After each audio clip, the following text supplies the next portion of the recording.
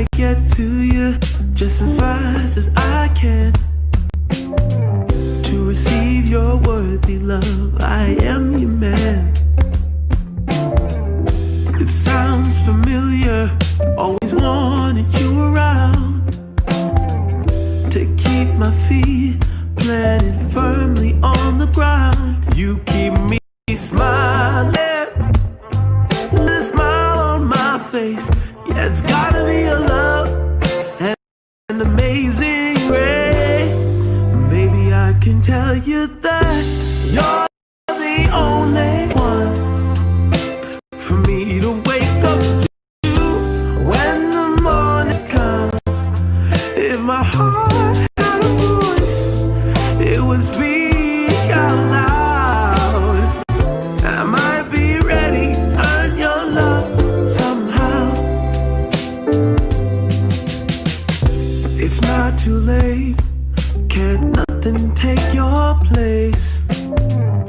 You had a spell on me from the start, it was fate.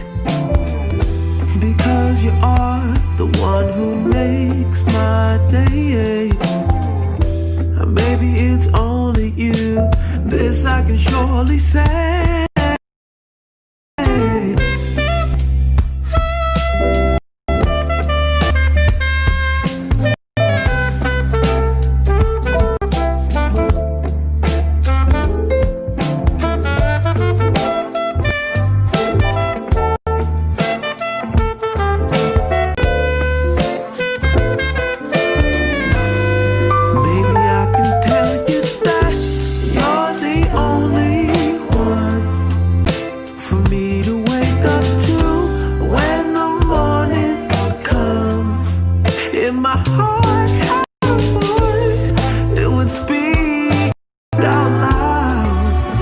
I might be ready to earn your love somehow. We didn't know each other well from the start. I want to know how to love you with all my heart, baby. I'm ready to set white doves free above your head. I'm ready to make you mine and take you to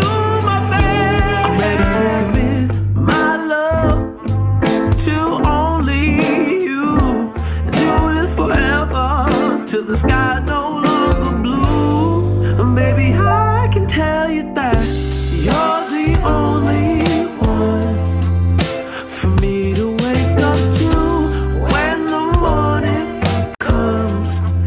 If my heart had a voice, it would speak out loud. I might be ready to earn your love somehow.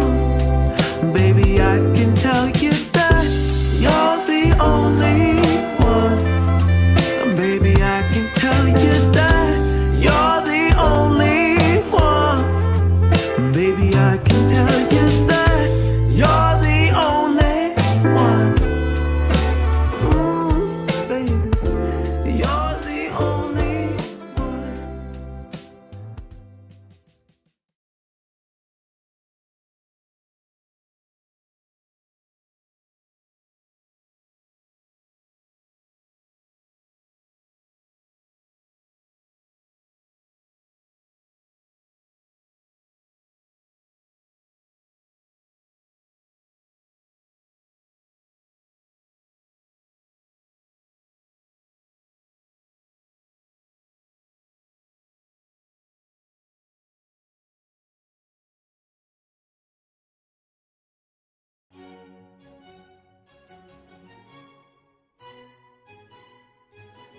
It's World Book Day this week and people are releasing books all over the place.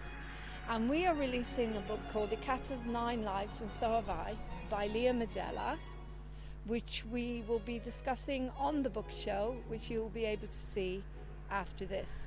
Now, very quickly, A Catter's 9 Lives is an original story that originated from 19-year-old Jack Medella, who handed his daughter Leah a set of tapes with his life story on it. A Catter's 9 Lives and So Have I. Welcome to the book show. This is a new series on Moving on TV where we will be looking at new books that are coming out. We'll be inviting on authors to talk about their work, to read a chapter from their work if they want to. So we're looking for you, for anyone who's got new work that doesn't know where to go to get it published or even listened to or read. We're here for you to come on here and you can read a chapter. As I say, you can talk about the book. We'll interview you. You can tell us the background and really have a platform for your work. Welcome to the book club. We have our first book and it's called A Cat Has 9 Lives by Leah Medella. The cat. They say that he will find you somehow knowing you. He will come into your life and like a bandit in the night bewitch you and capture your heart, eat your food and steal your soul. Dogs are man's slaves, yet cats are masters as they settle into our homes and take over our favorite chair, and you will be enchanted as they completely take you over. And they will always, always land on their paws. Leah Medella. A Cat Has 9 Lives. This book is not about a cat. It's about Jack Medella, my father. I'm Leah Medella. It's my pseudonym, my writer's name. I'm very happy to be reading to you the prologue and first chapter from my book and my father's book, a book we wrote together called A Cat Has 9 Lives. Like the cat, my father, Jack, has always fallen on his feet. One day, when I was in Israel a couple of years ago, I went to visit him, and he brought out a set of tapes and gave them to me. It's all in here, so I'm just going to read you a little bit. A Cat Has 9 Lives. Introduction. My name is Jack the cat, and like a cat, I've lived 9 lives. 9 times I was moved around from the age of 5, and 9 times my life was saved in one way or another, and like our feline friends, I landed securely on my feet, not paws. I've lived a very full life where I've encountered different people and situations that have taken me through the tender young old age of 92. I would like my story to be an example of how there is something nondescript that I call the hand of God that has taken me and placed me in different places and experiences that have given me the courage, spirit, and tenacity never to give up. I've been abandoned, loved, and been through an extraordinary life. This story is about survival, not dissimilar to some of the classics like Oliver Twist or David Copperfield. I too started out like them, and this is the honest truth, as sure as God made little apples. I hope you enjoy my story. Prologue. I'm sitting in the taxi on the way to my dad's house. It's 2013, it's June and 30 degrees in the shade. Luckily, the driver has got the air conditioning on. We chat as the car interlaces itself in the other vehicles on the road. It always amazes me how the Israeli drivers have such a lack of fear on the road. This is probably due to their constant state of fight or flight that they live with on a daily basis. I mean the constant wars and threat to their lives. The car screeches to a halt and the noise of blaring horns threatened to drown out the sound of the pop music Ilan, the taxi driver, was playing. We chat about the situation in the Middle East as we get closer and closer to the seaside town my dad lives in near the beach. Unwanted memories from the past fill my mind. Growing up in a foreign country where I didn't fit in and couldn't settle as a child. Many years ago, the boat that brought us from Dublin had landed in the port of Haifa, and as we disembarked and got into the taxi, which was to take us to the small settlement where we were going to be, I knew for certain in my 7-year-old child's heart I would never feel at home in Israel. Little did I know that I was on the verge of an adventure 50 years later, which would also show me how my dad, as a tiny boy of 5'2", faced a confusing and unsettling future after being uprooted from Dublin to an orphanage in the UK. The street Dad lived on came into view. The taxi stopped and let me out at number 7 Namin Street. Elan helped me with my small suitcase. Then I walked across the garden towards Dad's flat. Thoughts were flooding my mind. I hadn't seen Dad for a year this time, and I was scared of there being a big change in his appearance. I rang the bell. Jacob, Dad's carer, opened the door, and a great big smile spread across his face. He then led me into Dad's bedroom. Dad was very thin. Thinner than I remembered him to be. He was very old now, but he hadn't lost his youthful spirit. When he saw me, it was as if the life came back into his body, and he reached out to hug me. After about 30 minutes of chatting and catching up, a few glasses of cold water provided by Jacob to help quench my thirst, Dad leant back across his side of the bed and lifted up a box. "I have something to ask of you," he said as he handed me the box. He then gestured to me to open it. As I unravelled the tape that was keeping it secure, I discovered 6 cassettes, all set out numeric order, written in Dad's handwriting. It's my life story. I've recorded it on these tapes, Leanne. I would like you to write it all down, professionally as a proper book. I even have a name for the book. A Cat Has 9 Lives, and So Have I. I was astonished. He was a 92-year-old man who could hardly walk anymore, and yet he had managed to put his memoirs down on a whole set of tapes so I could help him to tell his story to the world. Not only that, but he even had a name for the book. I could see his face light up as he started to explain to me how he wanted this to happen. I knew that age is unimportant at times, and how people in their twilight years like Dad were doing amazing things to change their lives. Now I saw the same determination and focus in my elderly father, and all I could feel was a sense of pride, admiration, and gratitude for being his daughter. Not to mention fear and trepidation of how I could possibly create something from a bunch of recordings. I knew I could write, as I'd written a few musicals, but this was very different. So that is how the book came to be. But now it's time to go back to where it all started, and hopefully you will fall in love with the cat, my father, and be able to learn from his experiences and enjoy this book. That's it for this episode. I hope you enjoyed the prologue. In the next episode, I will start to read chapter 1 of A Cat Has 9 Lives and So Have I, written by Leah Medella and Jack Medella. Thank you.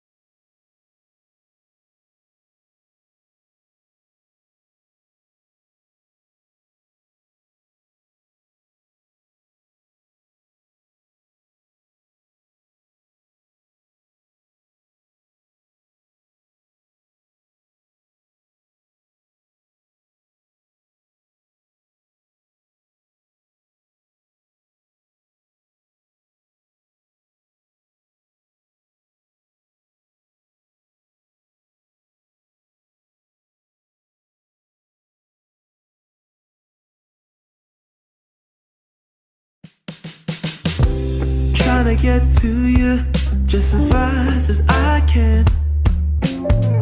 To receive your worthy love, I am your man. It sounds familiar, always wanted you around. To keep my feet planted firmly on the ground. You keep me smiling with a smile on my face. Yeah, it's gotta be a love and amazing grace. Baby, I can tell you that you're the only one for me to wake up to when the morning comes. If my heart had a voice, it would speak out loud. And I might be ready to earn your love somehow. It's not too late, can't nothing take your place.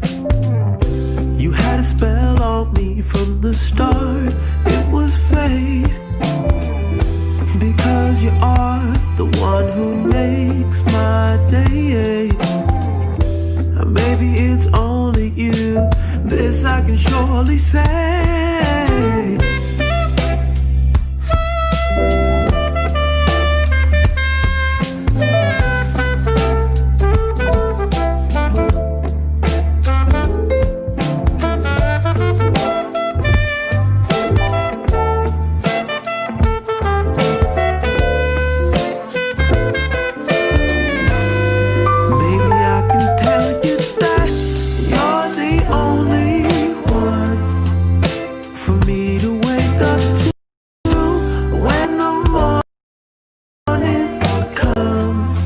If my heart had a voice, it would speak out loud. I might be ready to earn your love somehow. We didn't know each other well from the start. I want to know how to love you with all my heart, baby. I'm ready to set white doves free above your head. I'm ready to make you mine and take you to my bed. I'm ready to commit my love to only you, and do it forever till the sky no longer blue. And baby, I can tell you that you're the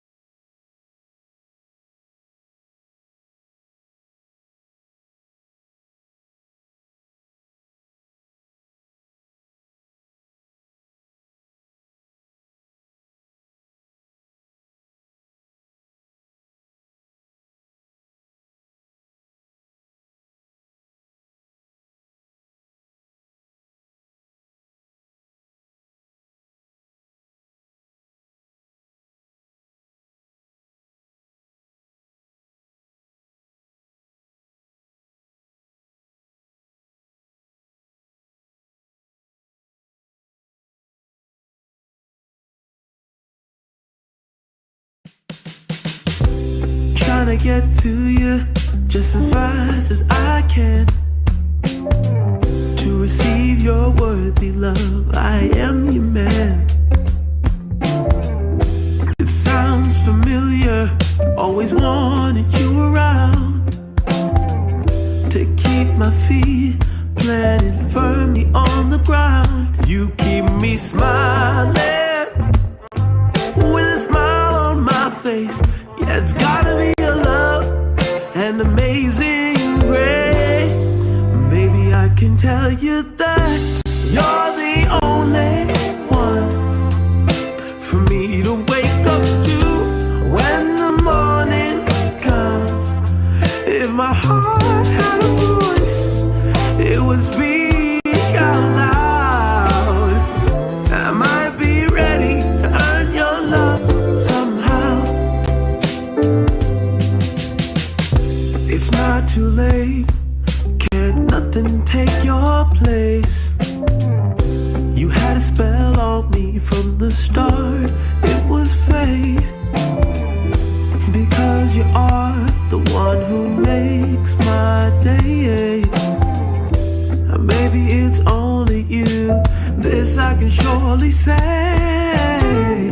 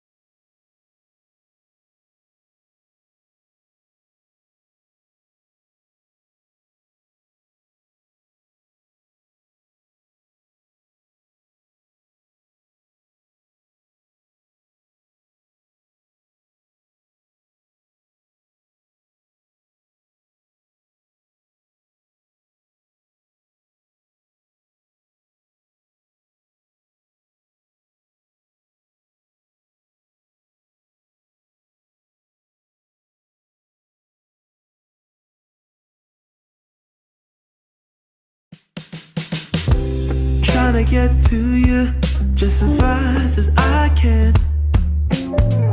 To receive your worthy love, I am your man.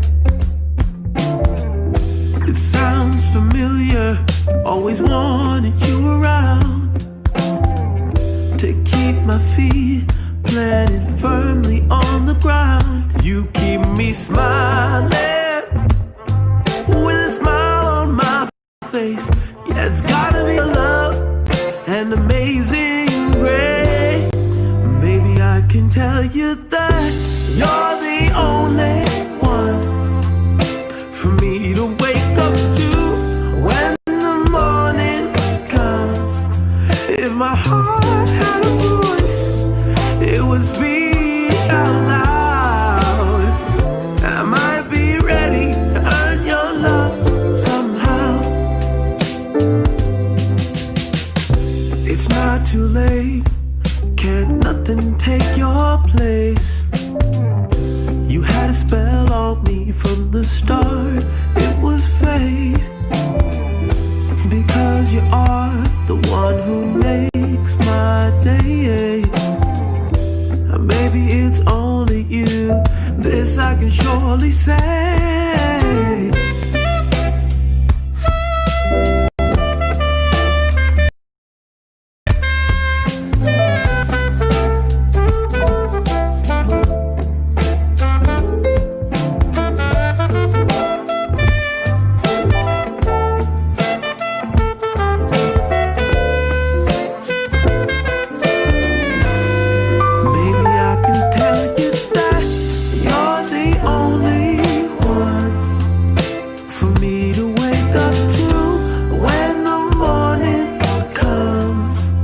My heart had a voice, it would speak out loud.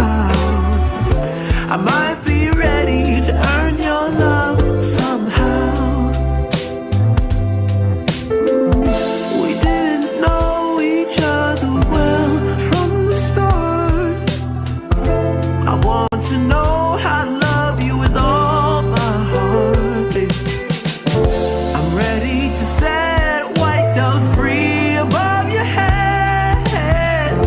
I'm ready to make you mine and take you to my bed. I'm ready to commit my love to only you, and do it forever till the sky no longer blue. And baby, I can tell you that you're the only one for me to wake up to when the morning comes. If my heart had a voice, it would speak out loud. I might be ready to earn your love somehow. Baby, I can tell you that you're the only one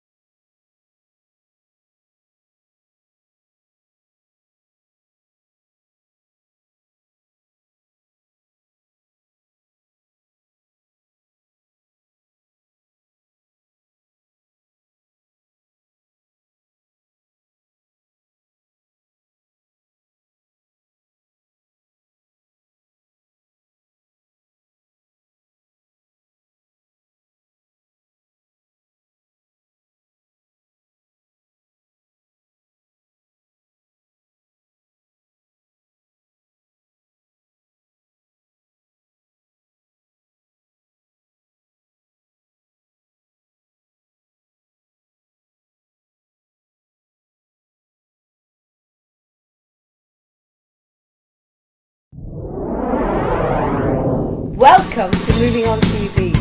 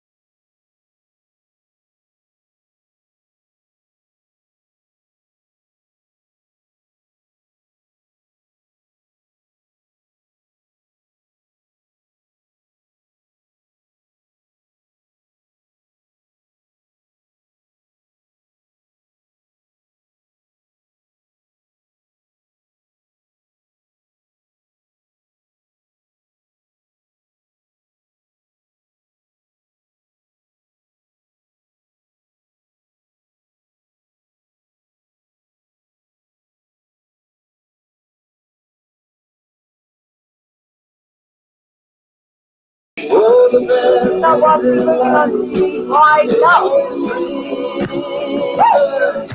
We don't serve on Hawaii, we don't serve North Carolina. It ain't Hawaii. We all go serving up to Castle Rock. We all go serving up to Castle Rock.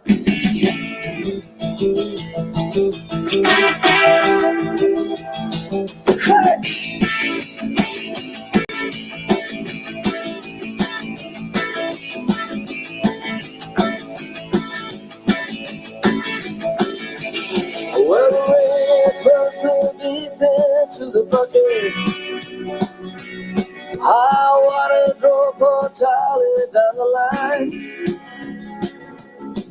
But here it falls, still it calls the many. But Charlie don't serve here in the wintertime. Is it for the weak or for the weary? It ain't for the meek or for the scared. And there won't be no worship of the sun here. From the White Rocks west and back again. For the best thing in life. We don't serve nothing now. North Carolina. It ain't Hawaii. We all go serving up to Castle Rock. We don't serve nothing now. We don't serve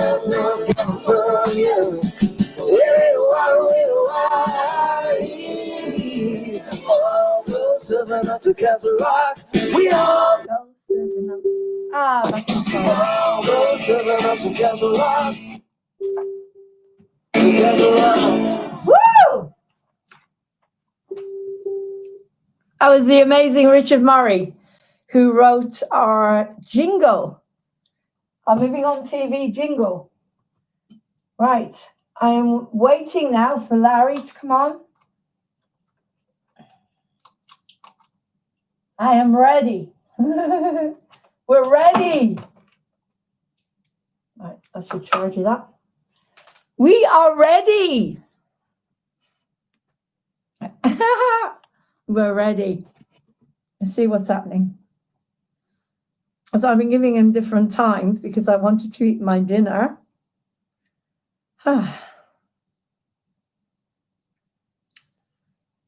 have had some incredible talent on here. Remember Muggsy? I've asked Muggsy to send him the links again, but until we get I'll just sing something to you. Until we get Richard on, not Richard, Larry Perry Sr. Let's do something. Let's sing something. What shall I sing? Get happy.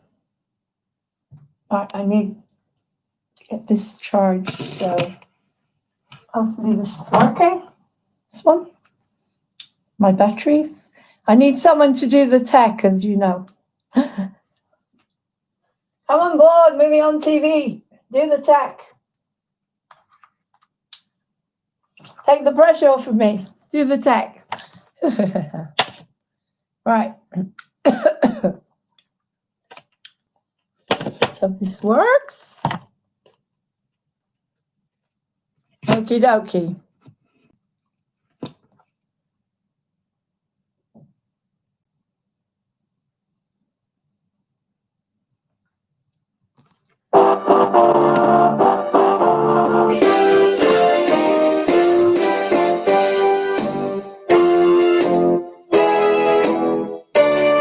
Hallelujah, come on, get happy.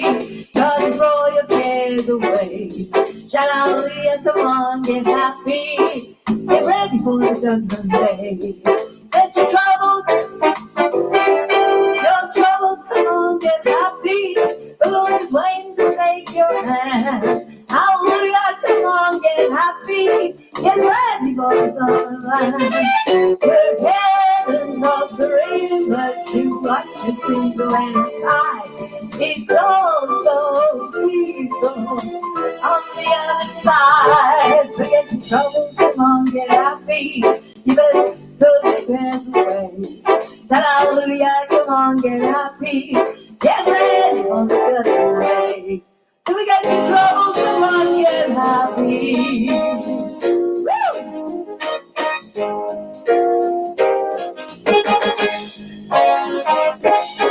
Sunshine, come on, get happy. Lord is waiting to take your hand.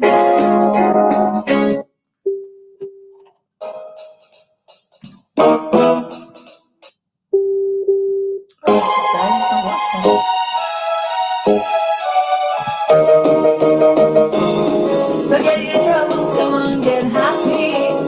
Happy, get happy, get happy. Oh, get happy.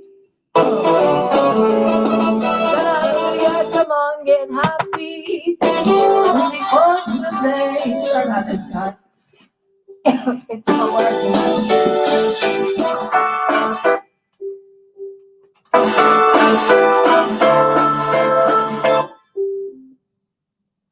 That's gone all together. Oh, what a shame. Oh well, we'll have to charge it. We wanted to have our backing tracks. Okay, there you go. We should charge it up. Sorry about that, guys. Let's go again.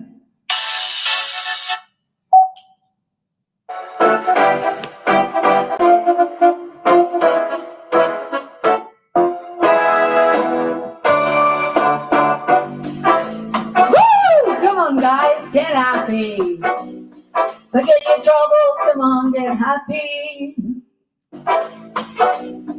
I'm ready to chase all your cares away.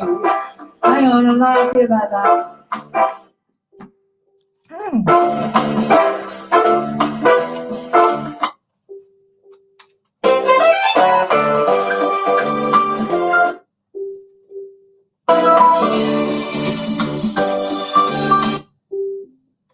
That's dead now. Okay, I'm gonna have to charge this thing up and we'll have to use the boombox. But we can. Okay. Sorry about this, guys. Technical issues. Technical issues.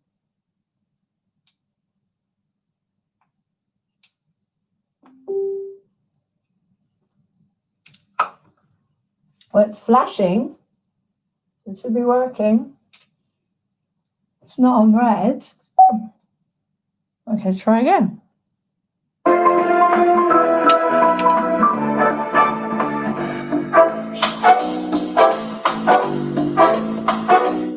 Forget your troubles. Naughty.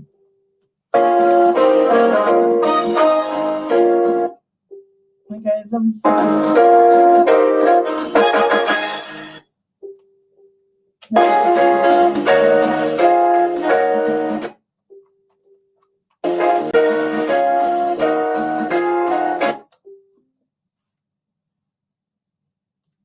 That's killed it.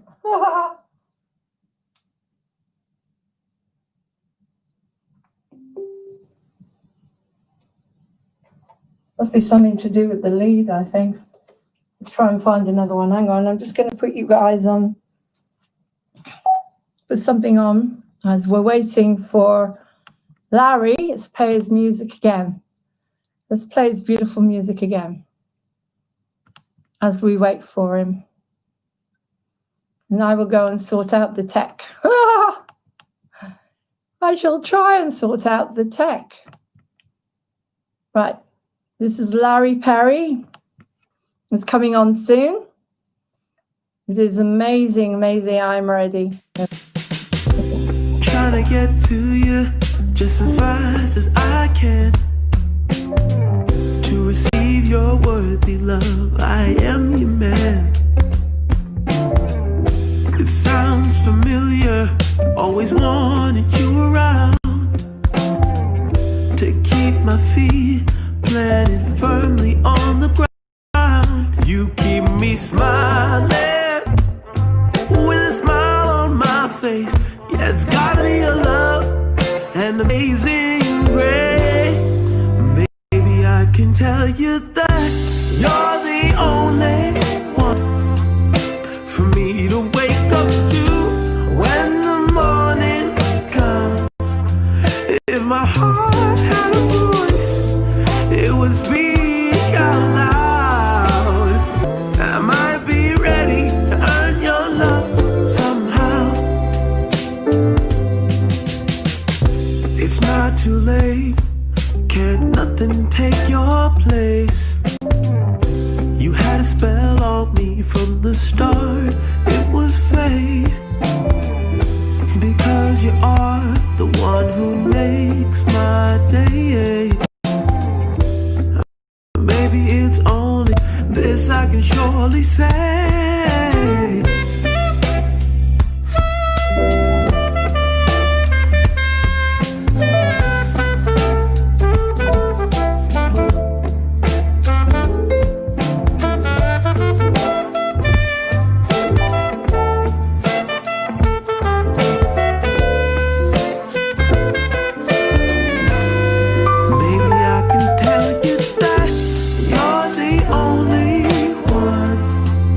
For me to wait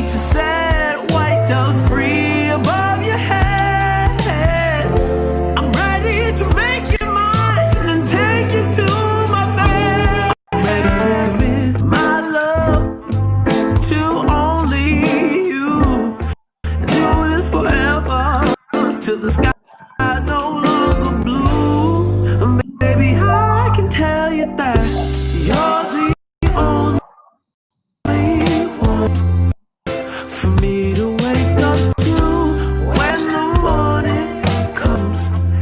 If my heart had a voice, it would speak out loud. Might be ready to earn your love somehow. Baby, I can tell you that you're the only one. Baby, I can tell you that you're the only one. Baby, I can tell you that you're the only one. Baby, you're the only one. It was me, the only one. Right, I'm just checking the sound because when I have the Mars Boy on, I'm not sure if you guys are getting the sound. So you need to tell me because I don't want you to miss out. Right. His sound's gone again. Hang on. Because that thing is not working. That's the Mars Boy on. I'm not sure if you guys are getting the sound. So you need to tell me because let's see, are you on? Because we're on Twitch, we're on YouTube, we're on Twitch. I need to know if you've got sound. The Mars Boy on. I'm not sure if you guys.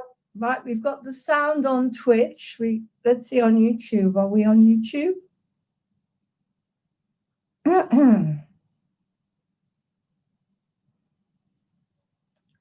Are we on YouTube? Yes. Okay. Are we on YouTube? Yes. Right, I'm just waiting for Larry to join me. I don't know because he's got the link, but we said 8:30, didn't we? Yeah. Okay. So hopefully you'll be on by 8:30. In the meantime, let's do some more singing as that thing seems to work now. Seems to be working. So let's go back to this again.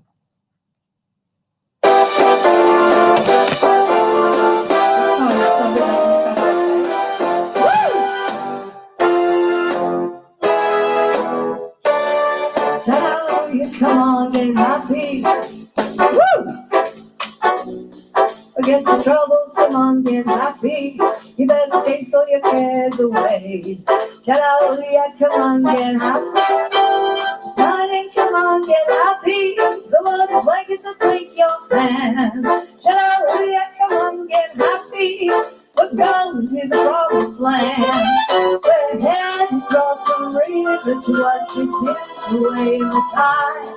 It's all so beautiful on the other side. Look at your toes, come on, get happy.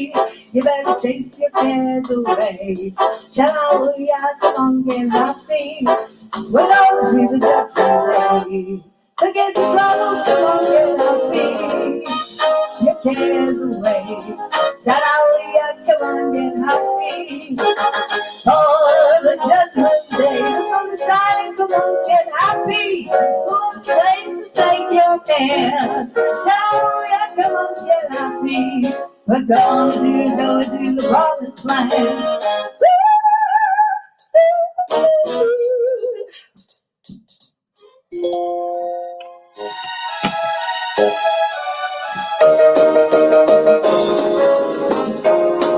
Get happy, happy, happy, happy.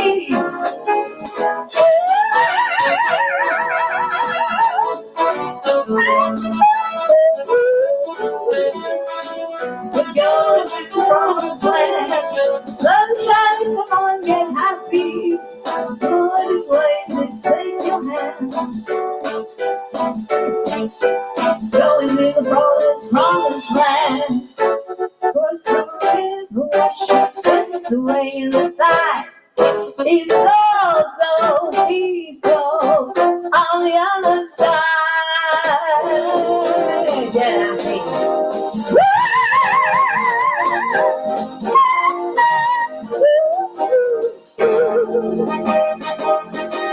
Ready, get ready, for the judgment day.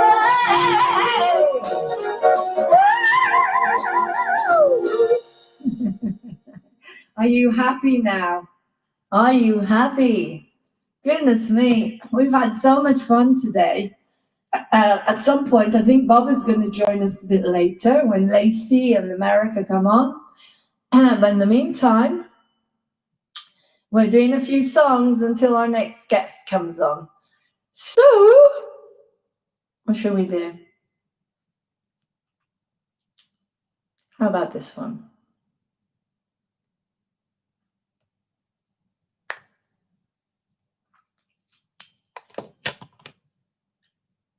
How about this one? This Christmas, bring your backstory to life with Ancestry. Hey! Vanish Gold Carpet Care lifts the dirt that hoovering can't reach. Trust Pick. Revive carpets. And I've got money. I'll get the one without the ads.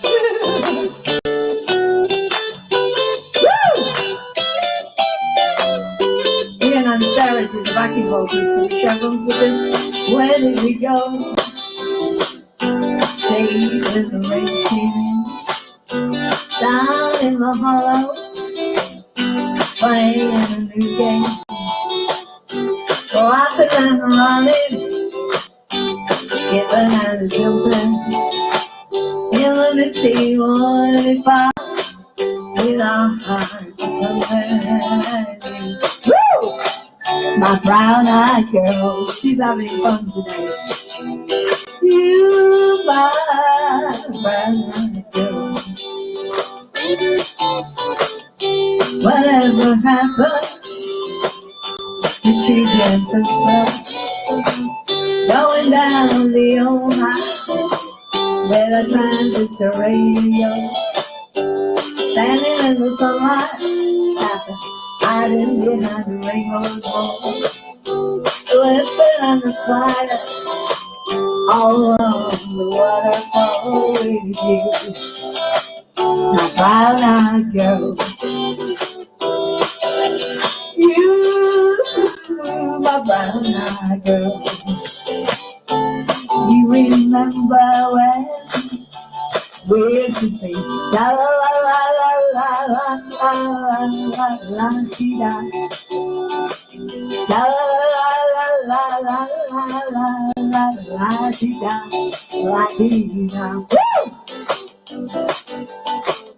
Hi, brown-eyed girls having fun today. Woo! It's been amazing today, guys. Amazing. I'm so grateful I'm doing this. Honey, now that I'm all on my own, I saw you just the other day. My, how you have grown. Cast my memory back there, Lord. Sometimes I'm overcome thinking about it. Making love on the green grass behind the stadium with you. Woo! My brown-eyed girl. You, yeah. Remember when we used to sing la la la la la la la la la dee da. La la la la la la la la la dee da. La la la la la la la la dee da. La la la la la la la la dee da. Ooh, my brown-eyed girl. Oh, yeah. What else did we do with the chevrons? Oh, let me think. My girl, my girl, my girl. I hope you watched that incredible interview we did with Aunt Sarah and Manuel and Vlad. If not, it doesn't matter because I'm editing them and they will go on moving on TV and you'll be able to watch those interviews over and over. Right, my girl. These are the songs that Sarah and I used to do backing vocals with Gary South and Dave Ford and Eddie from, oh God, what was the name of the band he was in? She said, the guys that did Love Goes Where My Rosemary Grows, or Love Grows Where My Rosemary Grows. Okay, Eddie, oh, I can't remember the name of the band. Probably something to do with Eddie. I've got sunshine on a cloudy day. When it's cold outside, I've got the month of May. I guess you say, what can make me feel this way? My girl,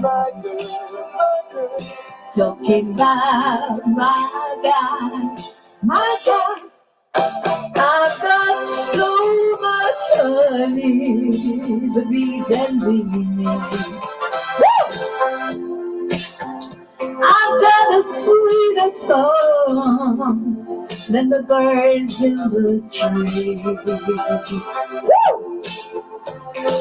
I guess you say, what can make me feel this way?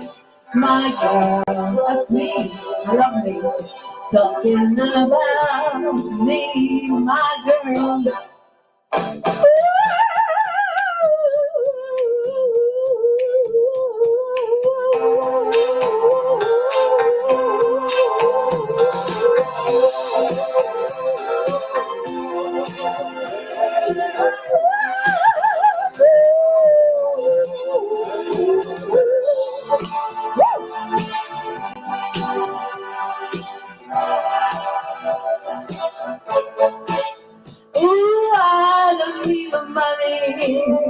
Don't need fortune or fame.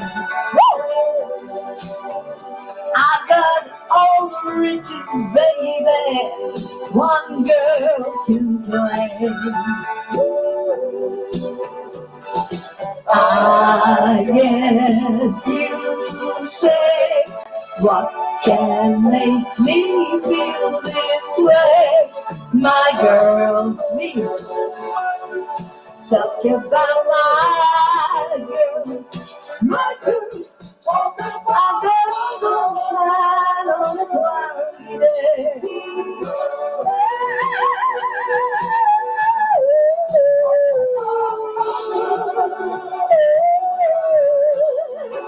I'm getting my new guitar for tomorrow. I can't wait. I've got sunshine on a cloudy day. Yeah, me, my girl, Lauren. Me, Lauren. Let's just check what's going on with Larry. Oh, I've had such an incredible time today. Isn't it interesting, from these huge breakdowns and unkindness and suffering, so much joy. I've been joined today with so much love. These people really love me. And Sarah, Vlad, Manuel, Martin, Cara, these people that come on here, Angel, I mean, the comments, guys, you've touched my heart. You've touched my heart in such a big way, because God knows I needed it. Yeah, we started again. That's why it's not coming up. But Angel, and we had, who else came on? Mark Fitzpatrick. The most beautiful comments, guys. I'm so grateful that I'm able to serve you here in the Awakening. I really hope this is working, because that thing does not work. Yeah. I was just going to check what's going on with Larry. No, nothing yet. Okay, we'll carry on then. Oh, living my dream every single day. Are you? If not, come on, Moving On TV and live your dream. No, we'll do the finale, because we already did that one. Woo! We already did this one. We'll do the finale of Hair. Guys, come and join me and watch Hair with me for Christmas. You're all invited. Party.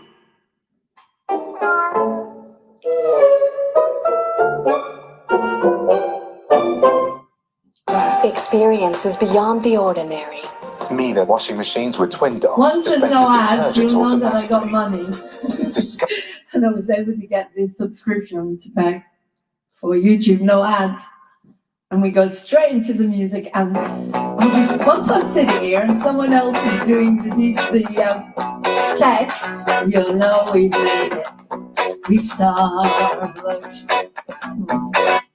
Again. The finale of Hair, and you know what's coming. You get your vitamin D3, K2. But let's bring the sunshine in together, guys. Woo! I want another short of breath. Keep around me in our winter coats, wearing cells from laboratory, facing a dying nation.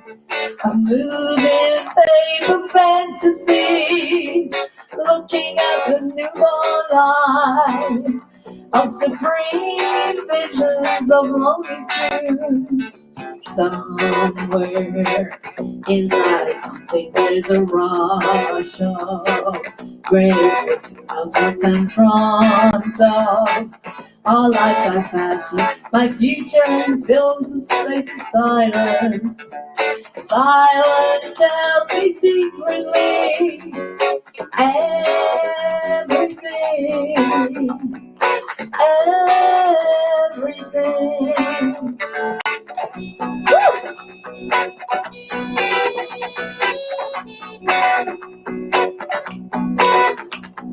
Manchester, England, across the Atlantic Sea. And then I'm a genius, yeah. I believe in God, and I believe I can believe in God. That's me, that's me. The rest is silent. The rest is silent. I don't know, short of breath.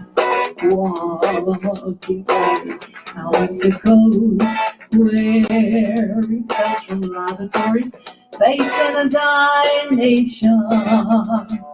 Moving paper fantasy, listing for the new life, with supreme visions of longitude. Saving us inside a race to try. Life is a and here. And come on, everyone. Let the sun shine. Let the sun shine. The sun shine. Everybody. Let the sun shine. Let the sun shine. The sun shining. Come on, everyone. Let the sun shine. Let the sun shine. The sun shining. Let the sun shine. Let the sun shine. The sun shining. Let the sun shine. Come on, everyone. Let the sun shining. The sun shining. Oh my God. Whew. Oh, that pops me out a bit. Oh, Try Audible and travel the world. oh Listen God, up I'm fed and up with settle those back. adverts. No more adverts.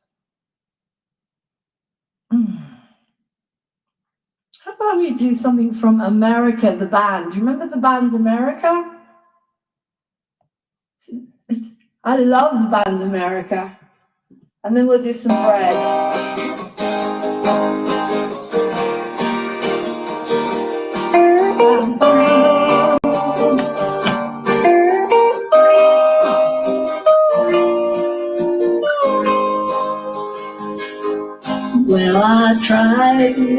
it someday.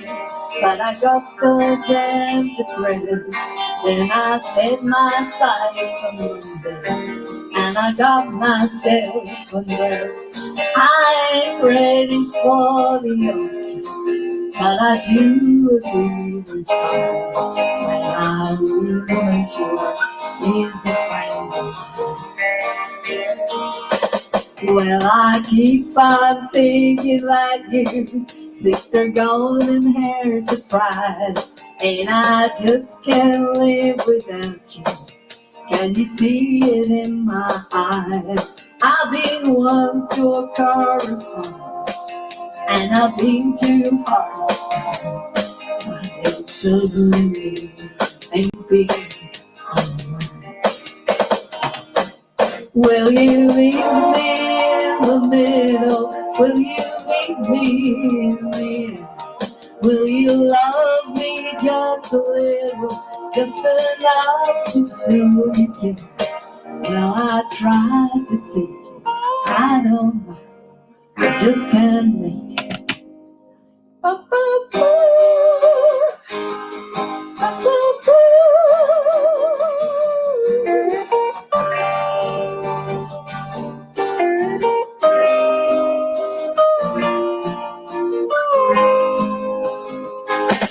Well, I keep on thinking of you, sister golden hair surprise, and I just can't live without you.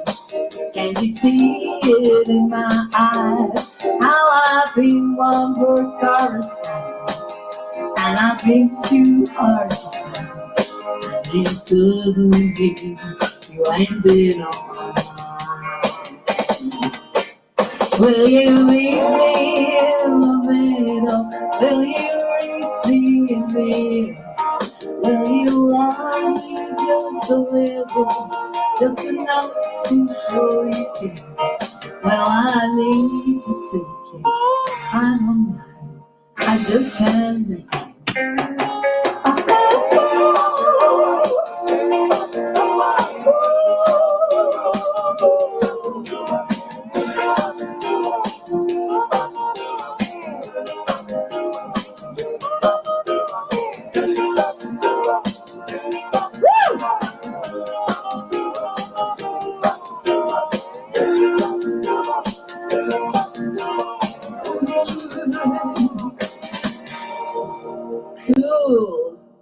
Cool, one more. And oh, there's just so many amazing.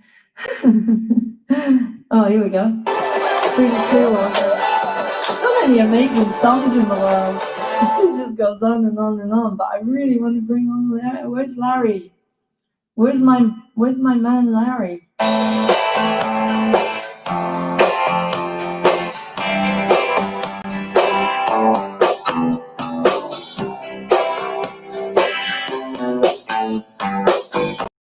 Until there's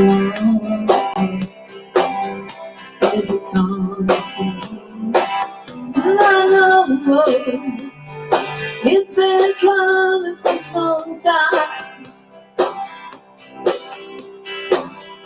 And it's over to say, I know, shining down like water. Come on, everyone. I wanna know, did you ever see the rain? I wanna know, have you ever seen the rain? Coming down on a sunny day. Yesterday and the day before, sun is cold and rain is hot. I know, be that way for all my time. And forever on it goes, through the circle, fast and slow. I know, it can't stop, I wonder. Woo!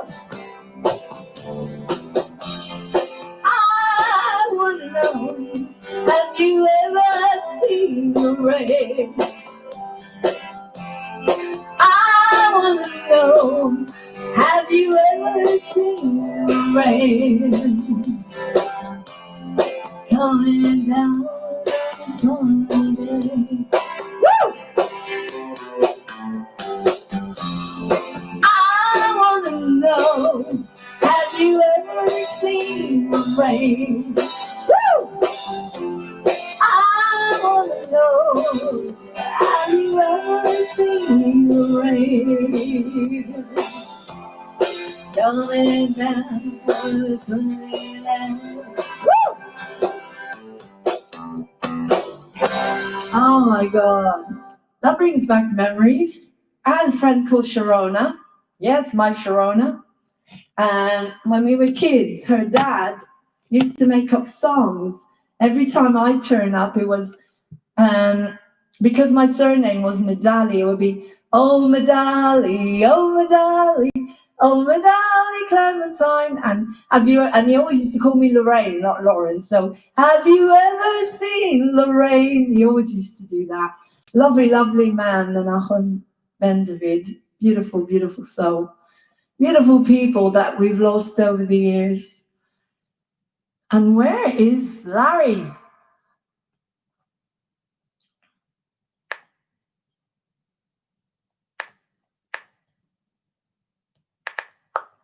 Oh, well, it doesn't matter. We're still on. Okay. We'll just carry on. Guys, have you got any requests? Any requests? So I don't know where he is, but I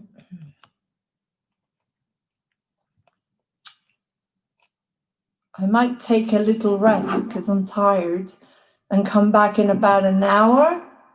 In the meantime, I might put some, I'm trying to edit as we speak an amazing interview that we did with Manuel and Vlad and Sarah, those separate interviews.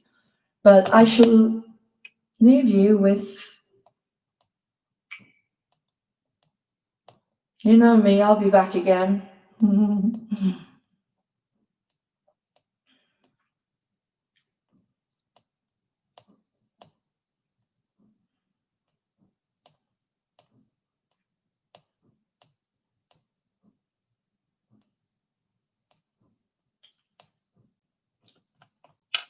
It's fireworks. Why is there fireworks?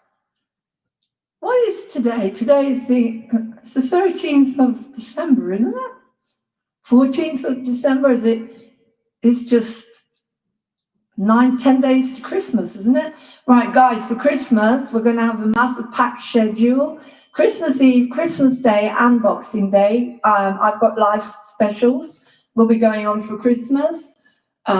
So anybody who wants to go on, anybody who wants to be interviewed, please contact me because I'm very happy to have you on here. And to keep the vibrations high, obviously we have to do whatever we can to keep the vibrations high. So, think of what, yeah, there was a song I did the other day. I'm going to do it again because this is how I feel about you guys. The fact that I've got about 10 people watching is incredible. There's people on YouTube, there's on Twitch, people on Facebook, and people on here. And it really means so much to me because, you know, there were times I'd perform a lot of the time just a number zero, or maybe one person, that loyal person that comes on a lot to every single program of mine. I don't know who they are, but I'm very grateful, and I hope they mean well. I hope they're not my stalker. Right. You light up my life. You guys light up my life. You really, I'm so happy. Thank you for giving me my life. Many times I sit by my window, waiting for someone to sing me a song. So many dreams I kept deep inside me, alone in the dark.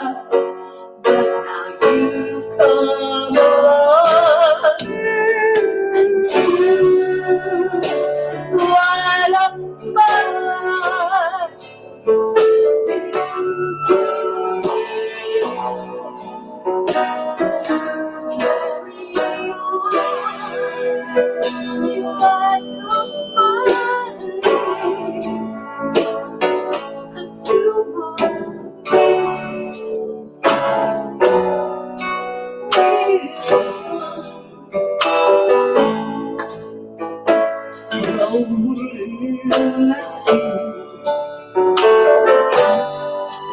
I'm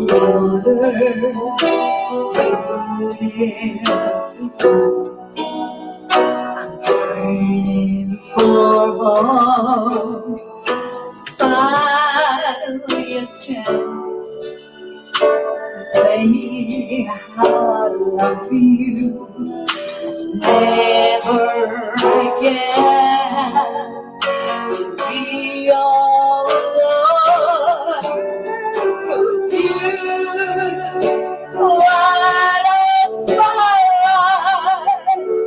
You give me hope to carry on. You light up my day and fill my heart with song. If it feels alright, 'cause you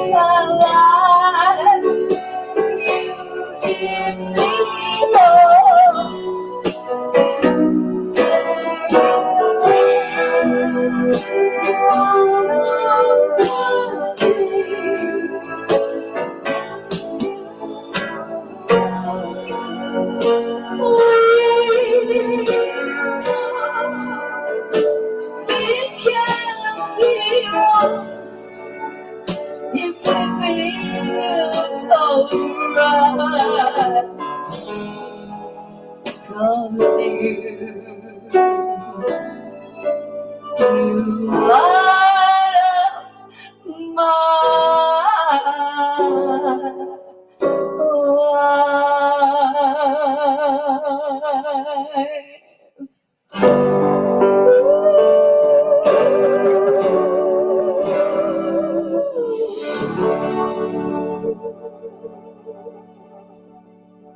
You guys, you do.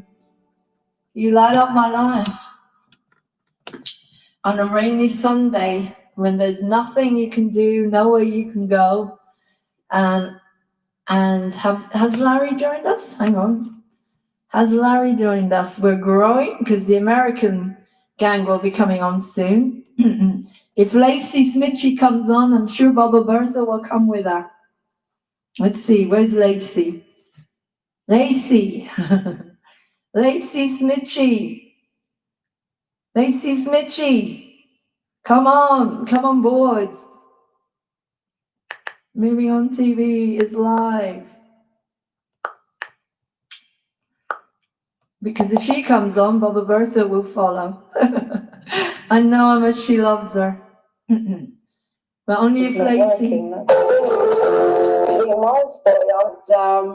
else came on? Mark Fitzpatrick. The most beautiful comments, guys. I'm so grateful. Thank you for joining me.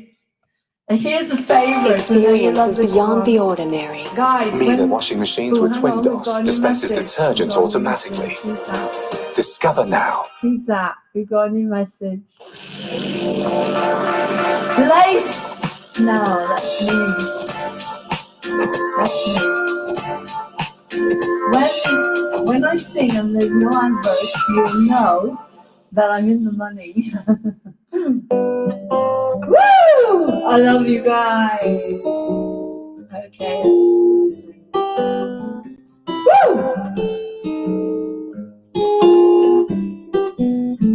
Stars shining all above you. Night breezes seem to whisper I love you. Birds singing in the sycamore tree. Dream a little dream of me. Say nighty night and kiss me. Just hold me tight and tell me you miss me. While I'm alone as blue as can be. Dream a little dream of me. Stars fading, but I'll linger on here. Still craving your kiss. I'm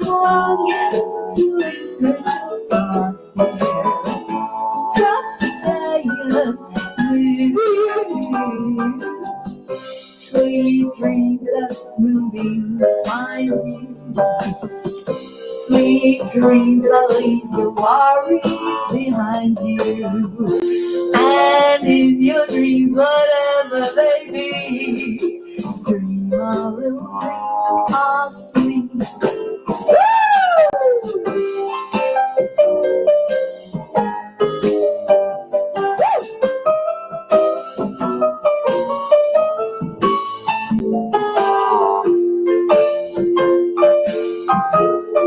Feel the music in your body.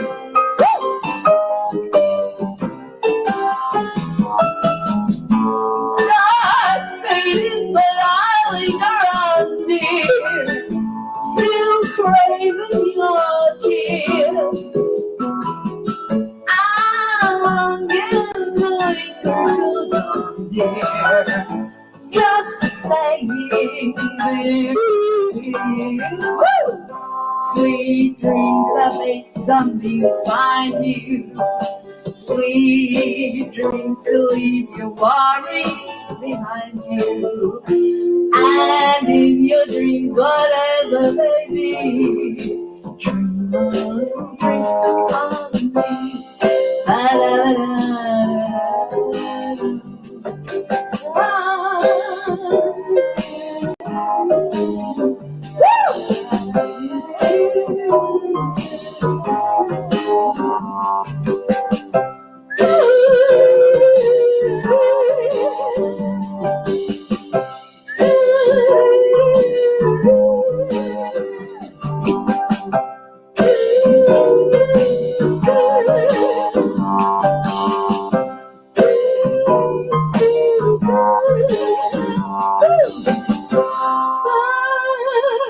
Oh, I know. It just comes to me as I'm doing. It's like, this is what these songs. Okay. Oh, this is going to be fun.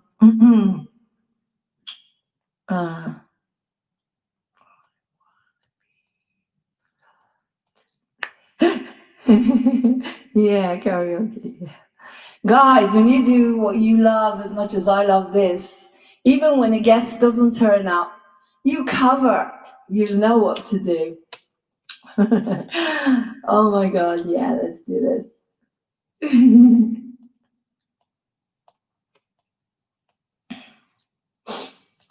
No, not that one.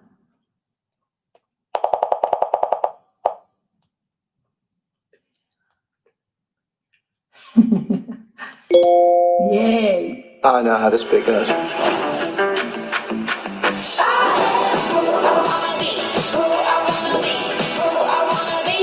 Well, I'm just here to watch the show.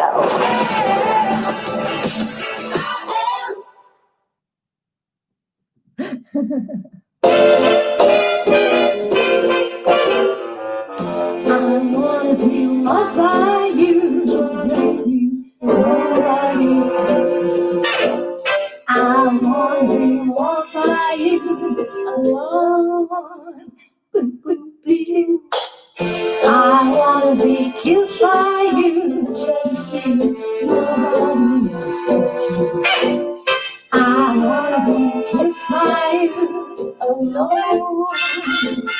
I couldn't aspire to anything higher than feel the desire to make you my own.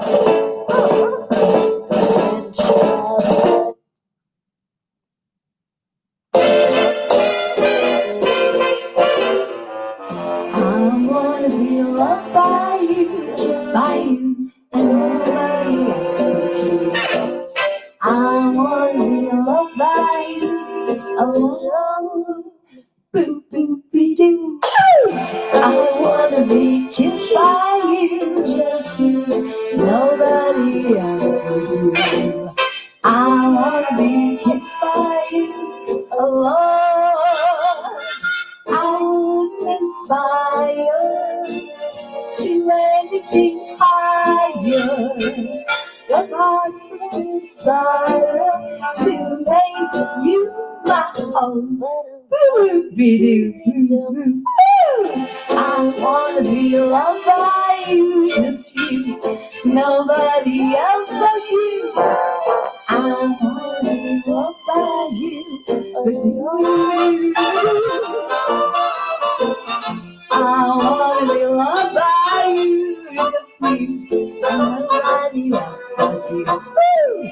I wanna be loved by you.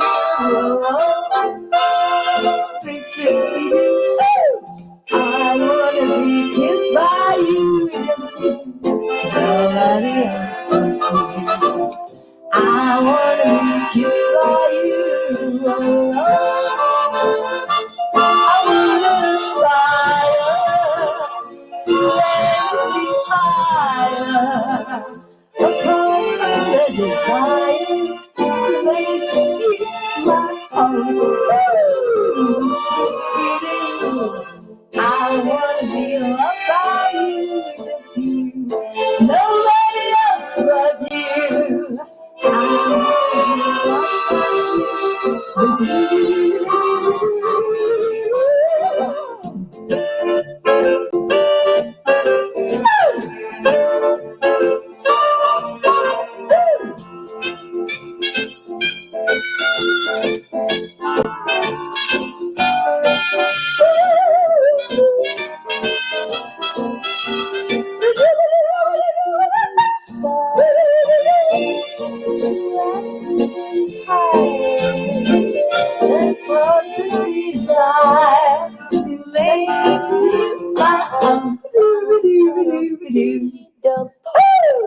I wanna be loved by you, nobody else but you. I wanna be loved by you.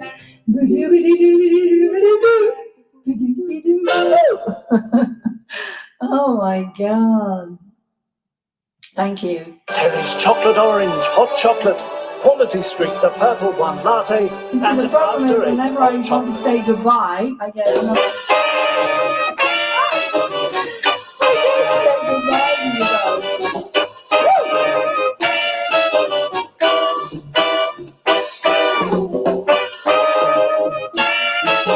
Let's have some yes, baby. Yes, baby.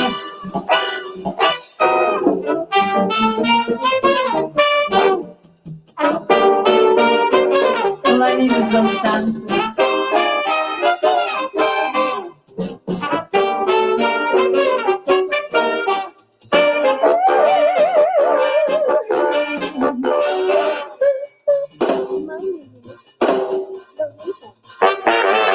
I'm not doing the beautiful. That's not the way we're doing it.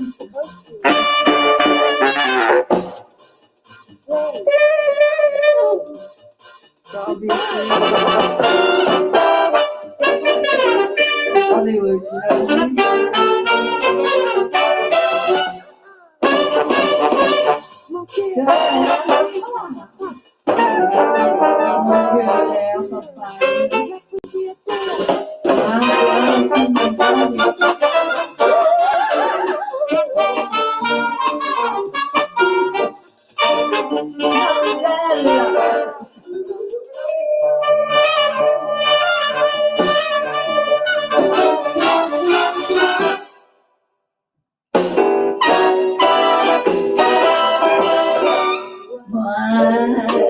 I mean?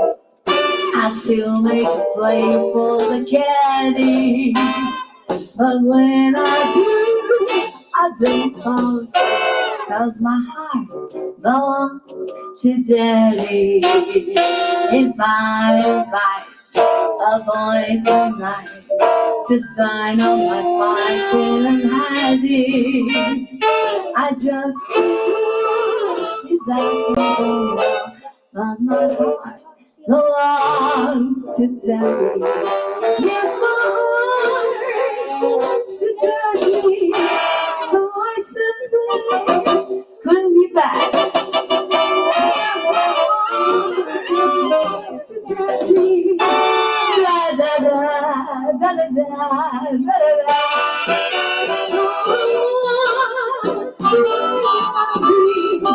No, I know you're perfectly swell, but my heart belongs to Daddy. He treats me so well. Woo! Hi, Cara, gorgeous. Thank you. Can you hear everything? Beautiful.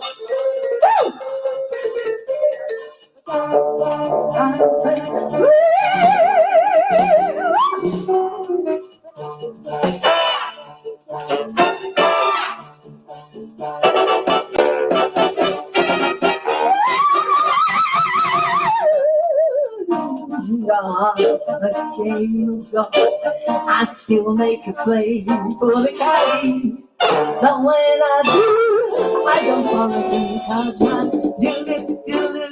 daddy. If I invite a boy tonight to dine on my own feeling happy, I just adore his asking for more. Daddy, that's my heart, daddy.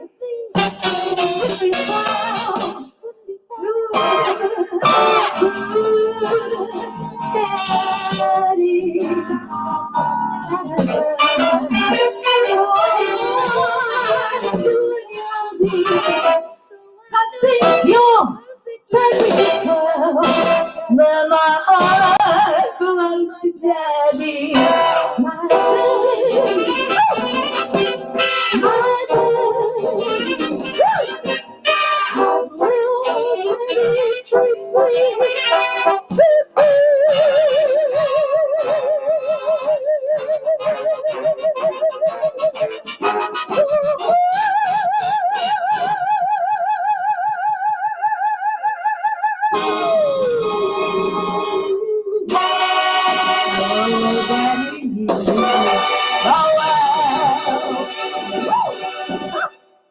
Oh my God. Hi, Cara. I love you, sweetheart.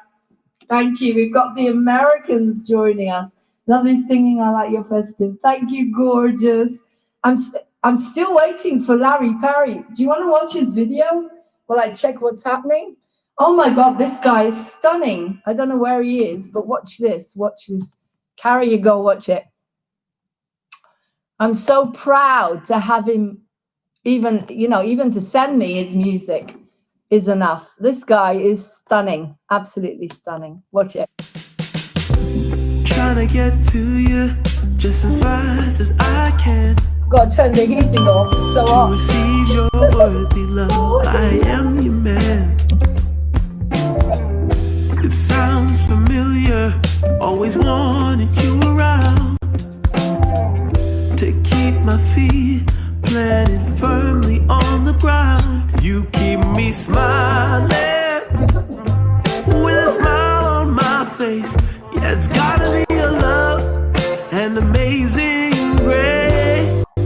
Baby, I can tell you that you're the only one for me to wake up to when the morning comes. If my heart had a voice, it would speak out loud. And I might be ready to earn your love somehow. It's amazing. Where is he? It's not too late.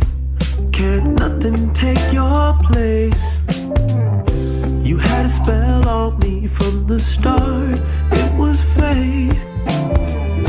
Because you are the one who makes my day. Maybe it's only you. This I can surely say.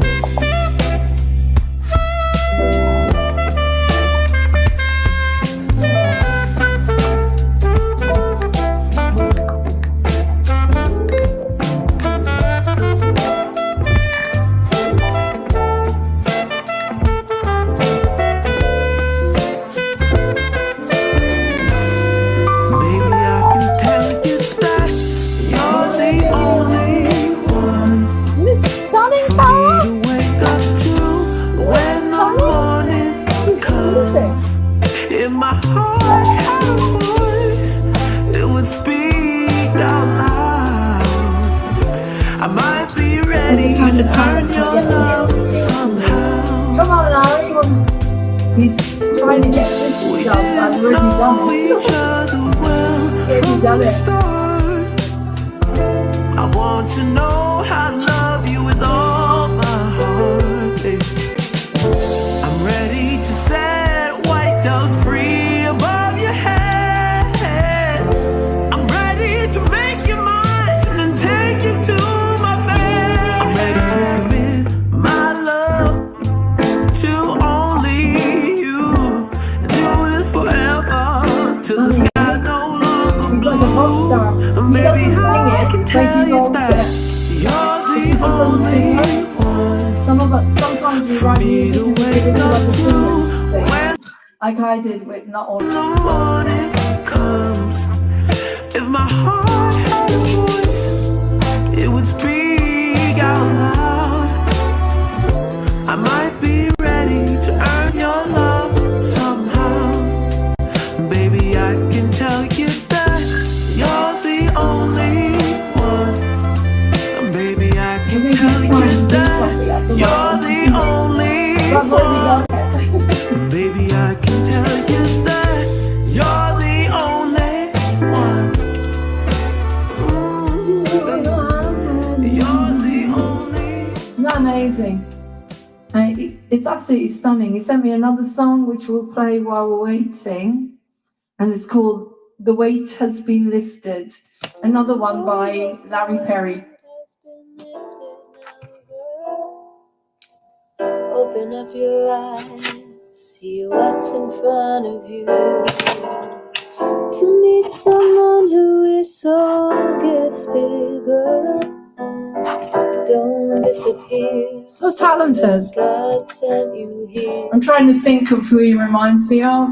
How can I repay you? Who does he remind you of, Cara? Saving me from the years of I mean the music. Kind of Motown. No. It's Motown-ish, isn't it? As long as you don't let go, you're here. A bit of Maroon 5, Simply Red. I'll never wear any type of disguise. Yes, I might be crazy sometimes. I might be out of my mind at times.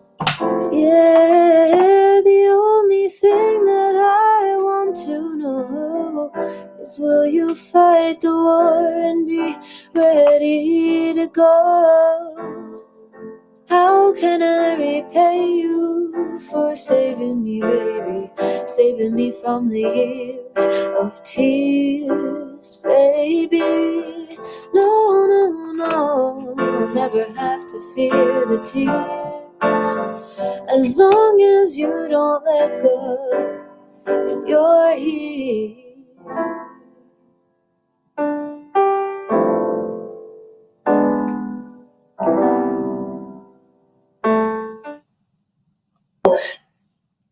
I mean, beautiful. Absolutely stunning music by Larry Perry. He writes the music and gives it to other singers, a bit like I do sometimes, a lot of the time. Actually, we haven't heard the praises for a while. This is the Hardship Fund song. Let's put the praises on for you.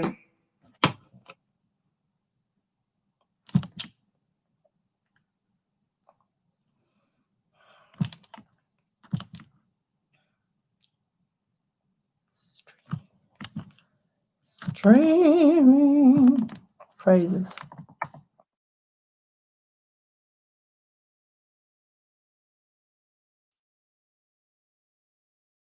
I haven't listened to Luke for a while either, or we haven't watched his beautiful, my favourite, Another Like You. Let's put that on while we're waiting for Larry. There we go. Praises Hardship Fund. Well, we'll put this one on first. You can go on the website, Hope Glory Productions, for this. Donate something for the Artist Hardship Fund, written by me and sung by Luke Barrett. The praises of our love, of your love. Here you go, enjoy.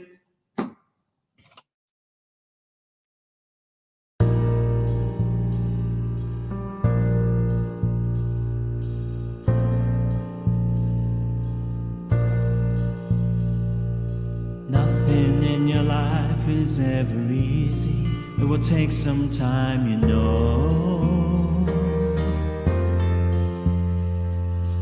Even when the moments seem to drag along, you gotta let them go.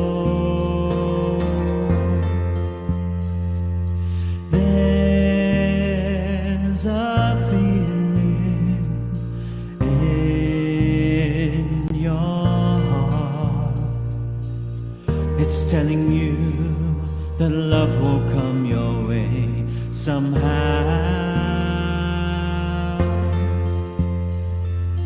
When it finally catches you, you're unaware of how you ought to be.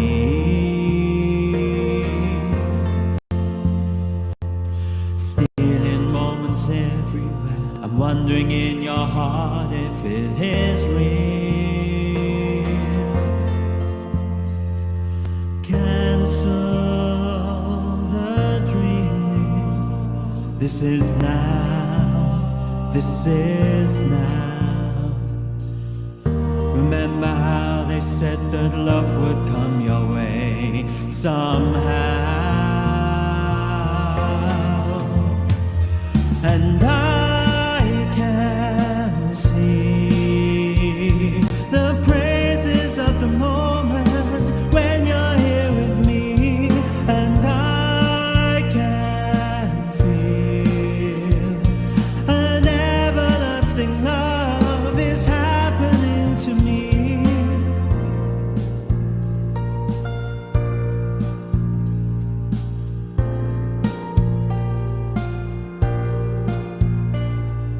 Watching every moment on the clock is how my lonely life would be.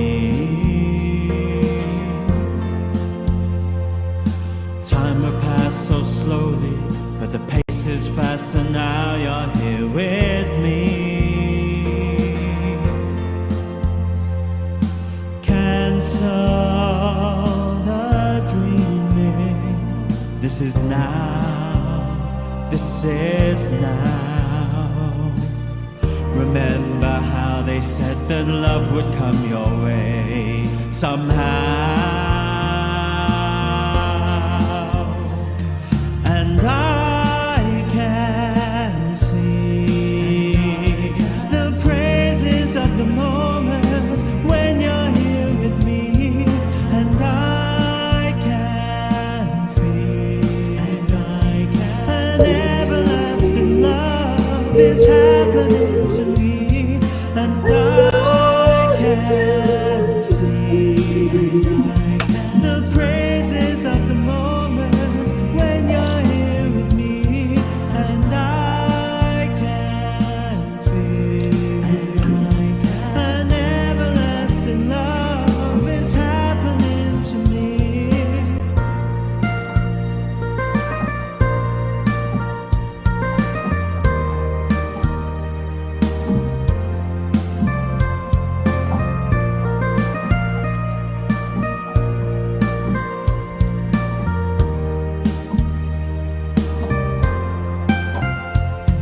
And I can see the praises of the moment when you're here with me. And I can feel an everlasting love is happening to me. And I can see the praises of the moment when you're here with me. And I can feel an everlasting love is happening to me. Whoa.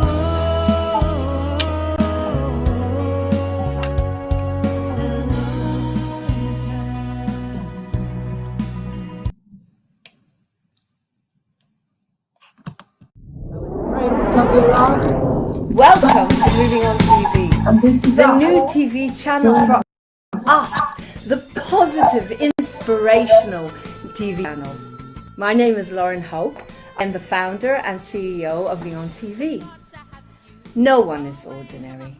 We're all special, unique, wonderful human beings. We're all celebrities with our own talents and strengths and dreams. Moving On TV is here for all of us. We have a book show if you wrote a book. We're looking for talent, for Moving On talent. We want to stream you. We don't want you to compete.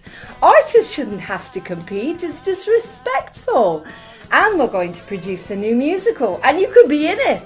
And we're going to serialise it for everyone. We're not going to have the news. We're going to have the happy news. Positive, inspirational, happy stories, which are actually the majority of the stories in the world that are happening all around us, except no one wants to give them to you. And of course, because we're run by solution-based people, life coaches, we want to give you the truth and to help you move on. So we want to know why these tragedies are happening all around us. Why are so many people being hit off their bicycles? What is the solution to all these problems in our world? How can we have a better world, a more peaceful world? We're looking for you. We're looking for all of you. Everyone has a unique story. We're looking for hosts, presenters, all age groups, particularly older people that are not being given any opportunities. Come and work on our media. Cameramen, editors, anyone who wants to work with us. And of course, sponsors. Organic makeup and organic products that are helping the environment and the human race. Come on board Moving On TV, the new positive channel, the channel that gives you hope. You're depressed. Come on board Moving On TV. See you soon. Bye.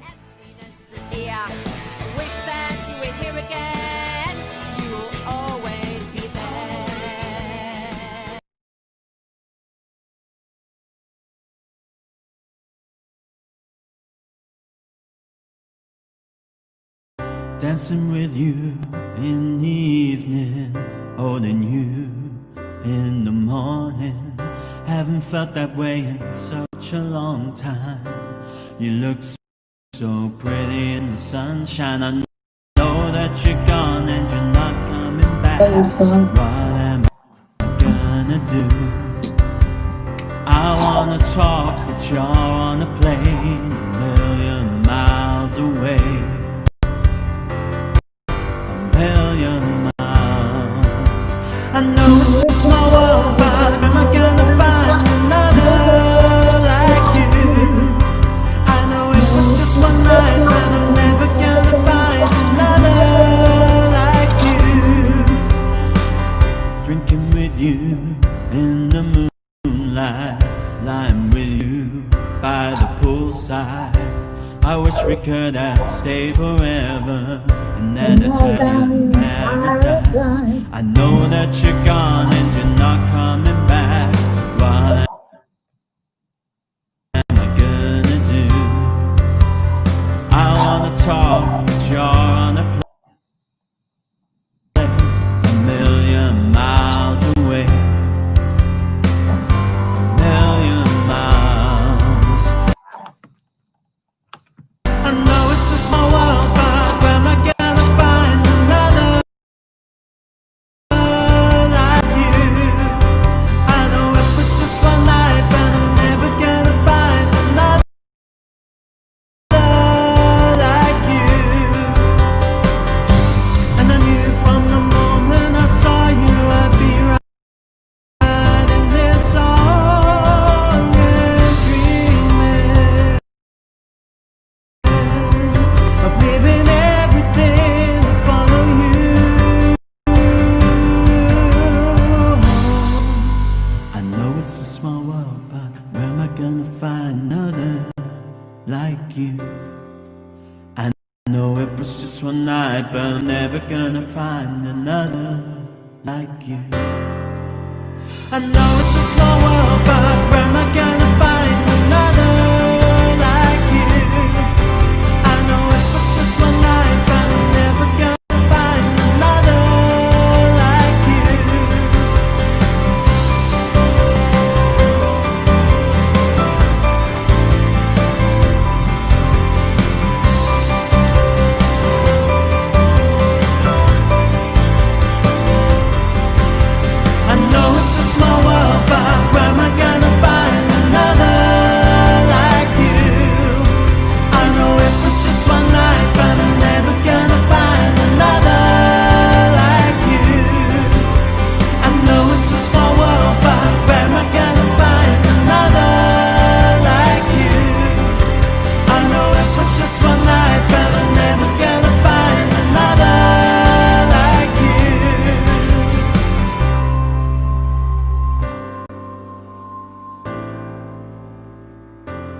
another like you.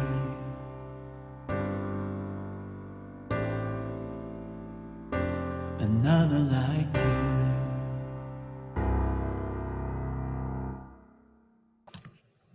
Wow, guys, can you see the talent that we have got on Moving On TV for your pleasure? Such incredible talent. I don't know what's going on with Larry. It looks like he's not coming on, so we shall leave that one and just carry on with what we were doing.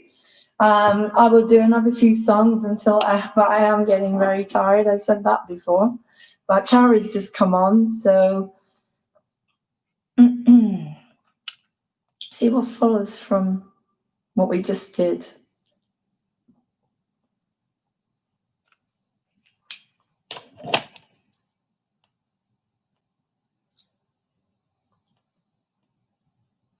I like to see what song follows from what we just did.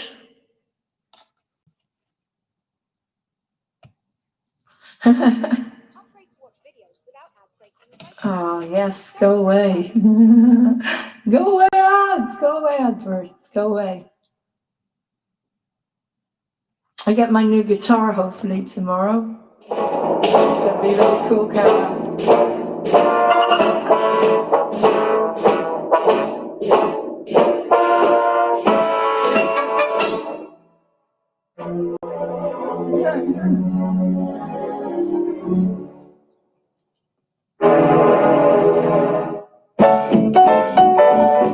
A kiss on the hand may be quite continental, but diamonds are best friend. A kiss may be grand, but it won't pay the rental on your hungry flat, or help you out the automat. Men grow cold as girls grow young, and we all lose our charms in the end. But square so best say, please rock the lose that shake. Diamonds are a girl's best friend. Tiffany's, woo! Yeah.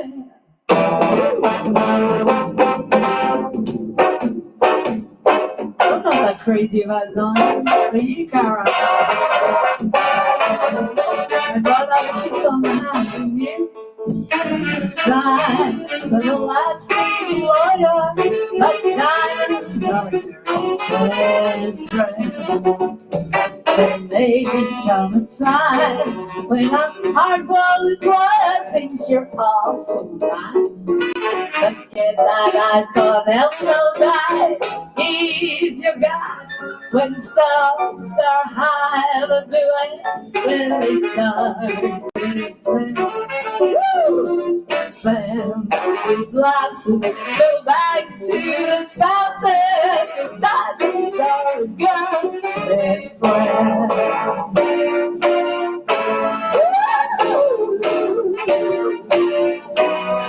I love the lyrics. I've heard of affairs that are strictly platonic, but diamonds are a girl's friend. And I think affairs that you must keep up solid are better bets. With little bets can be baguettes. Time rolls on and years gone, and you can't straighten up when you bet. But sit back, for 60, you stand straight at 50, 'cause diamonds are a girl. I don't mean like stone. Rhinestones, diamonds are a girl's best friend.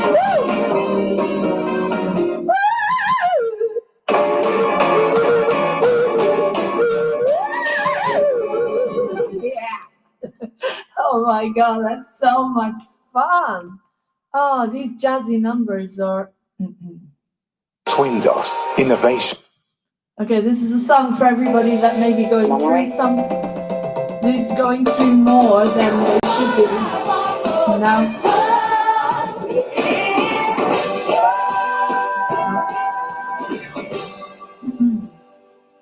as I said, this may be a song for someone who may be going through a lot at the moment. I've just written a new song called Hang On, Cara. I'm getting some backing tracks made up and some new songs coming soon. Okay, this is for all of you, all the star seeds. I love you guys, and I hope it helps. Days on,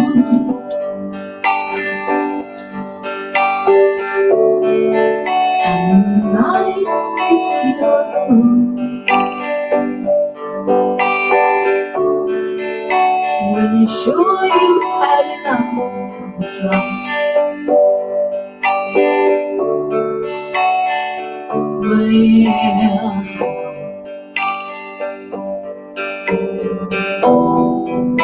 don't let yourself go,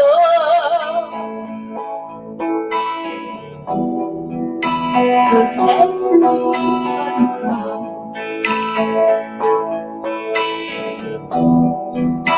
and everybody hurts sometimes.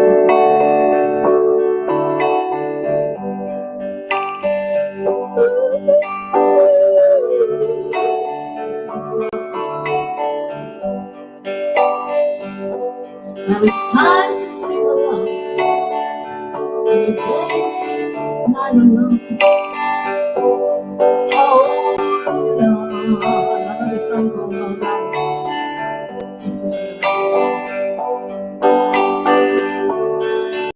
If you think you've had too much, like some of us, really every day, on this life, come on guys, hang on.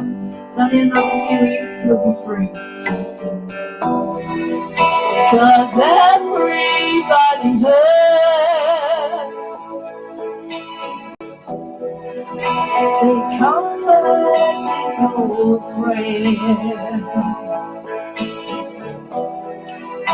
and everybody hurts. Ooh, don't try your head, oh no, no, no. Lord, don't try your head.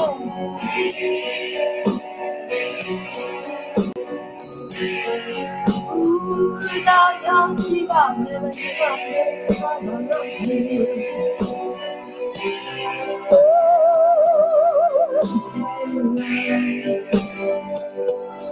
You're not alone, you're never alone. Me on TV is always here, guys.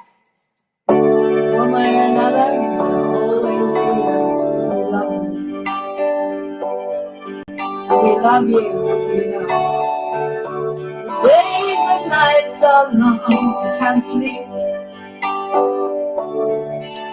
When you think you've had too much of this life to live.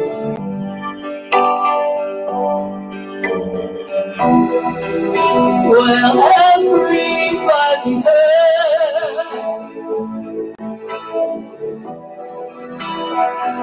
Everybody cries, and everybody hurts sometimes.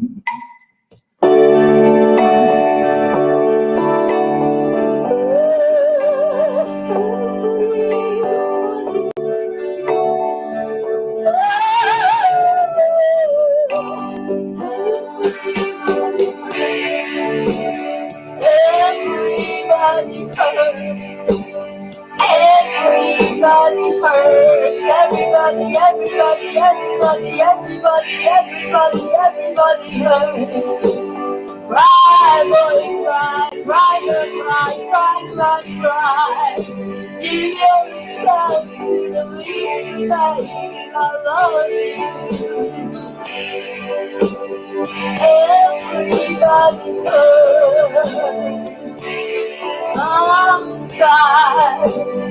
Everybody hurts sometimes. Everybody, everybody, everybody, everybody, everybody, everybody, everybody, everybody,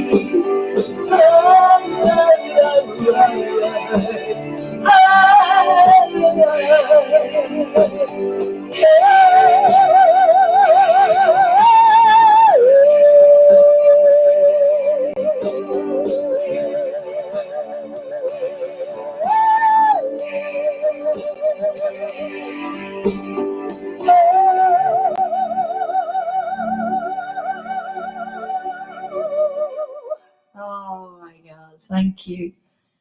I'm so grateful for the beautiful music and that I've got my voice to a certain extent. And it's interesting that it's still not as well as it was on Friday. I think I had the Thai massage on Thursday, Friday and Saturday. Yesterday I had all that stress and it really, really went back to that again, Cara. So it's stress. And I hope to see Nina again. Hopefully she'll be able to relieve it again. But it's the stress that blocks the throat, definitely. I know now, definitely. Definitely.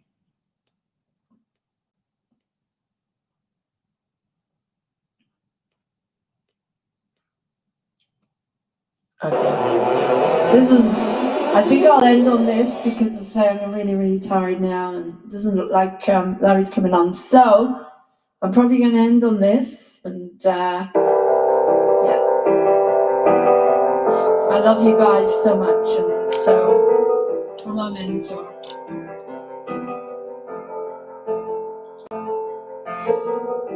Imagine there's no heaven.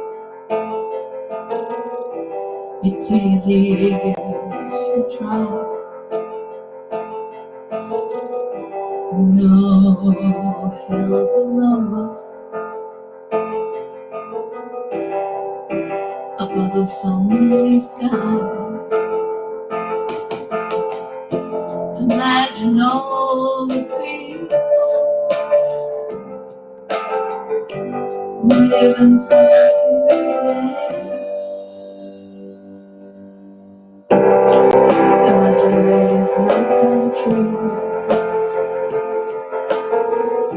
It isn't hard to do. Nothing to kill or die for. And no religion too. Imagine all the people living life in peace. When they say I'm a dreamer, but I'm not the only one. I hope someday you'll join us and the world will be this one. I dream now. Imagine all possessions. I wonder if you can. Sarah, please God. No need for greed or hunger, please God. A brotherhood of man, only love. Imagine all the people sharing all our world. You, when they say I'm a fool,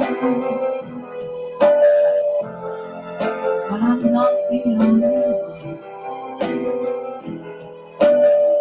I hope so.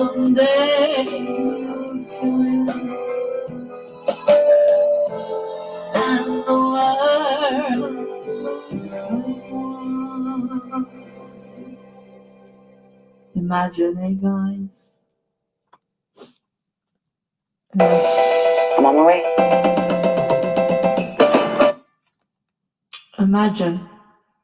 Imagine the Sarah and Isara.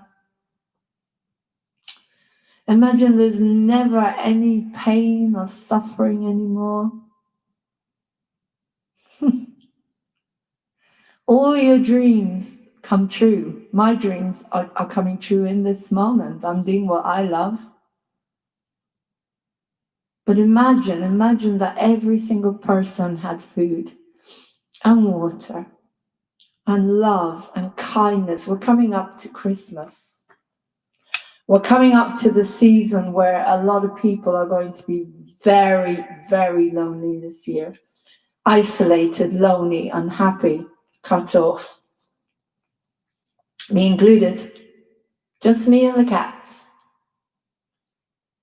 And so Moving On TV is going to give you a gift, a full bouquet of flowers, every single you can imagine, all through Christmas Eve, Christmas Day, and Boxing Day, with rests in between. I can't wait. A marathon of love, a marathon of peace, a marathon of amazing people that will be coming on. I don't know who we're going to have on, but please, God, all of you guys, but extra, also, you know, some great extra guests and talent and everything all rolled into one. If you're watching the programs, you can see what Moving On TV is. I created this station because I love humanity so much, and because I never wanted anyone to feel the unbearable frustration and loneliness that I felt, especially when I was in that wheelchair. When I sat on the couch, I couldn't walk. I couldn't sing anywhere.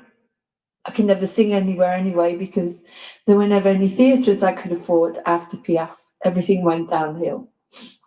After our tour, there's nothing we could afford. And I always wanted to pick up that phone, and I did. I picked up that phone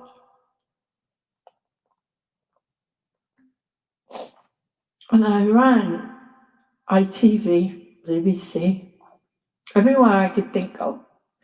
And I told them about my dreams and my passions, and I sang on the phone even. And I told them about Piaf and Maria and how I'm selling out every single show single-handed with a apparently serious mental health issue. And they didn't have the least bit interest in me because I wasn't famous. I had this huge conversation with someone from Loose Women, can you believe it?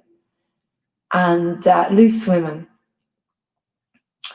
And this woman, I asked her to let me come onto her program, Loose Women, because, as I say, I'd sold out Piaf and Maria Callas all over the country. We sold out every single show. The first time in Edinburgh, more or less single-handed. Someone who's apparently got a serious mental illness and done that, run a theatre company and kept our whole crew together. None of us fell out. We had a wonderful time. It was the happiest time of my life. We all lived together in a house. I'm going to put the blogs on, There was Helen, she made the food and she got us to the shows. Martin was the stage manager. Johnny was the keyboard player. And I was Piaf, and Jacob, of course, did the tech. And we all lived in a house together in Leith, in Scotland. We lived in a flat, and we had the best time of our lives. And then I also was the accordionist for Edinburgh for the Fringe. I was the accordionist. And then I went to the media and told them. And they said I wasn't famous. They said I wasn't famous. They said, we have to have people like Katie Price on. And do you know what that does to someone who's got talent? Who knows that they're selling out every single show and all the work and energy that went into it, and they would not put us on. They weren't the least bit interested, and that's where this came from. I said to Jacob, shall we form our own TV station? And so we did. So Moving On TV was formed in 2014 in September after Edinburgh, because Jacob formed it. Jacob Creswick formed Moving On TV, put it on YouTube, and we started to film the other PF show, which I'm going to put on tonight, because we did a Christmas special and it's really good fun. We had a Santa and everything. We used to get people around to the house and film them. Because I sat there, as I said, after I had my accident, that was after years later when Dad died, and I thought, you know, I rang up all these programs and I asked them, will you put me on? Because God knows I've been performing since I was 6 years old, playing the accordion, and I'm now selling out every single venue with Piaf and Callas until we got back to London. And of course, you're not a celebrity, so you can't do anything. 5-star reviews.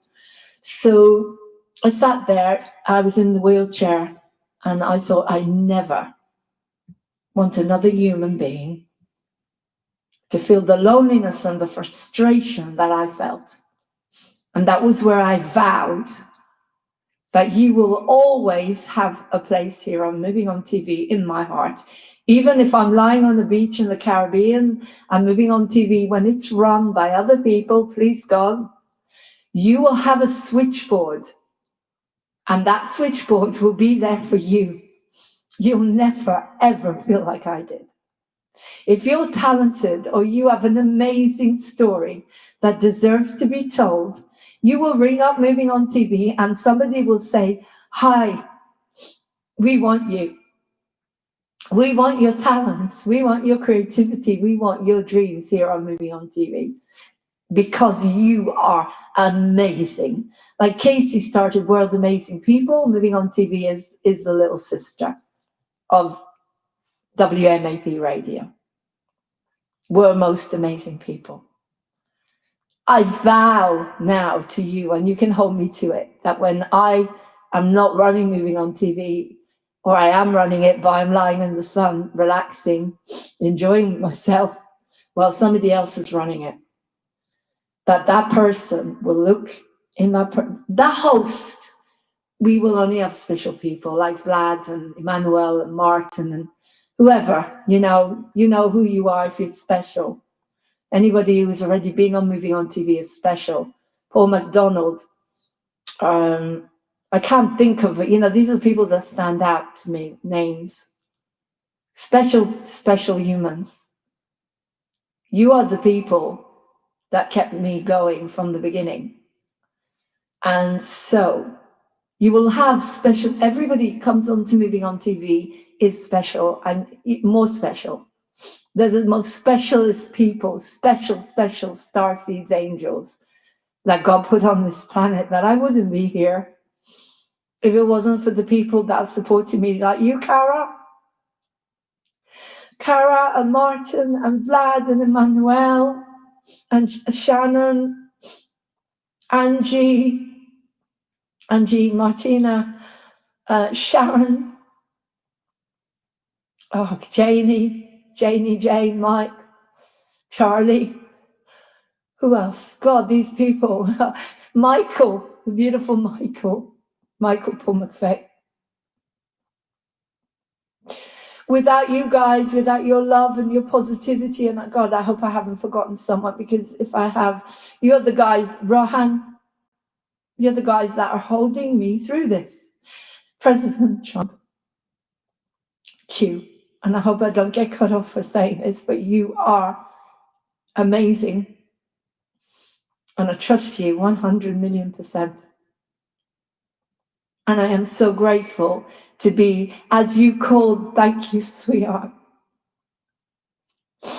Thank you, Cara. I've had a lot of sadness through this lockdown. A lot of sadness, a lot of pain, a lot of abandonment, a lot of suffering. As people know, I went on there grieving all the time. Hi, Robert Ford, another one. King of Kings, Nigel F., Nigel Floyd, Bev, all you amazing, amazing people. Without you guys, I mean, I could pick up the phone any day and ring Nikki, Sharon, Jane, Janie, Martin, my angel, even though we're not married anymore, he's my angel. You're all my angels. Oh, thank you, sweetheart. Thank you. Yasmin, oh my God, wow, she's here. My beautiful Yasmin, 20 years ago in Mexico. I met Yasmin in Israel more than 20 years ago. I had a boyfriend called Emad, and she had a boyfriend called Nazim, Arab, and she was born in Lebanon. You're born in Lebanon. Or her origins are Lebanese, and they taught me Arab dances. I had the happiest time of my life. And Yasmin and I reunited thanks to that cruel piece of rubbish that tried to report me and call me bipolar. I found Yasmin again because I had to go through all my emails, and God found Yasmin's email. Thanks to that awful person that gave me the biggest gift. Now, I'm not asking for you to give me any more pain. I've had enough. Particularly the other day, you saw my CEO message. But look at me today. And because Yasmin is here, I know exactly what I'm going to sing now. I have 2 songs for her. And everyone on here is so full of love. Everyone who's coming on to Moving On TV, you're the angels that are keeping me together. Because 4 months ago, I wanted to throw myself in the Marlow River, if you remember. I was on Facebook Live. I had been abandoned from all over and hurt. And don't get me wrong, I brought it on myself with my temper. And of course, people have to go off and do their own work. And I love them more than anything. I love them all more than anything. And I miss them. I miss them so much. And I'm praying.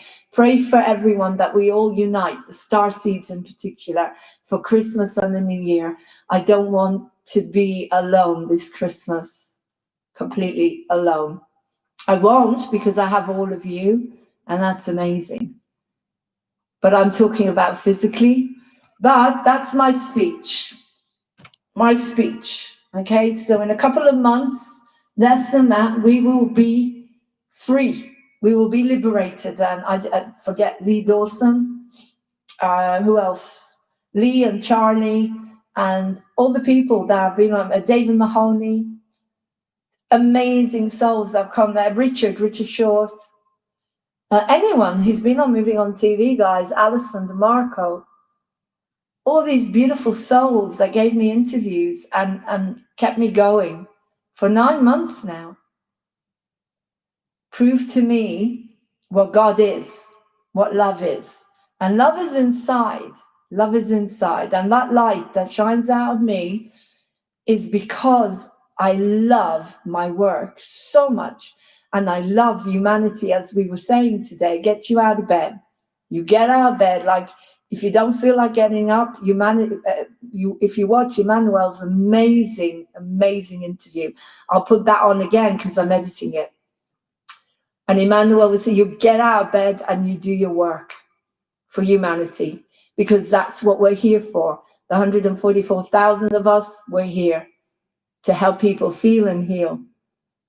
And if I'm opening people's hearts, I'm really grateful. And yes, I have hurt people, but I've done my penance and I've asked for forgiveness so many times, and I hope that sinks in. I hope they've accepted my forgiveness, because I don't know what else to do. You know, Jesus forgave everyone. And so if people are not forgiving me, I don't know what to say anymore, because I've done my work and I'm doing my work every single day. As this is my job. I am the entertainment of the ascension. My job is to keep you strong, to keep your vibration strong. And so because I've got my gorgeous Yasmin on, I know exactly what she wants me to sing. What I sang when I was in Mexico. And so this is going directly to you, sweetheart. Because I sang it in Mexico when you took me to the bar. Okay? I'll go for the 12 gig. Nah, I can tell you'll need 47. Sure you can. Okay. Here we go.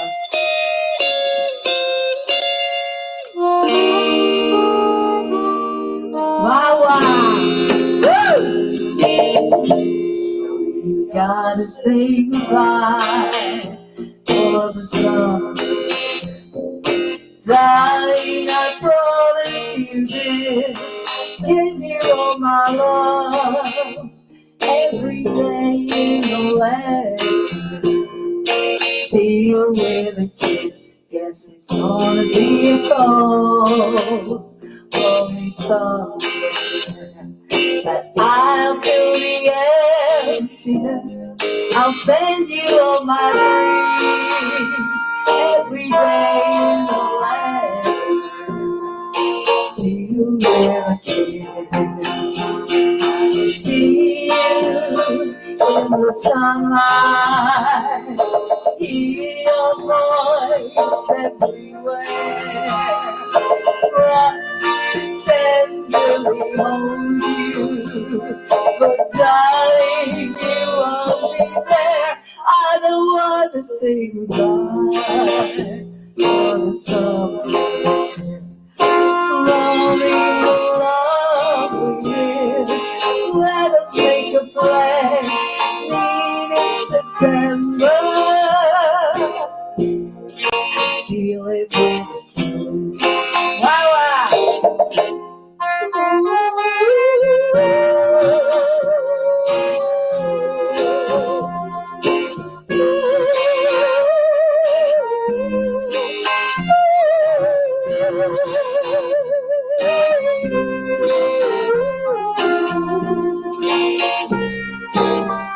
Yes, it's gonna be a cold, lonely summer, but I feel the emptiness.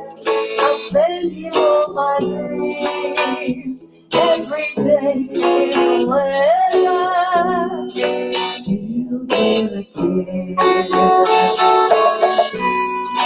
Seal with a kiss.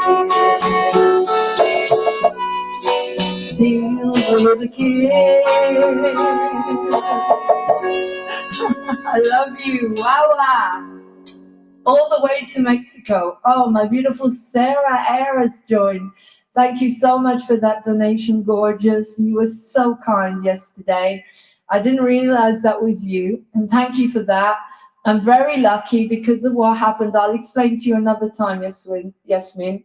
Martin came around, and he brought loads of food and gave me a hug. So, you know, thank God.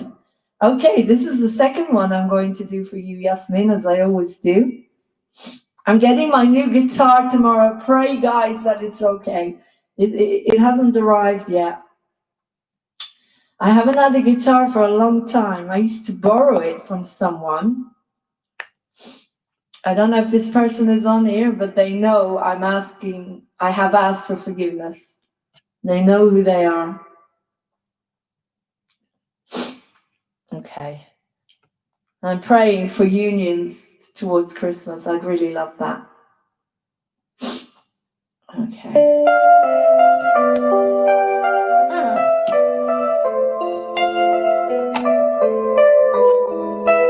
And I have here a Louis Miguel one as well. Solamente una vez.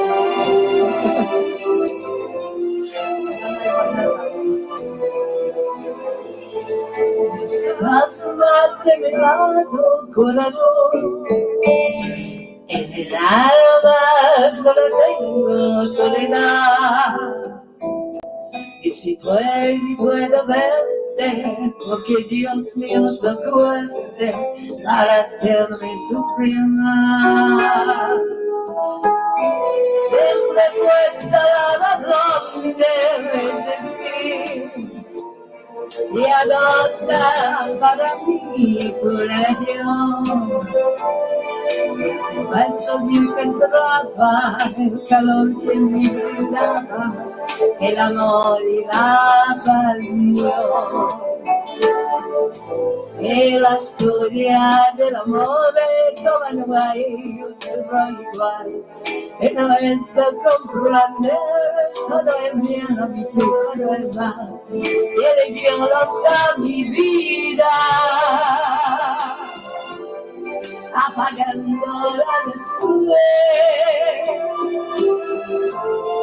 Perché viva tan oscura, sin tu amor no viviré. Siempre puesta la razón de mi destino.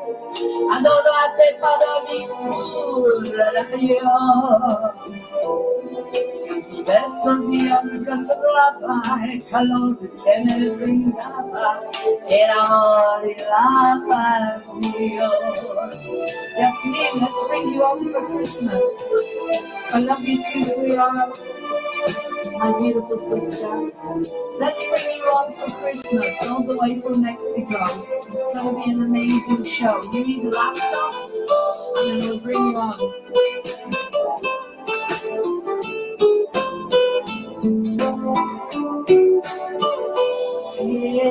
La storia di un amore come non hay otro igual.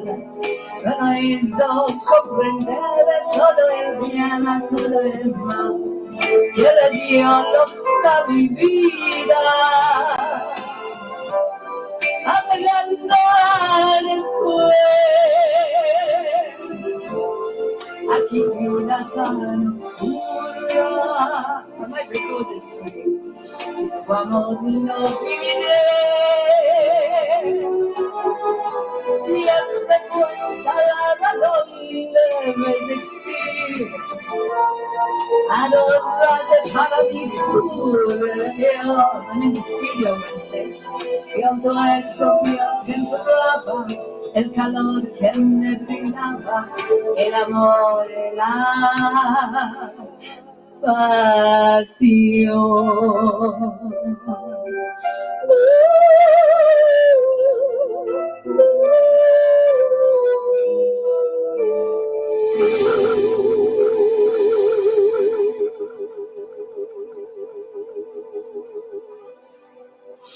Oh, gracias. Thank you, gorgeous Yasmin. You just gave me an idea. I'm in the studio on Wednesday. I found a local studio. I'm so excited. I'll record it for you. I'll record it for you in with the backing track. If I can, I'll do my best. And you'll have it. Hopefully, you'll have it for Christmas. Hopefully. Guys, I'm going to need your favorite Christmas carols, songs, whatever. Not today. But Yasmin, I've got something here for you. Now, let me see. I'm not sure I know it. Keep all your new gadgets happy with fast, reliable fibre broadband from TalkTalk. The best gift for your gifts. TalkTalk, for everyone. I remember Luis Miguel, solamente una vez. What does that mean? But I have to have the single with me because I don't think I know it.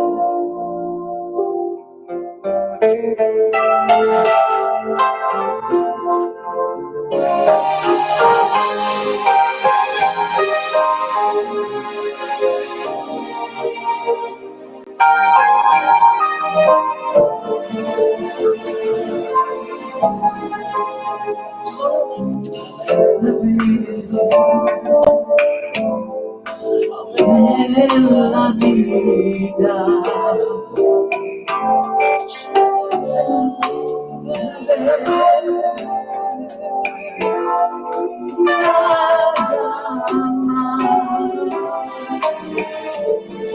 solamente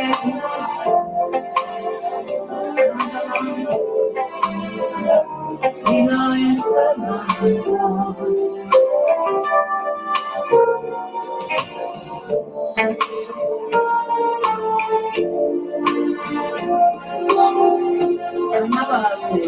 Let's play it for you because I don't know it. I'll have to learn it, but it's for you. I'm going to play the original, okay? So Luis Miguel, solamente. I'll have to learn it. Sorry, sweetheart. I didn't expect you to be in my life again after all this time. 20 years is so amazing. It's funny, Aunt Sarah came back into my life after 8 years. We hadn't seen each other. And then she came back. You've come back after 20 years. So grateful. Right. This is Luis Miguel and Solamente una vez. So if I listen to it, I'll be able to get to know it, right? And this is dedicated to my beautiful sister, Yasmin in Mexico. Wow, wow, I love you. My soul sister, Yasmin in Mexico. Solamente una vez amé la vida. Solamente una vez y nada más. Una vez nada más en mi huerto brilló la esperanza. La esperanza que alumbra el camino de mi soledad. Una vez nada más se entrega el alma. So romantic. La dulce y total renunciación.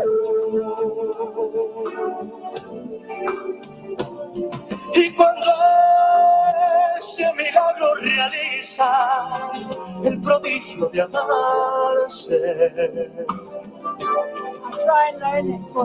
hay campanas de fiesta que cantan en el corazón. Christmas, we're going to be on Christmas Eve, Christmas Day, and Boxing Day. All over the world. Moving on TV. Woo!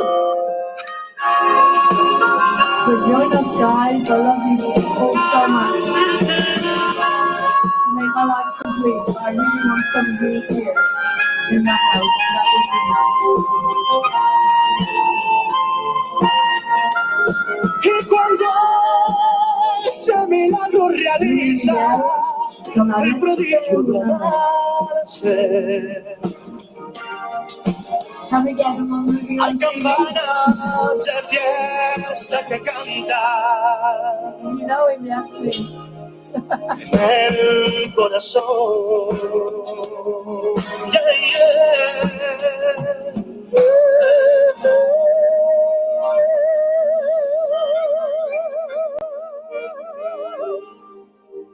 I'm in the mood to do some more Spanish. Okay. We did Italian. Today we did Ciao Ciao Bambini.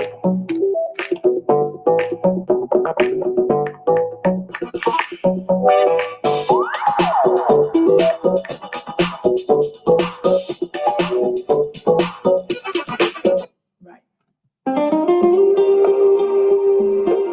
Woo!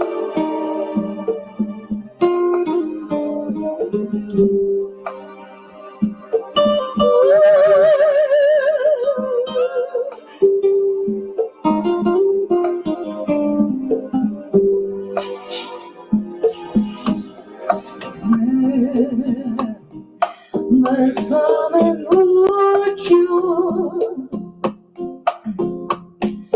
como si fuera esta noche la última vez. Bésame, bésame mucho, que tengo miedo perderte después.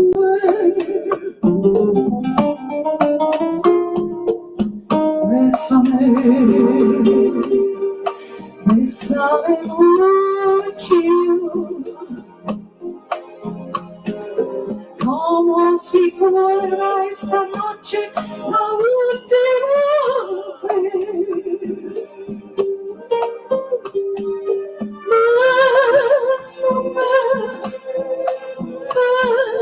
something with you. Tengo miedo perderte, perderte después. No tener mi cerca, mirarme en tus ojos, verte junto a mí. Pienso que tal vez mañana voy a estar lejos y lejos de ti. Bésame, bésame mucho, como si fuera esta noche la última vez. Bésame, bésame mucho. I'm being in love. Tengo miedo perderte, perderte después.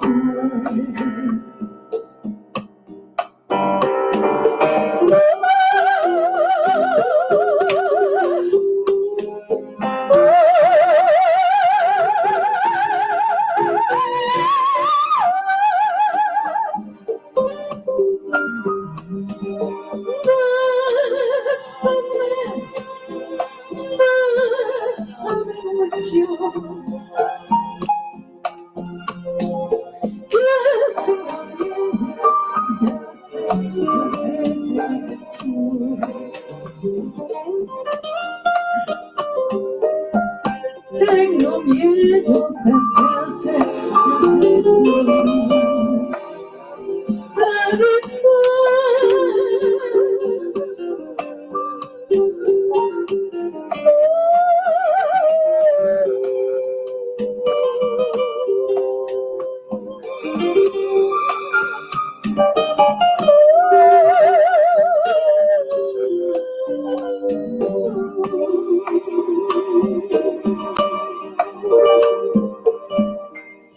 Oh my God, thank you. What other Spanish songs are there?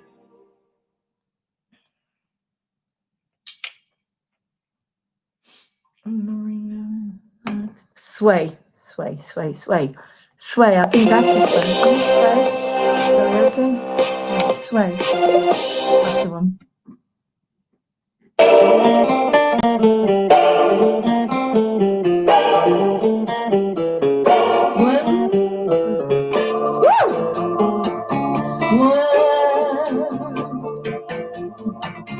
When marimba rhythm starts to play, dance with me, make me sway, like a lazy ocean hugs the shore. Hold me close, sway me more, like a flower buried in the breeze. Sway with me, like me dancing on the way with me. Stay with me. Other dancers may be on the floor, but my eyes they will see you. Come here, not magic technique. I can hear the sound of violence, wonderful, you.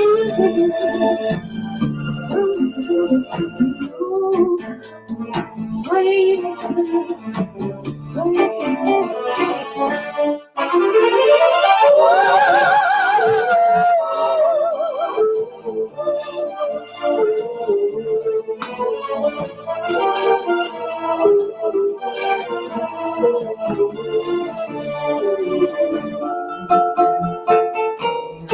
Lord. Woo! It's not a good key for me.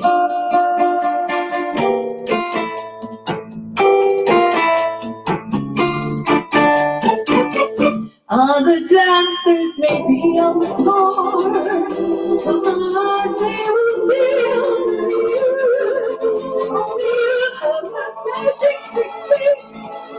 When the sun goes away, I can hear the sound of smiles on the floor.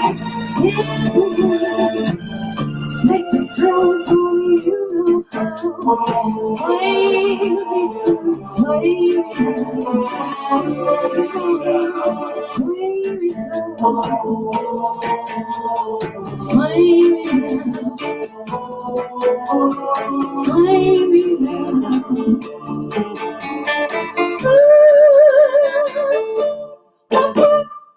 God, the voice is starting to go, guys. So just one or two more.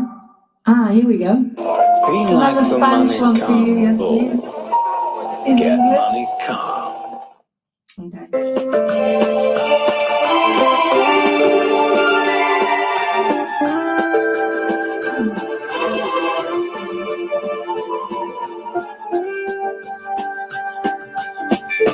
Tell me when will you mind? Tell me cuando we can have a love time. Please don't make me tell me when. When will you say yes to me? Woo! Tell me cuando be happiness. Oh my love, please tell me when. Every moment today, every day seems lifetime. Won't you show me the way to a love beyond compare? Woo! I can't wait a moment. Tell me cuando. Say it's me that you love. Oh my darling, tell me when.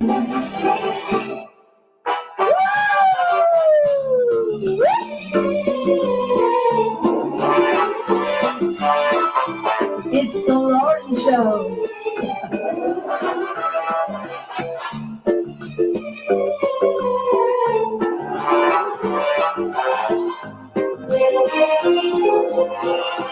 Every moment's a year,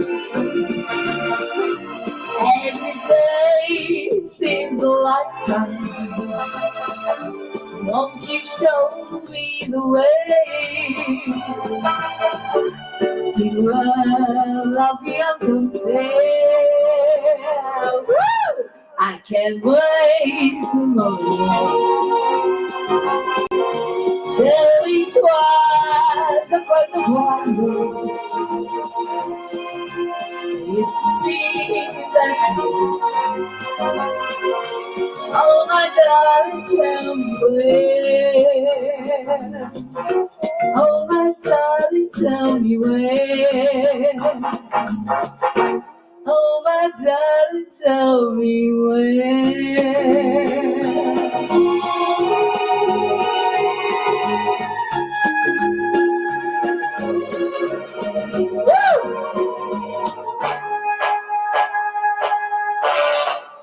Oh my God. So it's, let's do some Engelbert Humperdinck. Engelbert Humperdinck. Oh my God, yeah. Remember all together. Remember this? Sharing a love I thought would last forever. The light to show you so we can follow. Waiting inside his eyes, my tomorrow. When something changes, his kisses told me I had no loving arms to hold me every day I wake up, then I start to break up. Lonely as a girl without love. Every day I start out, then I cry my heart out. Lonely as a girl without love. Every day I wake up, then I start to break up. Lonely as a girl without love. Every day I start out, then I cry my heart out. Only as a girl without love. Hi, Linda. Welcome to Living on TV, the party. I cannot face this world that's fallen down. So if you see my guy, please send him home to me. Tell him about my heart that's lonely now. Say I can't stop myself from crying. Every day I wake up, then I start to break up. Lonely as a girl without love. Every day I start out, then I cry my eyes out. Lonely as a girl without love. Every day I wake up, then I start to break up, knowing that it's cloudy above. Every day I start out, then I cry my heart. Only as a girl without love. Every day I wake up, then I start to break up, lonely as a girl without love. Every day I start out, then I cry my heart out. Lonely as a girl without love.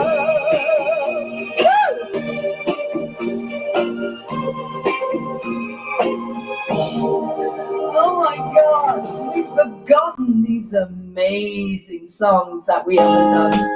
The Tom Jones. Hi Linda, thanks for joining. This is amazing, I love you guys. We got people from Mexico, America, Ireland, England, heaven, down from the train. And there to meet me are my mama and papa. Down the road I walk, and there runs Mary. Hair of gold and looks like cherry. To touch the green, green grass of home. Yes, they'll all come to meet me. Oh, they're all smiling sweet. To touch the green, green grass of home. The old house is still standing. The paint is black. There's that old tree that I used to play on. Down the lane I walk with my sweet Mary. Hair of gold that looks like cherry. The green, green grass of home. Then I went, look around. Four gray walls around. And I realized I was only dreaming. Well, there's a guard, and there's a sad old padre.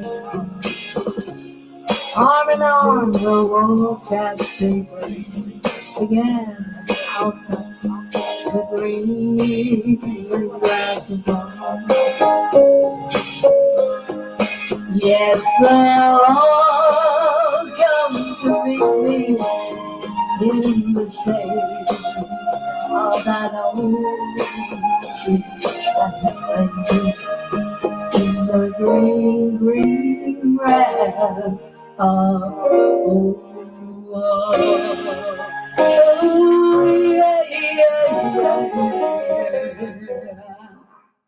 Oh my God, this is so amazing. Hopefully, I don't think the neighbours are there. I think they're staying with their family. Try Kleenex Balsam. I think they're staying with their family. We have another Engelbert. Yeah, I used to sing this to my mum and dad. It's like they're here, the angels, and that's why these songs are coming to me. Love me with all your heart. That's what I want. Love me with all your heart, or not at all. We got this in Spanish as well. Just promise me that you'll give me all your kisses every summer, every winter, every fall.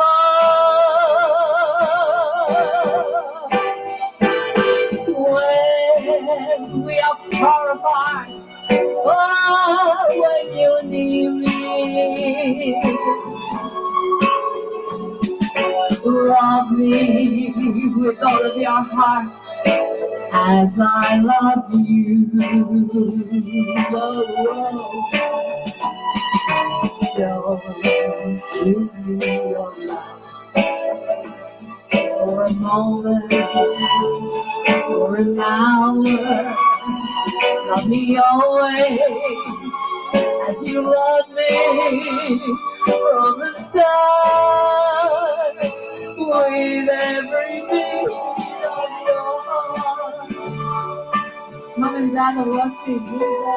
The songs they always need to sing. The angels are here, guys.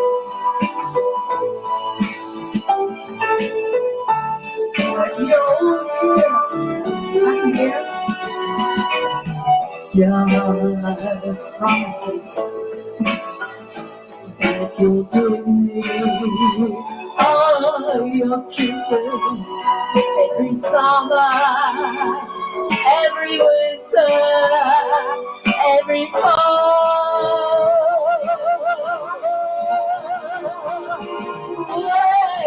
When we are far apart, and when you're near me,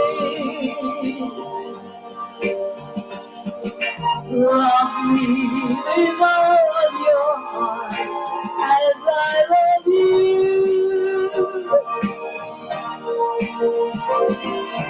Don't give me your love for a moment or an hour.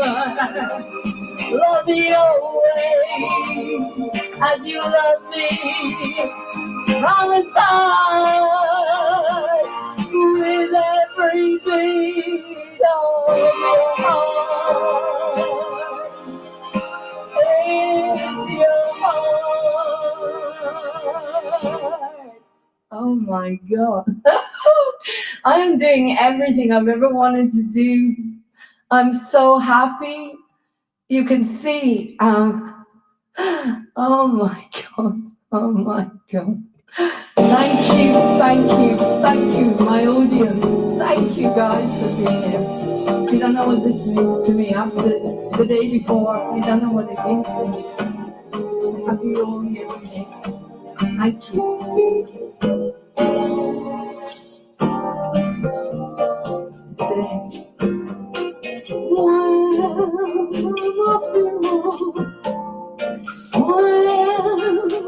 It's cold. I still grow just like you. And you were here tonight. Thank you. Thank you so much. Thank you. Thank you. Thank you.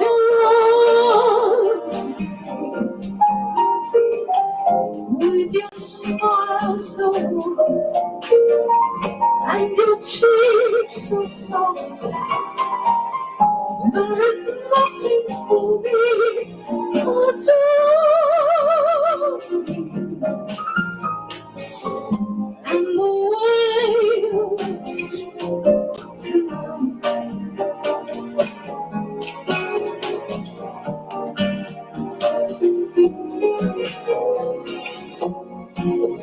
Each one your time was yours, hearing my fears of voice,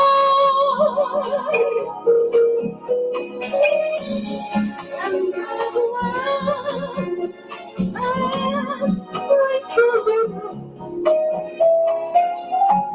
it touches my foolish heart. You love me,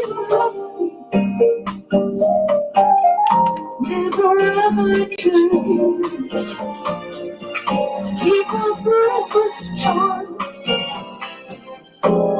Don't you please arrange it, 'cause I love you just the way you are. And thank you, my star seeds, where we go on, we go on. Thank you, my beautiful, beautiful patriots. I love you so much. Thank you for saving humanity. Thank you for giving me my life back, my dreams. Singing, performing, running, moving on TV, and you're all here. I love you.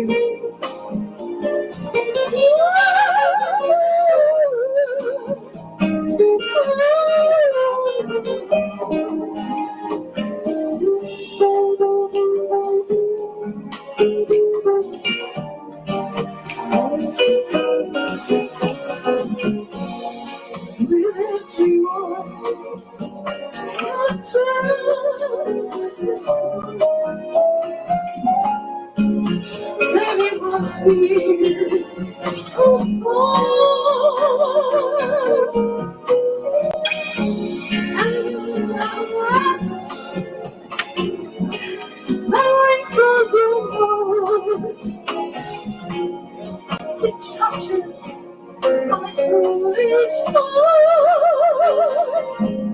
'Cause you love me.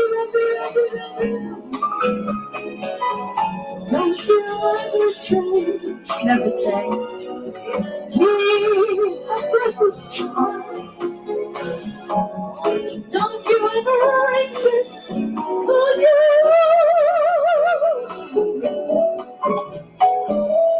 just the way you look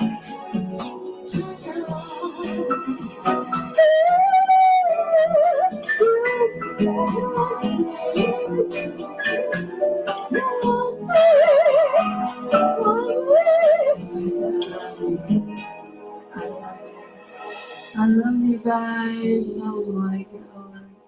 I love you guys. When you think about the little girl that ran down the streets, actually, this is what she ran down the streets with. Remember, we did a beautiful child tarot reading. Please join the tarot show. It's every Friday, and you don't know what you're going to get. It goes from 8 o'clock to 11 o'clock at night, and we do inner child work, and we do singing and everything the cards present us with. We go with it synchronistically through spirit. And we did some singing, but just picture Lauren, 13 years old, okay? Just picture her. 13 years old, little Lauren. Little Lauren, no friends. Been through a lot already, wars and all sorts of horrible stuff. But she had her singing voice, and she used to run down the road back from school. I didn't care who heard me, and I don't care anymore. I don't care. All I care about is that you're enjoying yourself, and then I'm happy, and I'm giving you everything that I am, every breath in my body. I am giving you through moving on TV and through my singing, and it's what I've wanted my whole life. And just picture her. I'll try and sing it because my voice is going. I'm tired now, but I'll do my best to do it for you. I played the part of Maria. It was one of my favorite parts.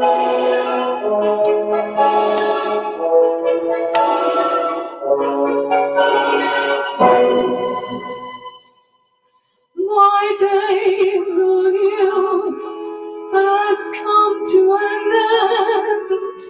I know a star has come out to tell me it's time to go. But deep inside the dark shadows, a voice that is here to stay. So I pause and I wait and I wonder for the sound, for the lonely sound that the hills must say. Right, 13-year-old line.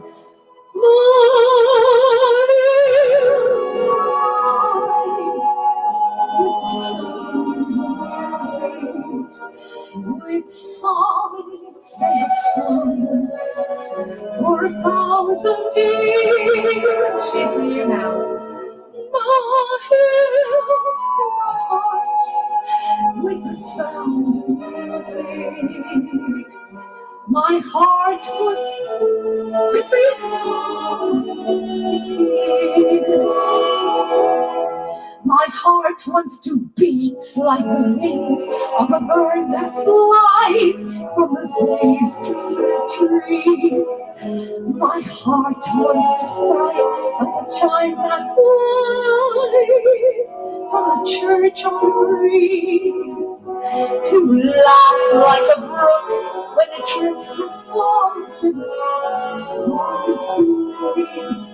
To sing through the night like a lark trying to fly. I would love to rest when my heart is lonely. I know I will hear what I've heard before. My heart will be blessed with the sound of music, and I'll sing once more.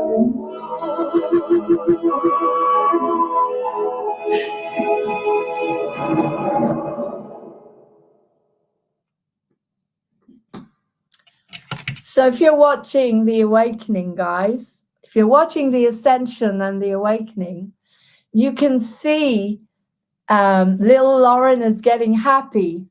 She's not frustrated. She's not angry. She's living in her dream. I'm letting her live her dream, and you need to do the same. Come on board Moving On TV and live your dream. I'm just going to check. Oh, hang on. Guess what? I did it. Pray this will work. Yeah, I know. I've already got it. Does it? Why are you not coming on? I'm coming on. Looking forward to it at 8 o'clock. It's 10:30. It's 10:30. Are you coming on? You can still come on. We want to see you. It's only daytime in America. Please click the link. Hang on. Who's that there? There's somebody on here. Or is it blank? Hang on. Someone on here. Is that him? No, there's no one there. No one there but me. Hang on a second, guy. I'm going to play. Did you see this amazing guy who was coming on Moving On TV? I found him. And this is his song, I'm Ready. I'm Ready. And I'm just blown away by it. And I can't stop playing it. He's so amazing. He doesn't sing it, but he wrote it. I'm going to go to the loo. But watch this. Watch this guy.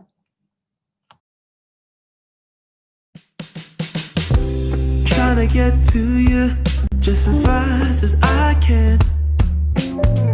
To receive your worthy love, I am your man. With sounds familiar.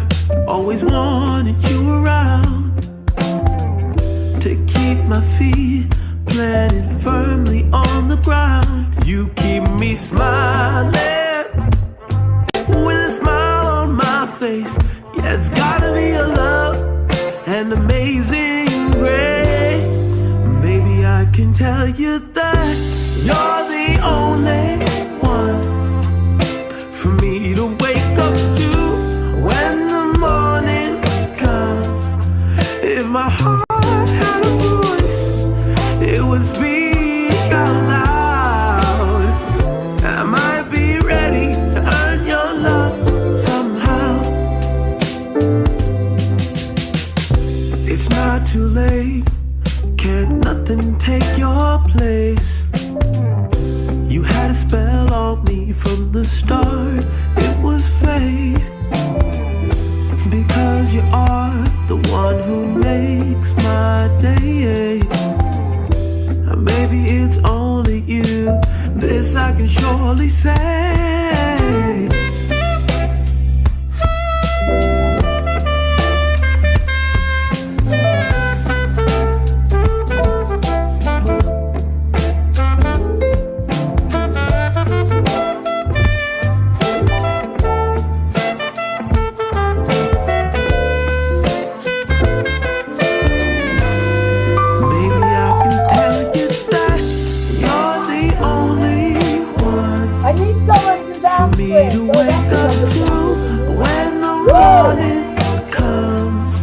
If my heart had a voice, it would speak out loud.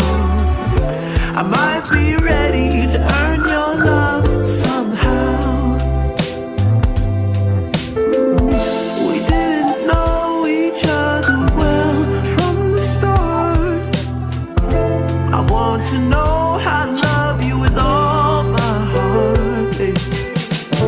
I'm ready to set white doves free above your head. I'm ready to make you mine and take you to my bed. I'm ready to commit my love to only you. Come on now, do it forever till the sky no longer blue. And baby, I can tell you that you're the only one for me to wake up to when the morning comes. If my heart had a voice, it would speak out loud. I might be ready to earn your love somehow. Baby, I can tell you that you're the only one. Baby, I can tell you that you're the only one. Baby, I can tell you that you're the only one. Baby, you're the only. I'm gonna bring him. I want this talent on Moving on TV, guys, don't you? He just sent me another video of his work. It's called, what's it called? I'm Ready. He has the same one. No, we've already got that. Yeah, we've got that one. I'm Ready. Yeah, we've got that one. I want to call you. Right. It was that great. I want until I get it. Da, da, da, da, da. Yeah, I'm happy to be part of your show. Come on. Come on. You keep saying that, but where are you? Where are you, Larry? We want you on. This is a completely new song he's just sent me.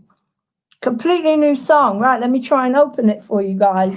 A completely new song by Larry Perry, that beautiful, beautiful composer that we're listening to. Okay, let me see if I can open it on Dropbox. No, that's the restream. Lauren, I just gave him the I just forgot to forget it. Right, where's the emails? Sorry, guys, I'm just checking my email here. He just sent me another song, a Dropbox.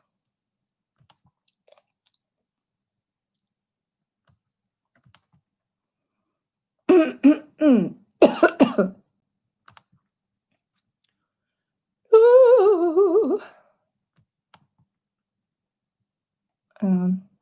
See if I can bring it up.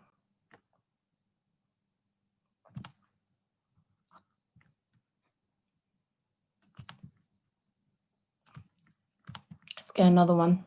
This amazing, amazing performer. Right. No, sign in. Just download. Just download it. Direct download. Yeah. Cool, guys. I did it. Okay, I've just downloaded another song by him. He just sent me another one because I don't know why he's not coming on. He's chatting to me here. Sending me stuff. I think maybe he's shy or something. Weird. Such an amazing talent. Right, Larry, this is another one by Larry. It's just downloading. It's got another 20 seconds to go. Another 20 seconds to go, and we're going to see another song by Larry. You guys are amazing. Thank you. I've got such incredible talent on here, guys, and I want all of you on for Christmas. All of you for Christmas. All I want for Christmas is all of you on here. Guests. I need loads of great guests to cheer people up, make people happy. And of course, Baba Bertha, she's resting at the moment. She's tired. Thank God. Okay, here we go. Right, this is a new one. A new one by Larry Perry, okay? I can't wait to see it. He's a composer. He gets other people to sing his songs. A bit like me sometimes. Oh yes, the weight has been lifted now, girl. Open up your eyes, see what's in front of you. To meet someone who is so gifted, girl. Don't disappear, because God sent you here. How can I repay you for saving me, baby? Saving me from the years of tears, baby. No, no, no, I'll never have to fear the tears. As long as you don't let go and you're here. Open up your eyes, baby, and realize I'll never wear any type of disguise. Yes, I might be crazy sometimes. I might be out of my mind at times. Yeah, the only thing that I want to know is, will you fight the war and be ready to go? How can I repay you for saving me, baby? Saving me from the years of tears, baby. No, no, no, I'll never have to fear the tears. As long as you don't let go and you're here.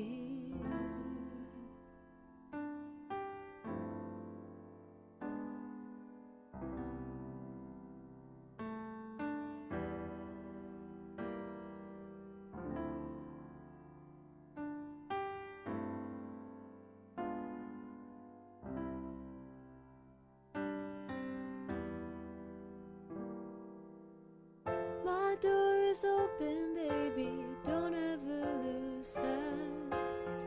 Don't ever lose sight of what's right tonight. From now on there'll be no fighting of words to say. With you, my girl, you are my world, baby. I adore you, my door is always open, baby. Yes, it seems like the weight has been lifted. To know a girl who's so beautiful and gifted, I can never hate with the love that lifts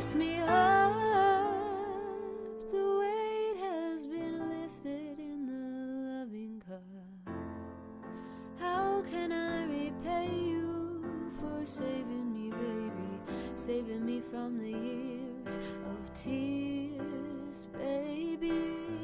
No, no, no, I'll never have to fear the tears as long as you don't let go and you're here.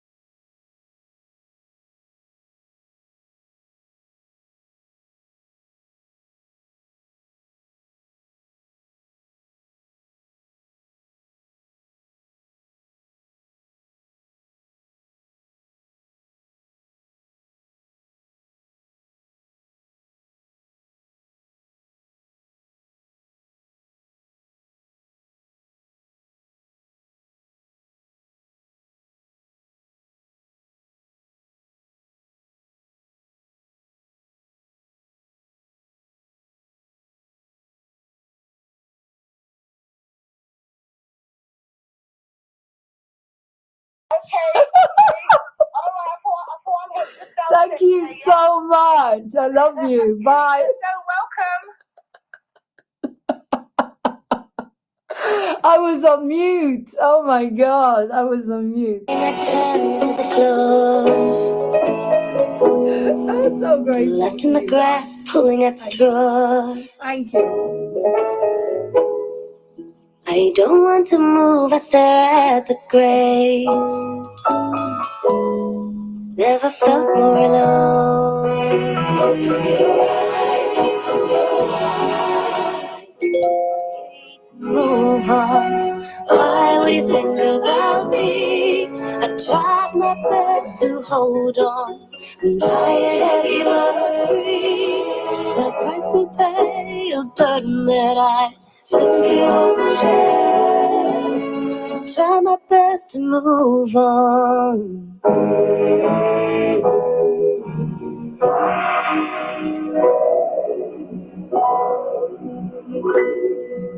The apple fell far from the tree. You wouldn't know just about missed me. Ways to the sky, I wonder why. Can I race to the moon? Open your eyes, open your eyes. Pricked my thumb, beat my hate and dumb. Looks like I'm not the only one.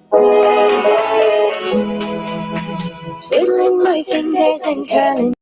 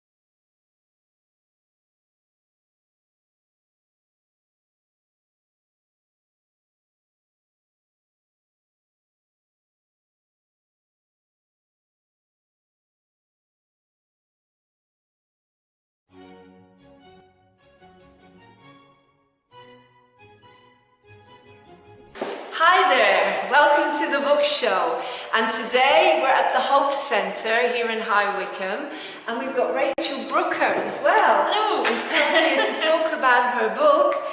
Tell us the book. The Black Rainbow Slayer. Wonderful. Yes. Now, this book took Rachel 6 years to write. Okay, so why 6 years? Well, it takes a long time to write a story. It all begins at the roots of the planning, really. I went to the University of Gloucestershire and did creative writing, and on the day that they said you could be inspired, I actually was inspired for this book. And we were walking around, I can never say the word, an arboretum. Yeah, an arboretum? Yes, that's it. I'm not sure. Whatever it is. Say so. And I just thought it would be so cool to write a fantasy series with this brother and sister lost in the mountains, and this like sort of Russian man comes along and says, "You don't belong here." And that's really where the ideas came from. And ever since then, I've just been honing stuff and cutting material and cutting characters. The main character, Will, doesn't have a sister anymore. She was cut within a week. Oh! I know. Lonely Will, but... So, you started the book 6 years ago, and you're adapting it. You've been adapting it. It's been gestating and growing and changing. Mm-hmm. Is that according to the way your life has gone, or...? No, I'd say... I mean, to me, writing is, it doesn't matter how my life is going, it's escapism. I mean, it's my absolute passion. It's my, you know, if people are bored in a waiting room, they'll just sit there twiddling their thumbs, and I'll just get my notebook out and, you know, start scribbling. Wonderful, yeah. So it's quite handy being a writer as well. So, is this your first book, or did you write when you were a kid? Or I wrote a lot when I was little. I was about 6 years old when I started writing, but it would mainly be fan fiction, which, if anyone doesn't know, is when you take an author's characters and you make up your own plots with them. So, for example, the fan fiction I did was Famous Five quite a lot. Oh. So I would have like, oh, you know, golly, there's some ginger beer and all that kind of thing. I'd really put myself into the characters' heads. More recently it's been Harry Potter, because I'm obsessed with Harry Potter, as everyone knows. And yeah, I don't know, I just kind of spin out as many stories as I can, and what we call plot bunnies. Okay. Where you get loads of plots and you just put everything together. So how old were you when you first realised you could write? Do you remember your first experience? I think it was when I was about 5 or 6. 5 or 6? Yeah, but I was reading from when I was really small, probably about 4 or 5 or something like that. Okay. Yeah, so it's been a big part of my life. Okay. So, tell us about the book. Okay, so the book, The Black Rainbow Slayer, is part of a trilogy, which is The Black Rainbow Slayer, The White Rainbow Guardian, and Immortal Fire, The Rainbow War. And it's probably got about, it's spanning over about, I'd say, 2 or 3 years, probably. The main character, Will, is 15 at the beginning, and yeah, he'll be about 18 by the time it finishes. So I don't like the idea of sometimes children's books have the characters, then they never age. So it's not realistic. Sorry, so this is a children's book, you were saying? Yes. Probably 12 plus. Yeah. Because you said they actually die. Is that right? They're dead? Will's parents have died in mysterious circumstances. He thinks it's one thing, but it's actually another. But I can't tell you any more than that. Okay. So you wrote this before Harry Potter. The ideas, were they coming to you connected to Harry Potter, or do you think that maybe that inspired you in some way? Because, you know, that's how we get inspired. There's no such thing as 100% original ideas in any way. No, but we get inspired by other books and other writers. Yes. So tell us how different your story is. Okay, I guess it's kind of influenced by the sort of J.K. Rowling thing. Anthony Horowitz as well is one of my major inspirations, who wrote the Stormbreaker series. If anyone hasn't read those, read those. And it's like, it's original because I hope, God, nobody has thought of a rainbow being a destructive invention and it being black. So, because I wanted to take the idea of something really beautiful and turn it into something really ugly. Okay, so what's the significance of the black rainbow? Can you explain that a little bit more? Yeah, the black rainbow is a destructive invention that has been resurrected 6 times in Ostasa, which is a floating land above Austria, reachable via the Tree of Justice, and it only grows for people who are fat. And when Will is in Austria, he's just wandering around taking photos, and he loses his group in a blizzard. And the tree just grows before him, and the plaque on it says something very cool. What does it say? It says, the black rainbow is coming, you must save us all or everyone's going to die, basically. So he climbs this tree thinking he's going to get eaten by wolves, where you would in the middle of nowhere. He's run out of his food, he doesn't have his first aid kit, so he's, and he climbs this tree and he arrives in this tropical landscape on this beach, and he thinks he's dreaming, and it really sort of kicks off from there. Okay, so tell us a little bit about some of the characters that come into the book itself. I've mentioned Will. He's Will Worthington, 15 years old, blonde hair, slightly inspired, I think, by, again, Anthony Horowitz's Alex Rider. And also, when I'm writing, it's really important for me to have actors in my head, because then it's much more realistic. Okay. So, for example, as I talked about the Stormbreaker series, Will Worthington looks like Alex Pettifer did in the Stormbreaker movies. Like, that's it. Nobody else would. It doesn't matter if it's made into movie. Oh, I would. Yeah, we hope. Yeah. That's one of your passions. And Amanda Holloway, Captain Amanda Holloway, she has her own ship.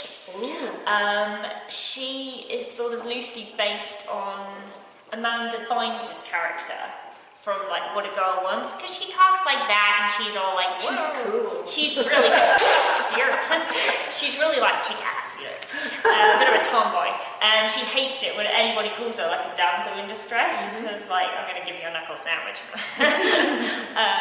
Tough cookie. Yeah, exactly. So she is Amanda Bynes from basically What a Girl Wants. Kazimir Korolovich is the bad guy, and I really enjoy writing him. Yeah, they're always the ones you can get your teeth into. Yes. Especially if you're an actress. And I recently discovered an actor called Dane DeHaan, who was in Kill Your Darlings with Danny Radcliffe, and he's got these absolutely mesmerising eyes. You just can't stop looking at him. He's these piercing eyes, and they just hide this sort of veil of evil behind them, and I was just like, you're the guy. So yeah, it's all sort of, and there's a massive reason as well that Kazimir is the bad guy. He's had a very troublesome past, and let's just say he doesn't like Will very much. Okay, so Will is representing the good, I presume. Yes. He's the hero, and Casimir is more like the anti-hero. Yes, yeah. So where does the Black Rainbow come in? So the Black Rainbow is, Casimir's dad invented the Black Rainbow, and he's an inventor, and he went to school with Will's parents. He went to school and then the Astasia University as well, science and atoms and everything. And when the Black Rainbow was created, when it was created, Will's parents were destroying it every single time because it was basically going to destroy all of Astasa. The inventor lost control, went wrong, and then on one time it didn't work. So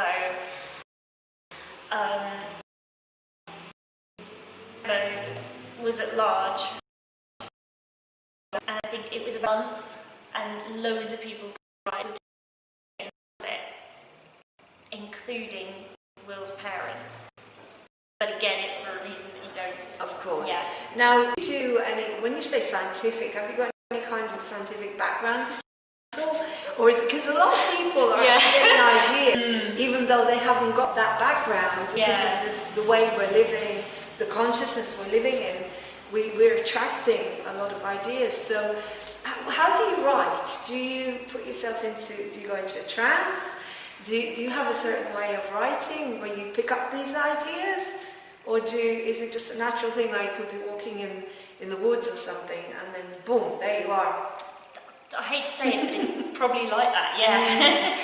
I mean, like for example, yesterday I was walking home from my writing cafe, Costa, and an idea came into my head, and it was like, oh my god, I need to do that, and that was it, and then I wrote it when I got back. That's brilliant. So, okay, we're going to stop now for a break, but when we come back, Rachel's going to read to you a little section of her book, The Black Rainbow Slayer.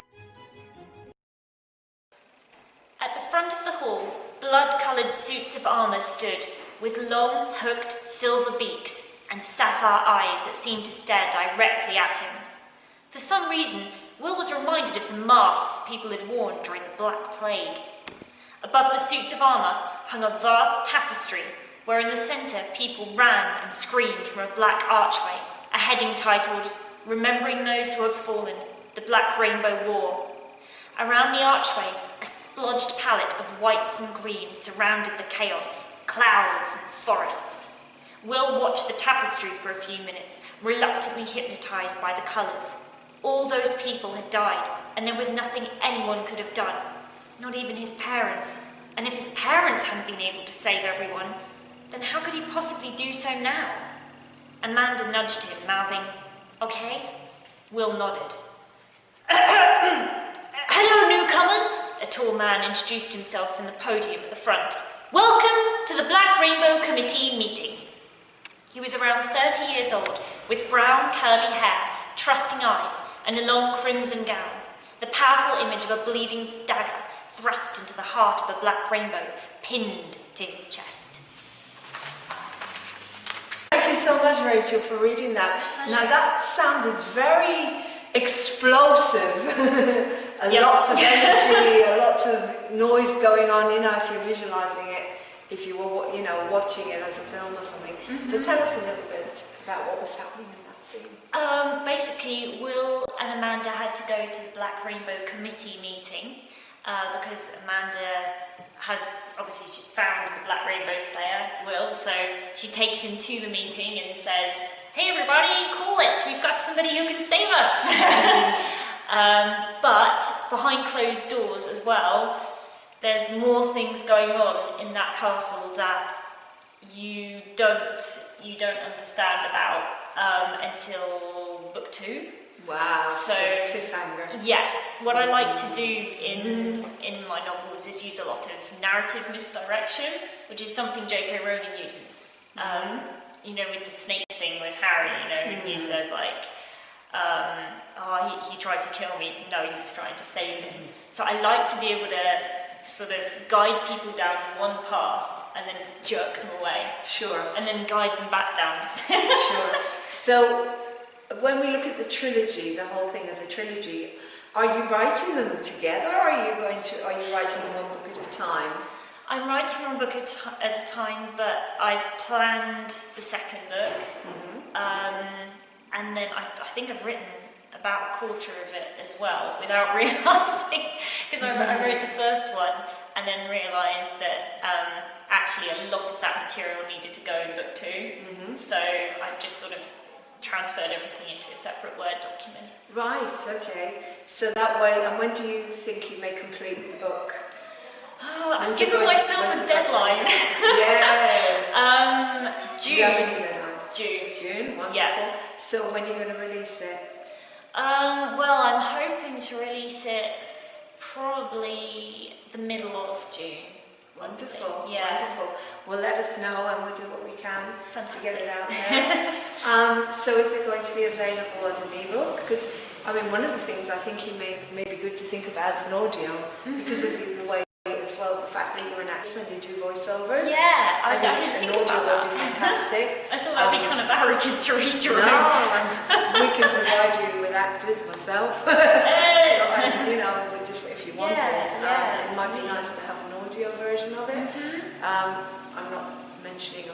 Yeah. But at the moment, that's quite, you know. Yeah. Would you consider something like That that? would be really cool. Yeah. Yeah, and probably an ebook and a physical book and stuff.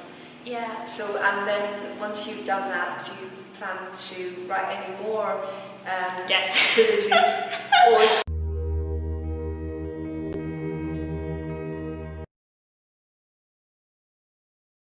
I'm going to see how it goes. I'm not going to do it again.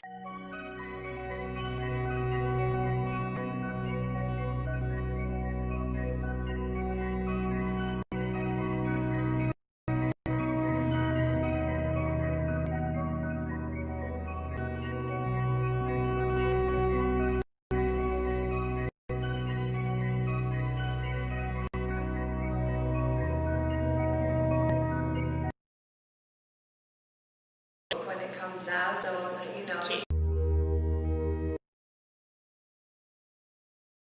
People together and debate it or something, because it sounds like a really exciting new book, and I personally miss Harry Potter. I was sad. I was really sad when it ended. I'm very disappointed, and so I'm really glad to hear that someone is actually picking up the pieces and writing something, not obviously in just a similar vein. I didn't want magic. Your That was very own important. independent. So it doesn't have magic in it? It doesn't have magic, no. So what do you use then? So the Black Rainbow is, I describe it actually as a destructive archway of gravitational coal dust and molten lava and molten spheres as well, and behind it is a secret that it's carrying, which I can't talk about, but it hopefully will shock you, but there's robotics involved as well. So but there's no magic. No magic, and that was an absolute on-purpose thing, because I think there's too much magic out there. Well, again, magic, I suppose, is also a concept. We think of it in different ways, don't we? That to one person, magic can mean one thing. Another person, it's true. Bibbity bobbity boom kind of thing with a wand. So to me, that you're brought up with all the fairy tales and the wand, and of course Harry Potter and his wand and the invisible cloaks and things. But with you, it's a different kind of magic. Yes. It's a different kind of magic that you're bringing. It's your passion. It's what you love doing, and it's coming across. And I expect adults will love it. And as I say, it would really be good fun to read it. Looking forward to that. Thank you. Right, is there anything else you'd like to say about your book? No, I just really hope people like it, because it's been a long process, but I've loved every second of it. That's wonderful. You see, that's more important than anything else. The journey is the most important thing, not actually achieve where we get to.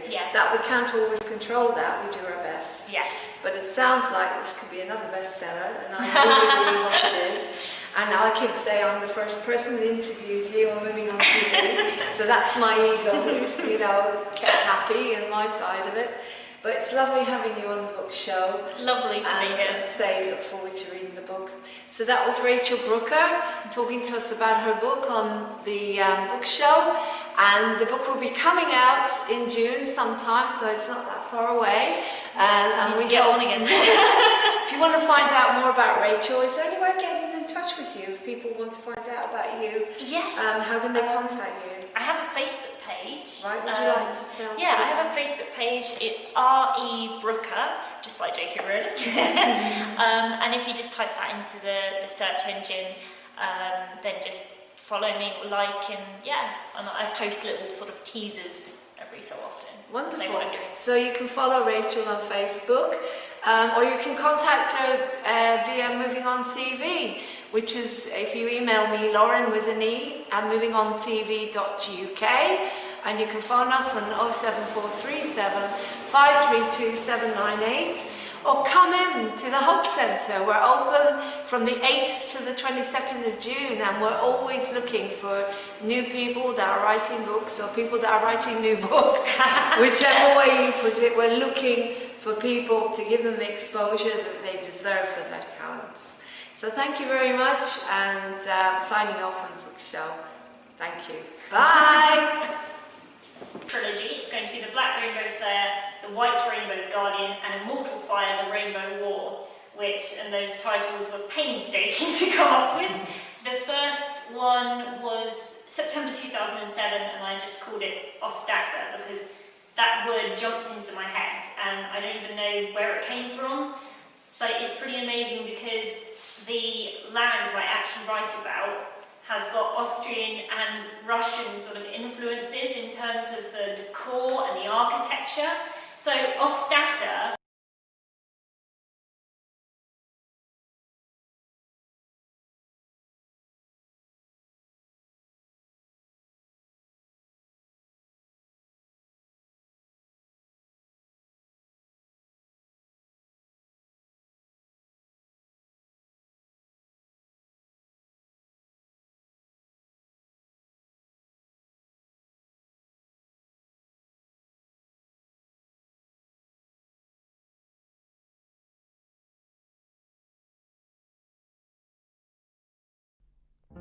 Oh yes, the weight has been lifted now, girl. Open up your eyes, see what's in front of you. To meet someone who is so gifted, girl, don't disappear because God sent you here. How can I repay you for saving me, baby? Saving me from the years of tears, baby. No, no, no, I'll never have to fear the tears. As long as you don't let go and you're here. Open up your eyes, baby, and realize I'll never wear any type of disguise. Yes, I might be crazy sometimes. I might be out of my mind at times. Yeah, the only thing that I want to know is, will you fight the war and be ready to go? How can I repay you for saving me, baby? Saving me from the years of tears, baby. No, no, no, I'll never have to fear the tears. As long as you don't let go and you're here.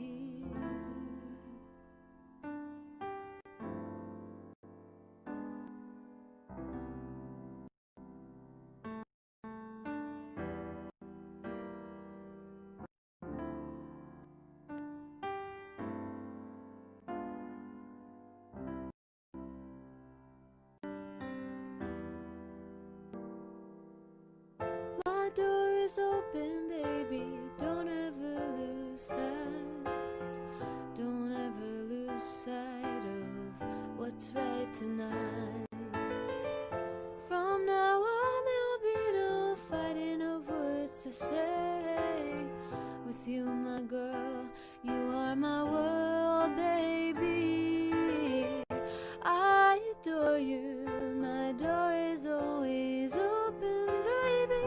Yes, it seems like the weight has been lifted.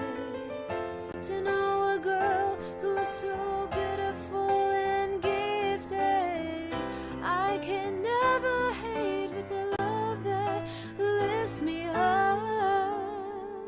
The weight has been lifted in the loving cup.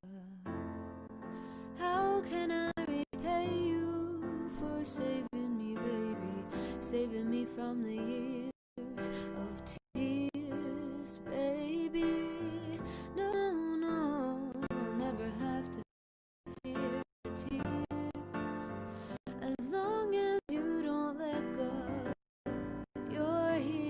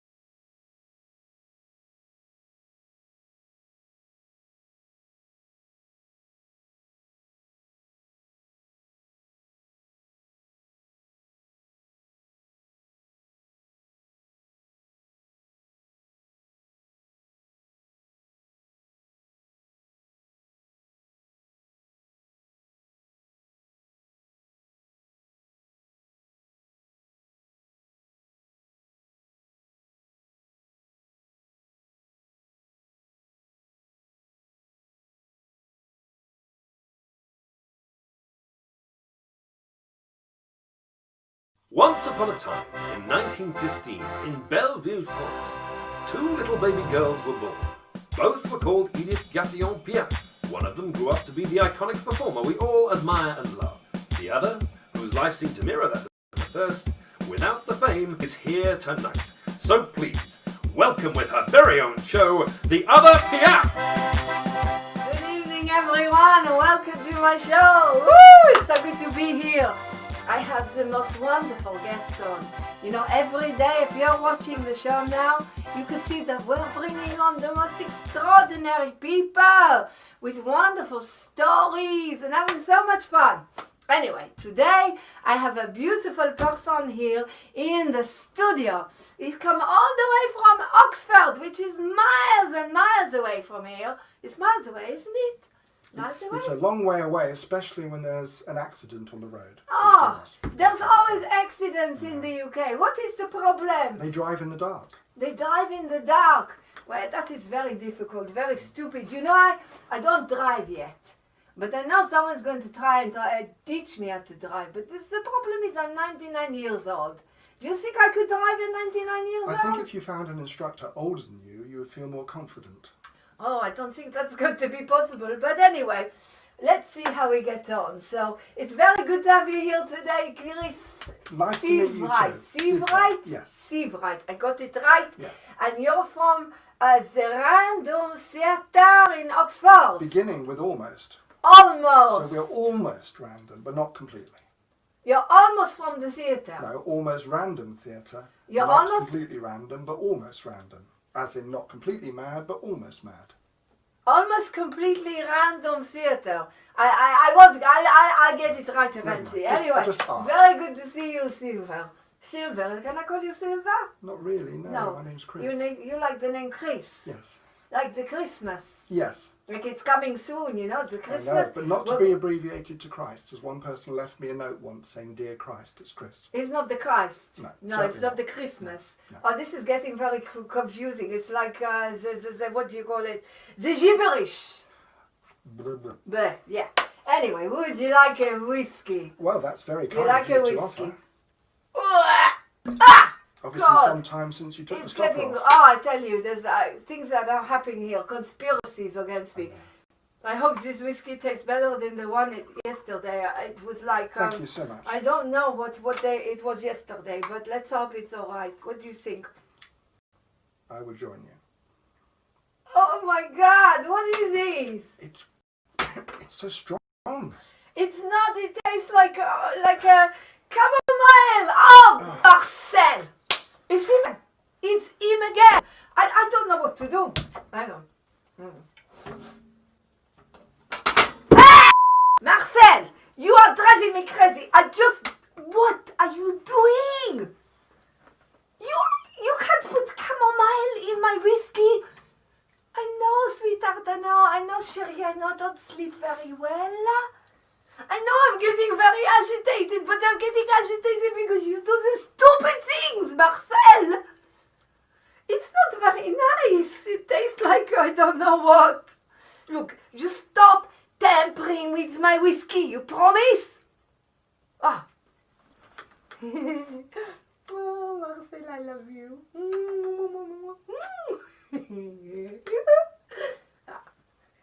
Bye-bye, chérie. Ah.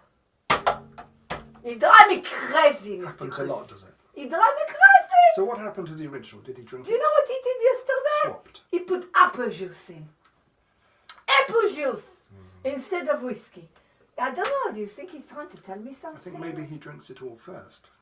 But you have to be careful. One day he may run out of juice. He drinks 2 whiskey, and you don't know what this could be. No, I don't know anymore. I know it tastes like shit. Sorry, don't want to use bad language. No, I would be merde. offended. Merde's a nicer word. Merde. It tastes like merde. Anyway. Yes. So, would you like to tell me something about what do you do? Well, I try and put on plays and read books and write books and write reviews and spend a lot of time on... Have you heard of Facebook? Facebook, yes, of course I hear of Facebook, everyone. I am nearly the oldest woman. No, I think I'm nearly the oldest woman on Facebook. You can never tell, though. Sometimes it could be a young girl posting a picture of an old lady, or Are you a trying to youngish say that lady. I'm an old lady? Not at all, not at You all. think I look like an old lady? Not at all. I wouldn't dream of saying something so inaccurate. It would, Yeah. even after one chamomile tea, I Yeah. can still control my words. Quite I have the Botox, just like, you know, not the accordion, Yes. not this one, Ilana. Ilana, she is so old. She's about 100 years old. You can play that, can you? Oh, sure I can, Do you want yes. to play a Yes, little you want me tune? to play? Well, why But not? let me tell you about Ilana first. Yes. She has her Botox. You know, once I was playing her, and in the middle she go whoosh, completely collapse. So I had to take off the glue very quickly, and she had no Botox.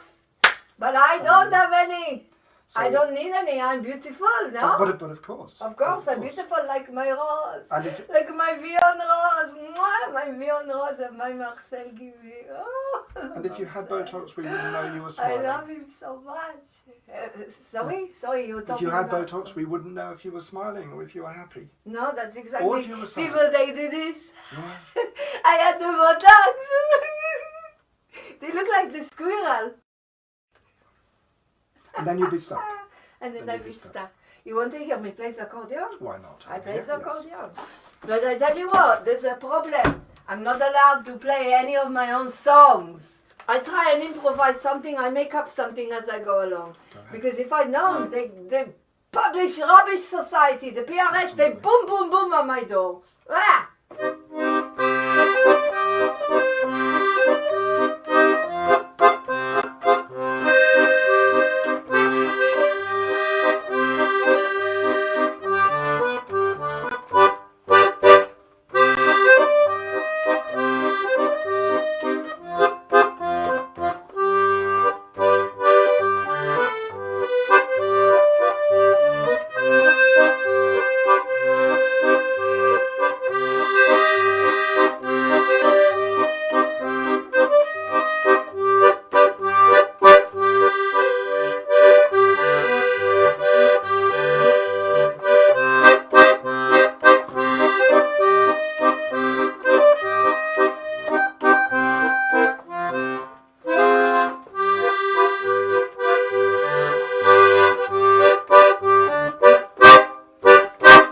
Very good. Thank you, I made that up on the spot. I did, honestly. Do you I have made any it up problems on with the your spot. neighbours?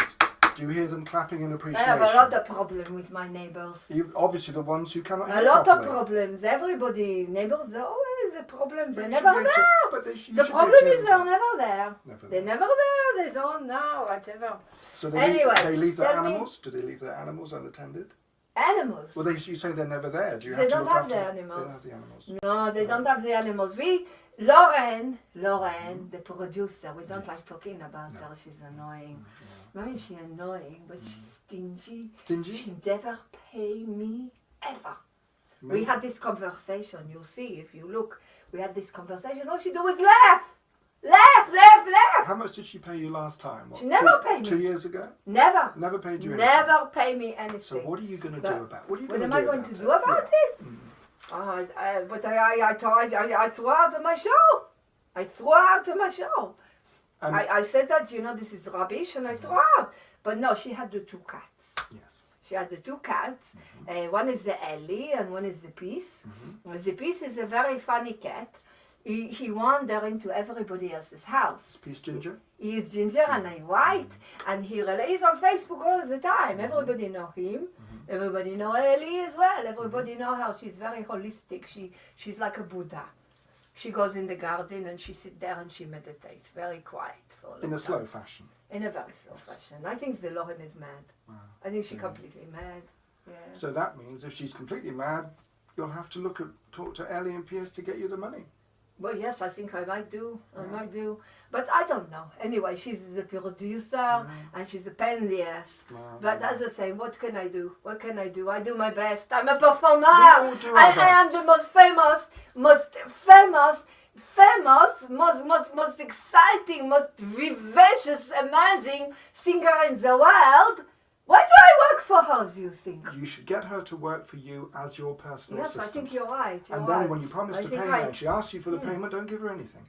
In fact, pay her cats. Pay the Buddhist cat and say to the Buddhist cat, time is an illusion. And the Buddhist cat will say, thank you very much, perfect, and then won't give you the money back. I don't really understand what you're talking about, It doesn't Mr. matter, Chris. as long as one of us understands. You do the Buddhism meditation. No, but if the Buddhist cat is there, maybe you could look after the Buddhist cat, spread the enlightenment to the producer, the mad Lauren that you mentioned, and then maybe she will pay you. Sounds interesting. Anyway, coming back to what we were talking about. You have a beautiful smile, Mr. Chris.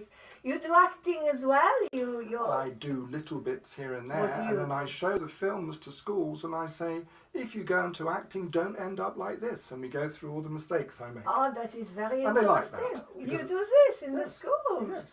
You know what? We had this idea with sat down with Lauren. As I say, most of the time I don't like sitting with her. This is the one who doesn't pay you. I think it's important that you remember. She don't even drink.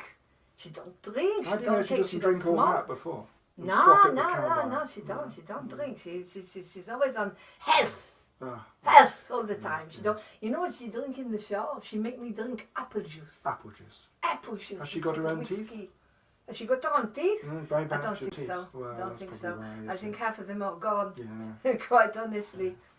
What I was saying is that she came up with this idea in one scene. You know, I used to be on the heroin. And again, I tell everyone, if you're very young, you must not take the drugs. The drugs are very, very bad and I'd for like you. to tell her she's no longer on heroin. No, but you can see the signs from the show. I have to shoot up in front of the audience with the heroin.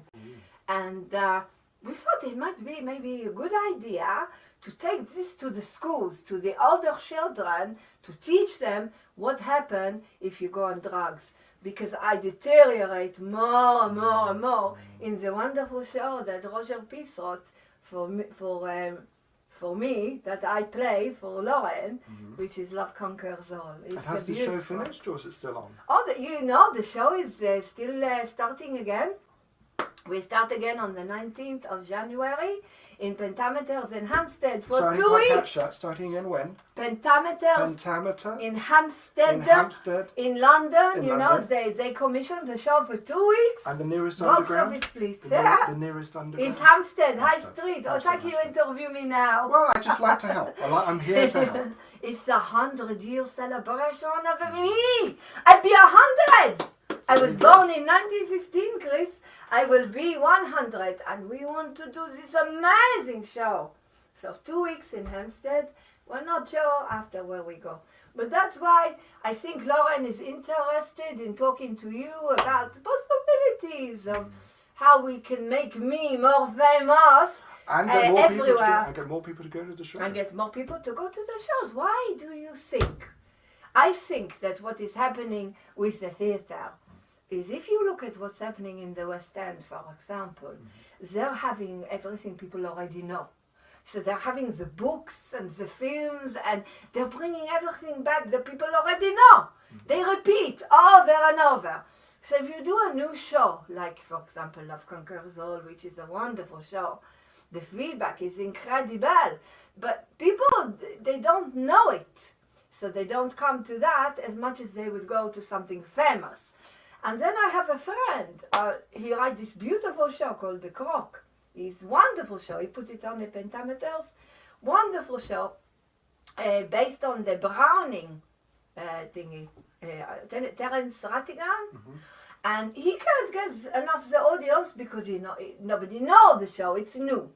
So I think what she's thinking doing is bringing together some companies that have already got something that they're doing, like a famous show, maybe a local company, and they have a good audience, like maybe Whispers or Presswood or, I don't know, Holmer Green, and a company maybe like yours, a company like Lauren's, and maybe Steve, and we all do this fringe together. That'd be nice. We all do this Wickham fringe But or something. is there a fringe is there a fringe in High Wycombe anyway? No. No, not in No, and I spring. think that's why she's a very good idea. There's no fringe. There's festival, but no fringe. And when's the festival? The festival is in May. So there's there's nothing these ideas. We got these There's nothing ideas. between now and Christmas. What now? Yeah, now it's between too now soon. and Christmas. But there's nothing planned. No, as far as you know. No, I can't see her doing anything now. She's tired. No, I mean in High Wycombe generally. Is there anything on? I think there's lots of fairs and lots of Christmas stuff happening. So anyway, what are your plans for 2015? Well, let's think. Not to give rush answers to questions I haven't thought about. That's one. Good answer. Secondly, to put plays on at Oxford Fringe. Thirdly, to try and get to Italy, which is where we're planning, I hope, to go, with art. To return to Poland, to put on plays in London is also the plan. Financed by, hopefully, the sale of books and plays on Amazon. And on my own personal basis, to appear in more films. I've been in quite a few films, but only short films, nothing special. But that's all new, so to appear in those sort of films. But most importantly, to remove all the stress that happened last year with things not happening that were planned. That was very, very stressful. It sounds to me that you have a lot of different wonderful ideas, very creative ideas, and I really hope that you can achieve what it is. But maybe sometimes you need to maybe just prioritize a few and say, right, this is what I'm going to do. I think that's how she works. I think she works with life coaching, which is also very good. Very good. Yeah, one of the things I'm doing next year is mentoring of 18 to 25-year-olds. Wonderful, wonderful. So anything else you would like to tell our audience? Because as you're talking, the numbers went up and then they suddenly went down. I don't know why they went down, but they keep going up and down. I think it probably went up the most when you nearly covered me with what I thought might have been whiskey. The I almost fell on the floor to drink it, but then I think that was really a good bit of the show. Yes. So when if there was, what do you want from them? Well, when are people going to watch this? Well, whenever it goes on air. I presume it will go in December? Okay, December? so it's going to be before Christmas, and yes, therefore we're I going would to do a say special Christmas. Do you want to come back? Our Christmas Yes, special? I would like to. Do you sing or dance or act or do anything that we can, or maybe just read something? I can sit there and smile and clap happily. That'd be nice. I could be a happy clapper. A happy clapper. Yes. Maybe you could even be Santa Claus. We could maybe. One of the actors I have is Santa Claus. Maybe I could get him to come with me. He's in Bicester at the moment. He lives in Bicester? No, he is Santa in Bicester Shopping Centre. Oh, wonderful. We'll bring him. I will try to. Bring Santa Claus. He is 78 years old. You say he's an actor? Yeah. What do you mean he's an actor? Santa Claus isn't an actor. Really? He always told me. Maybe he's a stand-in. He must be. Stand-in, because he'd be too busy doing other No, it's things, like, you have the Robbie Williams, but then you have the stand-in for the Robbie Williams, or yes, you have... But come on, you've got to keep up to date. Have you not heard of the obesity crisis? The what? The obesity crisis. What? The fat? The fat people. What about the fat people? Well, that's why he's replacing Santa. He can no longer get down the chimneys. So he has to have a stand-in, which is what this person does. That is awful, but we want people on, no matter if they're big, small, little, green. Well, I can tell them to try and eat more. You bring him on. I can tell them to try and That's eat more. That's the whole point of my show, is I want people. You think anyone would put on a 99-year-old woman? Well, do you think that I'm dead already. So if I bring him along, will you provide cake? Oh, I'm sure. We might even find someone to make a cake. We might even find someone to make a Christmas cake. Look at me like cake. that. I'm not making a cake. So you're going to come back with Santa Claus, the real Santa Claus. I will come back with either the real Santa Claus, who will be very big, or a stand-in. No. Only the real Santa Claus come on. I cannot make future predictions or guarantees on behalf of the Conservative government. I feel I cannot commit myself to this sort of thing. Oh, I'm so sorry. I was going into character. I was suddenly possessed. You jump in and out of character, I was suddenly taken over there. I think you need another whiskey chamomile. Well, I could have a chamomile to calm me down. And whiskey chamomile. Try and imagine my 30 seconds is slightly longer than 30 seconds. But thank you. All right. So anyway, so as I said, we plan for you to come back. We have a lot of fun. But now, as I said, if there's anything you need in the near future that we can help you, talk to the people. Talk to the people. Tell them what you want. I know what I want. Money. Lots of it. Lots of money to sponsor Moving On Theatre. There. I told you what I want. So we can go along doing, Lauren can keep doing our shows, right? That's what she told me. I didn't really want to say that. She forced me. She said she'd sack me. Right, sorry. Oh, sorry. If, however, you live in Oxford, then on your way to High Wycombe, of course, everything talked about here, but when you come back to Oxford, go and visit the Almost Random Theatre website. You don't have to give us anything, just come and have a look. Most of our plays are for free in the short term anyway, but just go and have a look. And if you wish to become involved, no financial encouragement or discouragement, then come along. Almost Random Theatre. And thank you so much for coming to this TV show. Oh, I'm Hey, you're taking taking over my show. I do apologise. I'm so sorry. Excuse me, this is my show, not his, it's mine, alright? You never forget that. It's the other PF show, alright? Not this. I do apologise, and I humbly beg your apology. Enough is enough now. Nice you talk to for meet too you. much. Yes. Say goodbye to Marcel. Goodbye, Marcel. Yes, because he's always doing his boxing or whatever. And I'm very, must apologise for that awful drink, whatever it was. But you'll be very calm when you drive. And it's very nice to meet you. And that's the end of our show tonight. So we're looking for lots of guests. If you're not too frightened to sit here with me and to drink whatever it is that ends up in my decanter, I look forward to seeing you. Bye bye. Take care, everyone.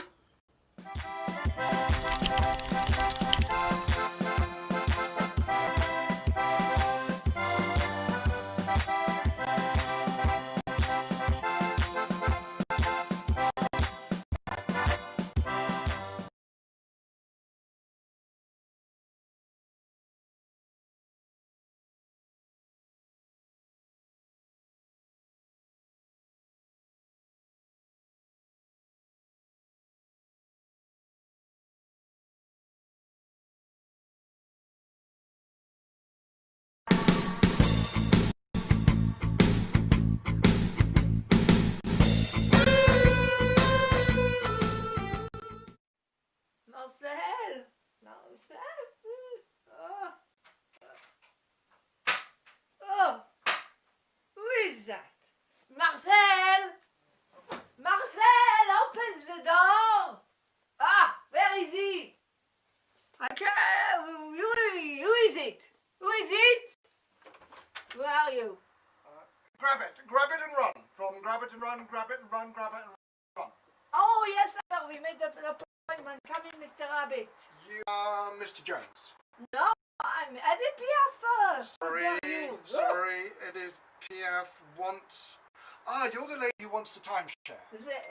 Timeshare. Timeshare. Whatever, I don't know. Come in. It's cold in English. Nice. Mr. Rabbit, it's very nice to meet you, Mr. Rabbit. Right. Sorry, yes. Mr. Rabbit. Yes. Please come into my... I'll take off my shoes. Please, take off your shoes. Thank you, Mr. Rabbit. Right. Would you like a drink, Mr. Rabbit? No, thank you. No. Nothing? Good. I have several other people to see. But I came here second specially. Because it's something...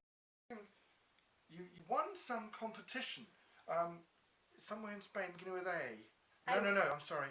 It's a shared timeshare discount in... Sorry, my screen's too small. Afghanistan. That's it's a long word. I do apologise. Afghanistan? Yes, it's a timeshare. Oh, sounds interesting. Yes. It's very busy in Afghanistan. It's very noisy. This person is Lots dead. of balls. No, it's all dead quiet there. It's a special place in Afghanistan. Yes, it's just next to a cemetery. Next to a cemetery. Oh, that's nice. Then I can prepare. Because I'm 99 years old. I'm not likely to live very much longer. That's what most people I'm have dead said, anyway. Yes. So, that sounds like a good idea. A timeshare near a cemetery. And I think if we could take 10% deposit today, I can give you an even bigger discount. You want 10% deposit for what? Well, it gives you can go there. What do you offer me? Well, you can go there any week over the next 3 months, but there's a special discount if you wish to go there. Hang on. Tomorrow. If you go tomorrow, we can give you a 50% discount. I can't go tomorrow. It's impossible to go tomorrow. Well, not everybody gets these discounts. Impossible to go tomorrow. I'm really sorry, but It's too close, it's too close. You would not understand my life. But apparently hardly anybody's there tomorrow. You know, almost all by yourself. Oh, that sounds nice. Really, lots of young men though? What about the young men? Yes. Well, we have a lot of pictures of young men in that area. Sadly, you can't see any women there. There's local There's customs. already women. Local customs, no. But Marcel would They all probably seem very let me young. go. I'm not sure. Well, they certainly all seem very... And Yes. if I can give you I haven't the papers in the car. If I can give you a form to sign now, I can give you the discount for tomorrow. But even use it, you don't have to use it tomorrow. It's called tomorrow's discount, but you don't have to use it until the end of this year. Do you have any pictures for me to see? Well, I would like to see some photos. the problem is we have this company policy that we don't want to show people pictures until they've really signed up. It's called have you heard of trickle down? It's sort of the temptation building. We like to tell you a bit about the place, the beautiful scenery, the peace and quiet. You hear a few bangs, but then you have traffic near here, so it's nothing special. a lot, and some bombs and going off. Well, that's mainly in Syria and nowhere other near. countries. Well, not you this sure particular it's area. the same Afghanistan we It saw on the is. news already? No, that's Western propaganda. You don't want to believe that. No. This is up a particular mountain. Yes. Tibetans have used this, and in fact, there's something very much like your Buddhist cat is I've seen over there, the one that I saw outside, that seemed to be absolutely motionless. Very, very peaceful, and if only... Well, shall I go and get the forms? If I get the forms, you can just sign. The whiskey there. No, they don't, because no. They have a local drink called tamatskat, and that has a similar. To be honest, I don't really know. It's some Arabic term, but tamatdask, and it has a very beneficial effect on your health. That's what you want. I don't care about my health. I'm 99 years old. I got here with drinking and debauchery and everything. I don't care about that. Yes, but the alcohol preserves you. The debauchery kept certain parts of you flexible. Well, no, I don't. It's got to have lots of whiskey. Not interested. Well, if I can't, can I bring my whiskey? Well, there is this other option. You know, like Ryanair charge extra if you want to put something on the planes. Yes. If you take your own bottle of whiskey, yes, then they guarantee that you can take it as far as the border. Now, there is a sort of a custom there. You give the guards bribes or something. But if you pay, I can actually, find ways it says around. here. I sing I live and every Lord. I start singing that, they all crouch at my feet. They all dance with me because I am the PF. And that is exactly the thing they would like there. I throw roses at them. But if you would be kind enough just to sign up now, no obligation, providing you go before the end of the year. So if you sign and if you tick the box that says this does not apply for tomorrow, then you won't have to go tomorrow, as long as you go by the end of the year. 10%, and you got the 50%, so the 10% you pay now, the 50% discount, that only leaves 40%, which is about the strength of the whiskey. It's a winner. How Shall I much go and get the is paper? this in France? Well, it depends a lot on the exchange rate, because it's euros now anyway.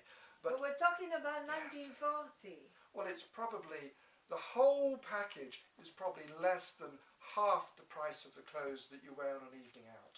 Well, you know what? I really have to talk to Marcel first. He's my love, he's my life. Marcel! He's not here at the moment. I forgot. He's the boxing as usual. So he's not here. Well, I can probably give you some sort of extra discount. Yes. Well, yes, it's getting well, nice if you took, actually, no, it's just suntan. Sorry. You're not married? Well, I'm married. It would appear. Yes, but I think we need to take a chance. Which is why, in fact, I'm offering you this discount. You've got to take, Edith. You've got to take this opportunity. Take your glasses. I'm afraid I was always told never to take anything off unless the woman went first. It's a gentlemanly thing. I don't wear my glasses on my but head. you were, if you forgive the phrase, you were naked when I came in with your glasses, and I come in clothed, and I can't take anything off. But what I can do is take something off the holiday. That's the important thing. You take something off the holiday. I can take something off. In fact, you could take something off on the holiday. I can take something off from the holiday. It's a holiday with discounts. You meet me there. You be my personal guide. I think it's so much better if you went by yourself because you want to be alone and, shall we say, free to mingle with all the young men. I think I signed. Where is it? I signed. Well, it's out in the car. Oh, I do go get it. I wait. You don't want me to stay a bit longer then? No, you go get it. I wait. I wait. I was always told I have such a bad back, and my doctor did say it needed some sort of flexibility. Walking is very good. Yes. Yeah. Yes, Let me walk you. Let me walk you to the car. Yes. There we go. Walking, walking, walking. That's it. Thank you. Get my shoes on first. Yes, put your shoes on. Don't forget your shoes. That's it. Thank you. Thank you very much. I could probably increase it to about 55. Thank you. Bye-bye. Thank you. Bye-bye. You must have thought I was born yesterday. I'm born nearly 100 years ago. Ah! Perhaps 75. Merde.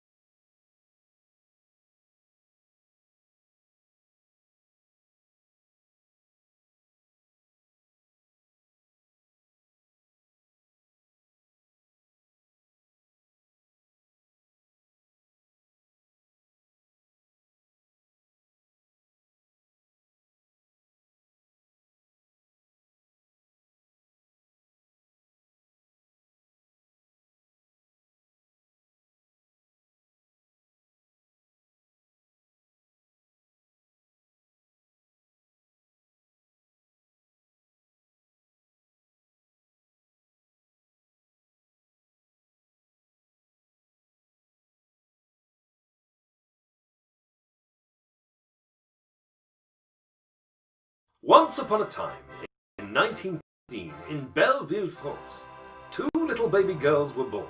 Both were called Edith Gassion-Piaf. One of them grew up to be the iconic performer we all admire and love. The other, whose life seemed to mirror that of the first, without the fame, here tonight. So please, welcome with her very own show, the other Piaf!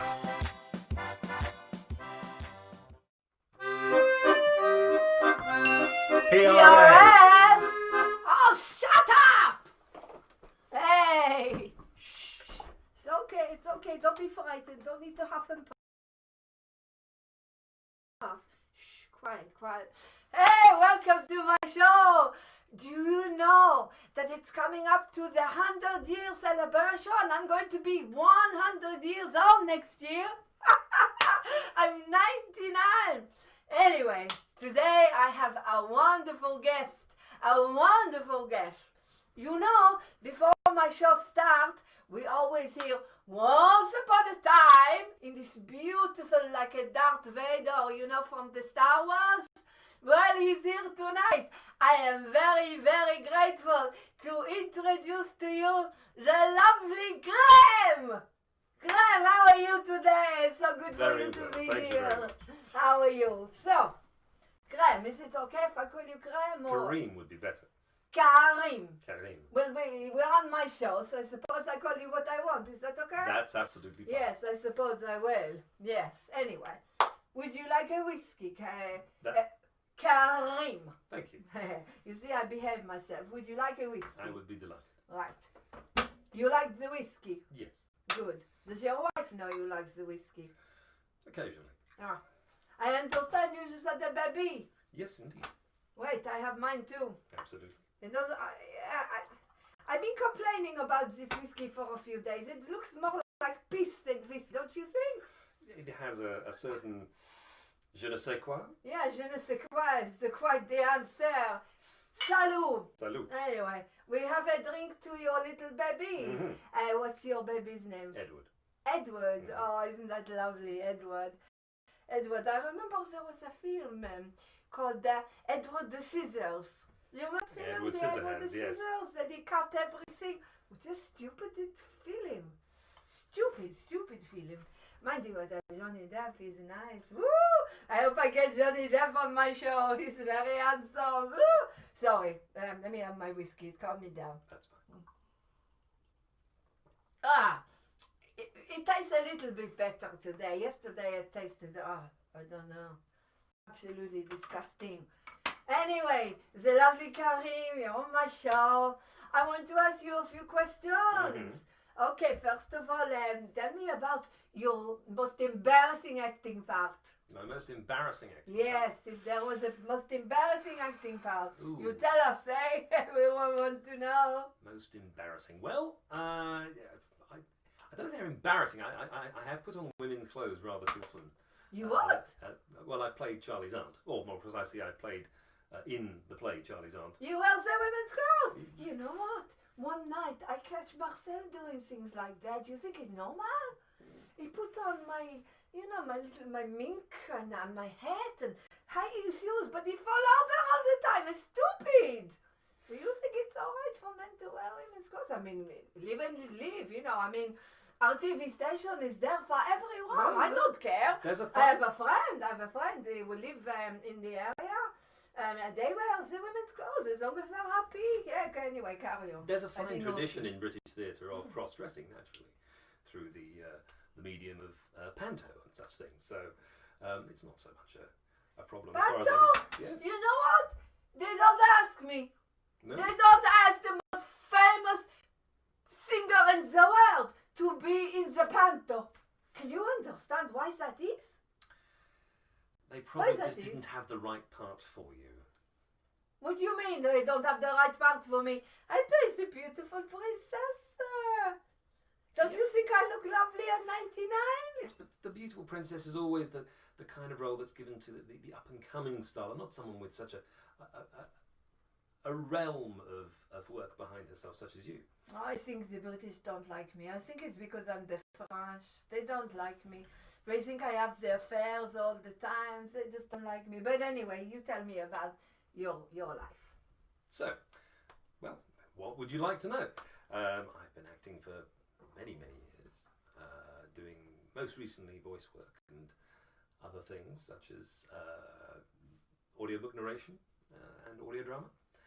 But I've been directing theatre recently as well, doing contemporary work and some Shakespeare and some new writing. What is your favourite Shakespeare character? Mine is the lady. I never get to play. Come, you spirits. Come, you spirits. Oh, and sex me here and make me feel from top to toe with that scrutiny. Do I get the part? That's certainly impressive. But I never get to play the part. They don't think I'm English enough. Well, it depends on the context. There are plenty of plays where French I'm is mad required. enough, though. I have the madness. There are certain requirements there, yes. Yeah, plenty of the madness. Anyway, carry on. What is your favourite part? I'm sorry, I always butt in. I don't know why. It's difficult for me to keep my mouth shut. That's fine. My favourite part in Shakespeare so far has been Benedict from Much Ado About Nothing. Oh, I love that.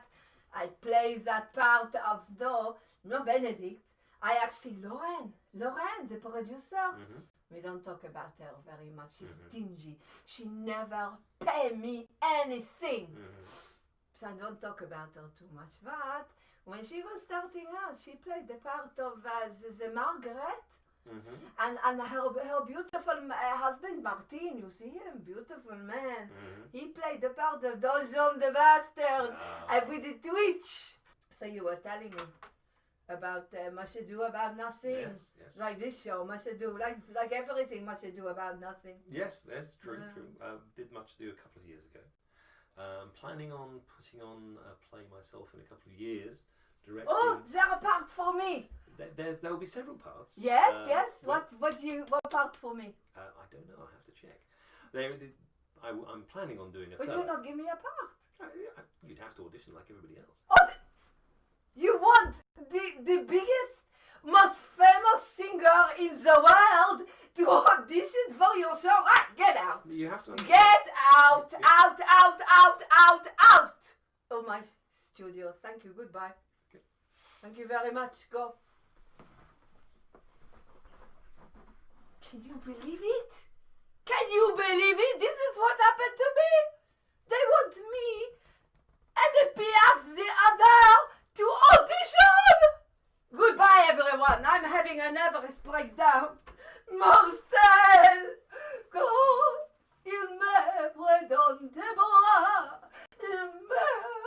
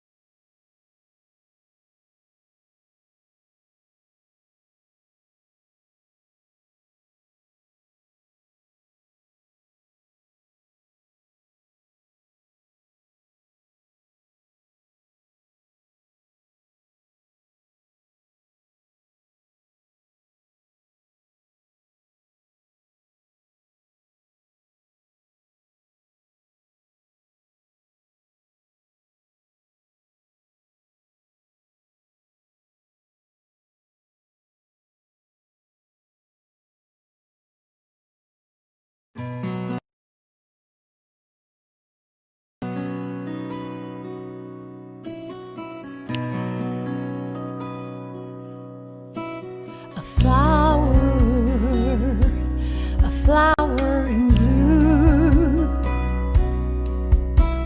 She's all around, she lights up the room.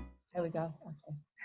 Hi, everybody. Welcome to Two Awake Blondes. I'm here with Lauren Hope Glory, and we're going to discuss her channel, Moving on TV, which and also her book and her theatre company. Got a lot of projects on the go, Lauren. So where should we start? Should we start with we've got the book there in the background. Should we start with that? Could do, yeah. Yes. So can you tell us a little bit about this book, Simply Amazing? Of course, yeah. Well, Simply Amazing is a book that was written by Casey Armstrong, and it was written about 3 years ago, I think. Yeah, something like that. And I'm in it. My story is in it. I'm chapter 8.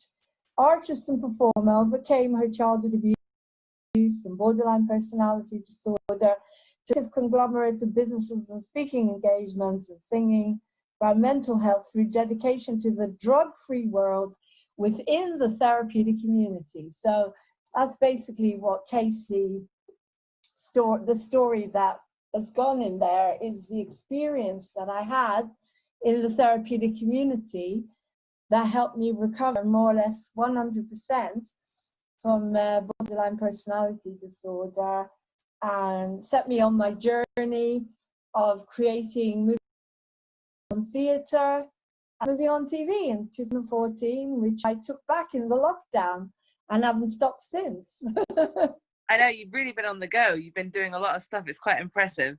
So could you just talk us through a little bit, like, what was it like before the therapeutic community and what was it like after, and the sort of transformation, the shift that happened? Okay. Right. So before the therapeutic community, there we go. Before the therapeutic community, I had a huge amount of issues. So my whole life I was broken. I was completely broken. I got to the point where I couldn't be with friends anymore because I was jealous of everybody. I got myself arrested for panic attack once, thrown in a cell because I was having a panic attack on the street, and they followed me, and because I wouldn't let them into the house, they ended up arresting me and stopped crying. I couldn't control my rage. I couldn't work. I couldn't run theatre because the minute I'd arrive, people would say the ego has landed, and so I had a bad name that way. The ego has landed, and it was, yeah, life wasn't really working at all. So I was kind of on my knees. I didn't know what to do. My mother had died, and my husband was working a lot. I couldn't sort myself out at all. And so I went to the doctor, and I said, you know, at that point, I didn't know what to do anymore. So I thought, I'll go and see a doctor.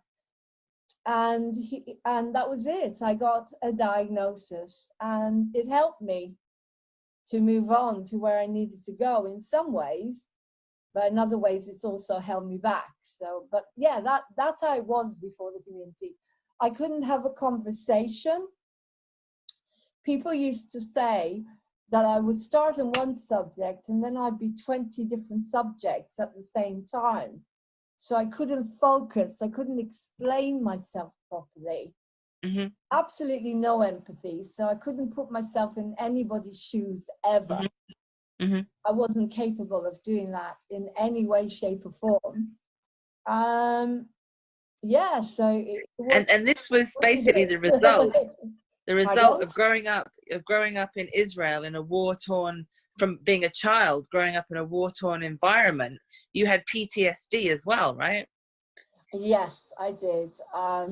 When I was 7 years old, my family took me to Israel.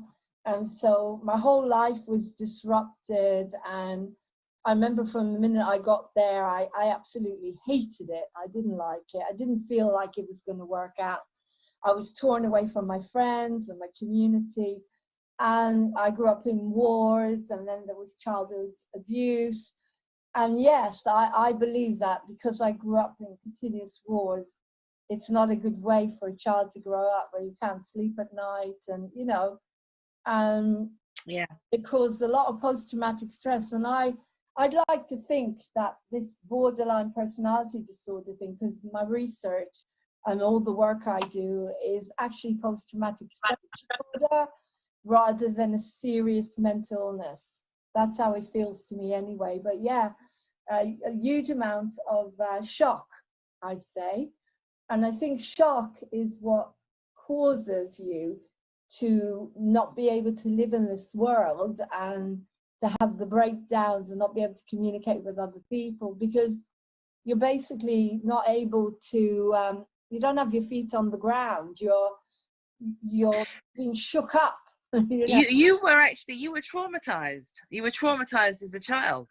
Yeah, I was traumatized as a child, and I carried that into my adulthood, and I numbed it all, and I didn't realize that I had numbed all the pain because I wasn't allowed to be myself. So the minute I came out of that, the minute I left Israel, when I was about 22, I think, that was it. Everything started to come up a little bit. But when I met my husband, that's when all the real stuff came up. And I started training with Reiki, and I realized that I'd been abused. And only over the last few years have I realized how much I was numb, even up to the beginning of the lockdown. So, how numb I was, that I'd actually been numbed down. I wasn't able to express anything that happened to me.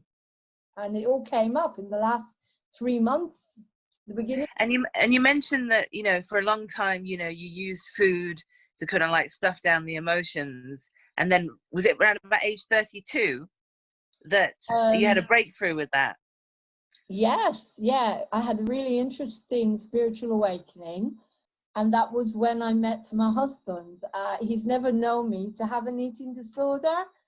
And I was doing some work like journaling and trying to figure out when I eat and when I want to eat and what's driving me to whatever this addiction was. And it just went away. It completely disappeared. And I did start acting. I picked up acting and went on the stage, and it could be that I swapped an addiction, but it was amazing because before my husband knew me, well, you've always had a talent. You've always had a talent for singing. So you had a natural performer inside of you. That's been a natural talent that you had since you were young, right? I played the accordion from the age of 6. Okay. Dublin, and my father used to put me in concerts. You know, I played in concerts and things like that.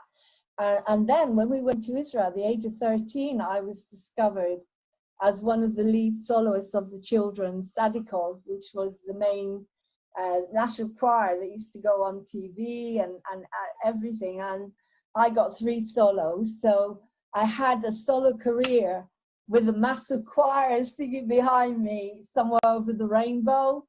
Wow. If I Could by Simon and Garfunkel, and Hebrew song.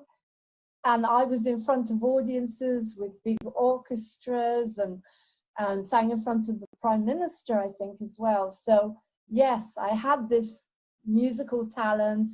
I had trained as an accordionist professional, and that's all I wanted to do. But it was the only thing that made me feel that I mattered. The only time I felt I got any recognition was singing. And of course, you know, I can't remember eating. The disorder was around more or less the same time as I stopped. The choir stopped. It's very interesting when I look at when my eating disorder got very bad, was when the choir stopped because there was a war and we had to leave, and I think my parents didn't have the money to keep me there. And so, and also a few things happened around the same time, and that's when the eating disorder became so bad around my, you know, when I got my periods. I think I remember telling you that in the Jewish religion, when you get your period, you get slapped across the face. Wow. And my mother, yeah, she said, "Oh, you're a woman." Wow. Yeah.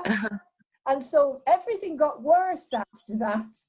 My disorder, my loneliness, because I wasn't singing, I wasn't performing. And also, I think that, you know, that there's, you know, a lot of people grow up and they, I think, you know, I know from my own, experience from hearing from other family members that this feeling of not being seen, I think that was quite common, you know, and we've seen huge leaps happen within, you know, sort of psychology and transformation counseling and all this sort of thing, where, you know, we recognize that people need to, you know, children need to feel seen. And I think that, but unless their parents have been shown, then often they don't really know how to do that for a child. And I think that there was a, you know, we came out of like the Victorian era where children were seen and not heard. And what that meant is that, you know, basically children were supposed to behave, whereas, you know, we're really just moving now into some sort of emotional intelligence with children. Do you know what I mean? Yeah, I do totally. And I totally agree with you. I wasn't seen, I wasn't heard, I wasn't allowed to be heard because I was brought up, my father used to blame me, I used to get blamed for everything. And because my mother was such a difficult person, you weren't allowed to be yourself around her. And so I was completely numbed down and shut down. And to me, the recovery that I went through was all about validation. Validation was the most important thing. And in the therapeutic community, we had a bell, we had a validation bell. And people came in there, people that had never had any validation, all of us came in there together. And I used to ring the bell all the time. I sat on the floor. The first 6 months, I think I cried for about 6 months, just sat on the floor and cried and cried and cried and let everything out, maybe a little less than 6 months, and rang the bell every chance I got and took every moment of therapy. I was determined that I was going to sort this out. But I think the other thing which can happen to you, which happened to me, when you don't have validation, you become very narcissistic. So it's all about you and everything's about you. There's no empathy. And Casey said to me in the interview when I said I had no empathy, and he said, well, of course you didn't. Nobody gave you any empathy, so how could you have any? How could you learn it? And in the community, I was taught to put myself in other people's shoes occasionally to be able to understand what empathy is. And because at times they would say to me, I would just throw something out there and stir it up. You know, like the king's not wearing any clothes, a bit like I do now, moving on TV, but it's okay to do it now. But not then, because everyone was so vulnerable. And I had such power that people used to just run out. They literally would run out crying because I'd throw something at them without realizing the damage I was causing. It wasn't the right to do it. And because I didn't know any better. I learned. So you can't. So I just wanted to say actually that, you know, I went through a sort of a transformational journey. And what I learned on the journey is that when you bring things into awareness, it's kind of more along the Buddhist sort of framework. But basically, you know, once you brought it into, you know, as long as it's you're unconscious of it, you can't really do anything about it. But when you bring things, you shine the light of awareness on things, then you make it conscious. That's when you can do something about it. But a lot of the time, people are completely unaware. Yeah, they're just walking around. They've got a massive blind spot, and everyone else can see it, but they haven't got a clue. I just wanted to throw that in there because I totally agree about the blind spot. It's really interesting, and you can't change it, and you can't learn it until you're prepared to surrender. And so the whole thing about the therapeutic community is you walk in and it said, trust the process. Yeah. And when you come from abusive backgrounds, who's going to do that? No one. So a lot of people got thrown out. I nearly got thrown out 4 times because I just didn't know what to do. I didn't know what I was doing wrong. And it took quite a while for me to understand what it meant to trust the process. But at some point I got it. It was when they tried to get rid of me the 4th time. And I was kind of in shock because I thought I was doing my work, because I was doing my best. I did whatever I thought I knew. I did what I thought I knew, yes, which was the same as I was doing. And they say, "Oh, Lauren, you're on thin ice," and and everyone sits around you, and you think, right, this is it. I'm going. They've had it with me, and if I had been thrown out, I would, nothing would have changed. I wouldn't be here now. I think I would have been gone by now, probably medicated up to the eyeballs, and because of the kind of body I have, that wouldn't have done me much good, you know. Have you ever tried medication, any medication? We're going back about 20 years ago. I tried something, and I'll never forget it. We went to see a film. Oh God, I'm just trying to think what the film. It doesn't matter. It was sad, and everyone was crying, and I had no feelings. I was completely numb, and I thought, "Oh, I don't want this." So I threw it in the bin. That was it. Never touched anything after that. So I started a very long journey trying to learn whatever I could about using only natural methods. And bit by bit, I realized how sensitive my body was. And I thought, well, you know, when I went for my interview, before I got into the therapeutic community, I said to them, don't give me medication because I'm an actress as well. I don't want to be numb. And I was so lucky. I believe that something looked after me. And I do believe that this happens on and off in my life, because the psychiatrist said to me, you work A Course in Miracles, don't you? And I said, yeah. And she said, well, you do understand the difference between the ego and, you know, and spirit and love. She said, would you like to try therapeutic community where you won't need to use medication and you'll have a 24-hour support system? That was it. When they said the 24-hour support system, I was sold, you know, and it was one of the most difficult experiences in my life. And I believe I went through a huge dark night of the soul when I lost my dad and my family cut me off and ended up in a wheelchair. And if it wasn't for, and the lockdowns, if it wasn't for the therapeutic community, I don't think I would have gone through this. I don't think I would have coped with this at all. It completely changed my life and shifted me in such a way. But as I was saying, you don't know what's wrong with you until you have an awakening. And that day that they tried to get rid of me, I was in shock because I really didn't understand what I was doing wrong. And I remember they didn't get rid of me. I was very lucky. And the staff kept me. They must have seen beyond. I thank them every day, and one guardian angel who stood up for me. And I remember I was driving home on the way home, and I kept thinking, why does everybody... Sorry, it's a bit unconventional, but I'm gonna go like this instead. Yeah. Thank you. Why does everybody hate me? It was kind of like, why? And I couldn't figure it out, you know, Angie. It was like, what's wrong with me? Why are they trying to get rid of me? There must be something wrong with me. You know, I'm doing something here, because I'm starting to realize, you know, there's something here. Apart from the politics and the pack therapy, the pack mentality, I knew that there's something wrong here. So I remember going home that night, and I went to bed, and I had a massive night terror. And I grabbed hold of my husband and I said, don't let me go back.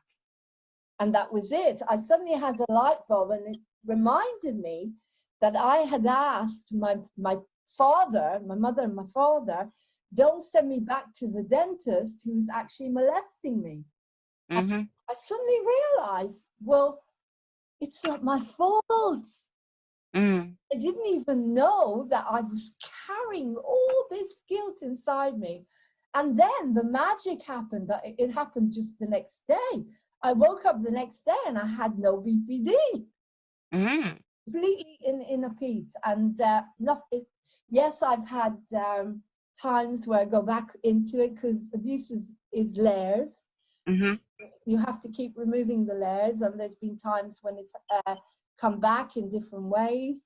particularly when I was in the wheelchair as well. You know, it was a really difficult time. And I mean, I know that BPD can be like, it can be sort of like little bits of all different, you know, mental health disorders. But in a nutshell, if you had to try and sum it up, how would you describe what it is? What is BPD? Okay, well, I'll do it with a song I've written for Encounters. I think that's do it. Because the way I'll explain it, how Vince, the character in Encounters, which is the musical I'm writing about the therapeutic community and mental health recovery, comes into it. He explains it. Okay, he comes back from the doctor, and the doctor says to him, okay, this is what's wrong with you. You've got borderline personality disorder or complex needs disorder, whichever way you want to look at it. And he said, well, what does that mean? And he says, the doctor says, well, you remember when you could go to Woolworths and you'd get your pick and mix? You'd have some Dolly mixtures, some, you know, a bit of this, a little bit of this, a little bit of that. Oh, God, yeah. God, I remember that. So full gone. That's what BPD is. It's a complex needs disorder. So this is the song, okay? A little bit of agoraphobia, a little bit of OCD, a little bit of claustrophobia. That's BPD. A little or depression, laced with it's all about me. Narcissism. Tourette's. Now what comes next? That's BPD. A little bit of autism, a little bit of AD or ADHD, a cup of paranoia. You looking at me? That's BPD. Now add in schizoid tendencies and make it all about me. Narcissism. A spoon of manic states gone on our plates with a monkey brain that I cannot train. That's BPD. It's all about me. Brilliant. CD. That's brilliant. And PTSD. BPD. But I mean, I really want to applaud you for, you know, being so open about this stuff, because I'm sure that by being, you know, talking about it, that's what we need to do, don't we? We need to just bring this into the open, right? Definitely, definitely. Since I walked away from the therapeutic community, all I've done is try to talk about the therapeutic community and recovery from borderline personality disorder. I created the book, I created the cards, How to Stay Sane in a Crazy World, which people are upside down. See, that's what I admire about, you know, you guys, you're still quite able to be quite productive though, aren't you? Because I mean, you know, I think with depression, the problem with depression is that, like, you know, I've suffered from depression myself, and, you know, you just can't really get your head above water to do much, you know? Okay. But with I've noticed that you guys can be actually be quite creative and quite productive, can't you?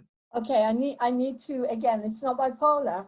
The thing is, with BPD, you have the traits of the extreme black and white traits. Like in the community, we had one woman, and they used to get the same cheese every time when we went shopping. And one day I said to her, can I have feta? And she just blew up. You can't have feta? How can you have feta? We've got to have this, exactly this, exactly. And I thought, hold on a second. Okay, it's not bipolar, is something completely different. BPD has the traits of bipolar. Now, talking about depression, I suffer a lot from depression, but the depression I suffer from is usually when I feel grief, and it's usually brought on when I can't find anything to do that I love. And I have been in states like this. Remember, before I took over moving on TV, I couldn't edit, so I had to teach myself, so I couldn't do very much. And there's been loads of times in my life when I haven't been able to perform because theatres were too expensive, or I just couldn't get my work out there in any way. And so my depression comes on when I'm stuck. But nowadays I know how to, I will go into meditation, and I'll always find something tiny. I also trained as a life coach to be able to do something very, very small. But believe me, I mean, after my father died and my family cut me off, I used to go to the positivity center, and I just cried continuously. Paul McDonald was saying that how much I've shifted in 3 years. He said all I used to do is sit there crying and, oh my God, I miss my family, and that was it. My whole life was round in circles. I couldn't come out of it. I couldn't come out of it. The lockdown and all of the changes in the world have pushed me into such power. I really feel I've come into my power and everything. I'm just working continuously, but I'm not even thinking about the money and the consequences and how many likes or subscriptions. I've completely given that up because that can easily push me into the. Yeah, I mean, I think that's, I've got to applaud you for the fact that, you know, really you've got to put, I mean, for all of us, as long as we're stuck in this validation trap, you know, of social media where we're comparing ourselves and the likes, and I know that, you know, I found that very, you know, difficult myself. But if you can just like sort of push past that, that's the trick, isn't it? Because as long as we're stuck, and what I find is that I can kind of like pretend that I don't care, but I do care. So I always end up ends up pulling me down, you know? I've had to let go of that because it will stop me. I know if I keep watching and thinking, well, what I keep telling myself is I'm looking at mentors, people that it's taken a while for them to build their empire. So people like Ralph Smart, for example, he puts a video on every single day, and he's probably been doing it now for about 3 years, 2 to 3 years. I've been doing it for 30 days. And so, you know, there's a difference. I started in 2014, but I was never consistent. And to me, the answer, I mean, don't get me wrong, when I've done a show and I've been consistent, I sold out Edinburgh. I sold out the Fringes. When I am consistent, I move mountains. But I always gave up in the end because I always, you know, there was something that stopped me. But now I've decided I'm, like Sifu Bogi said, put something on Instagram every single day, a few minutes, I do that. I leave it, I get on, I do something else, I do something else. Because I know how sensitive I am. I know that personality that is sensitive will sabotage everything, and it won't let me move forward if I start and worrying about I haven't got enough subscribers or this, that, and the other. At this point, I'm just building and building and creating and creating. And I have to sit with it sometimes because the fear comes up and it's like, oh, you're not getting anywhere. But of course I'm getting somewhere because, again, someone said to me, if one person watches your program and they send you a message and say, you made me feel good today, isn't that enough? Yeah. Why shouldn't it be enough?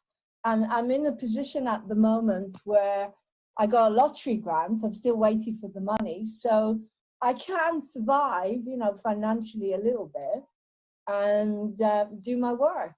But I do believe that this will take off. I know every bone in my body that I believe it now. And it's taken to this new consciousness, this new awakening consciousness.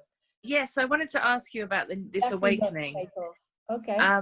Do you, I mean, I know that there's been times where you've been, you know, sort of quite bold and brave on social media and there's been a backlash.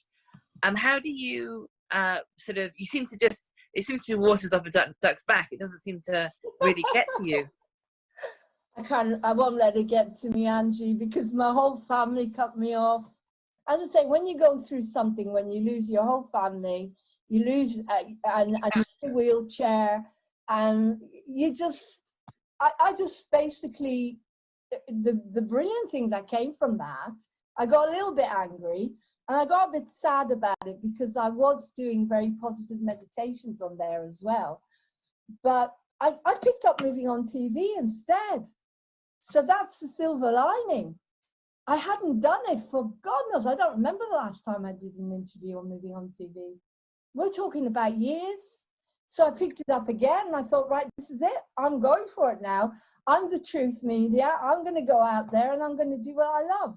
So you find the silver lining. And of course, I also had Hope Glory Productions. Hope Glory, which is my other Facebook, with not that many friends on it, because my other Facebook I've got about 4,000. But you know what? Trump is taking over social media, so all that's going to end, and we're all going to get our sites back, and it's extraordinary. But yeah, I wouldn't let myself get into that. And one of the people that's given me, well, Martin, my husband, gives me loads of encouragement, but I'd say Paul MacDonald has given me a huge amount of courage and a huge amount of encouragement to go out there and to do this. I felt in a way that he was my teacher and mentor. Yeah. In some way, I felt like I wanted to do these things in order to be able to raise myself to the levels he goes sometimes. And it started off a little bit like that, like kind of pleasing him.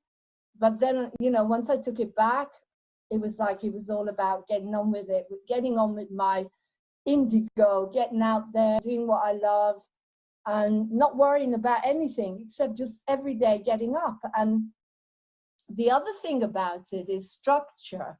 Like today, for example, is a good example.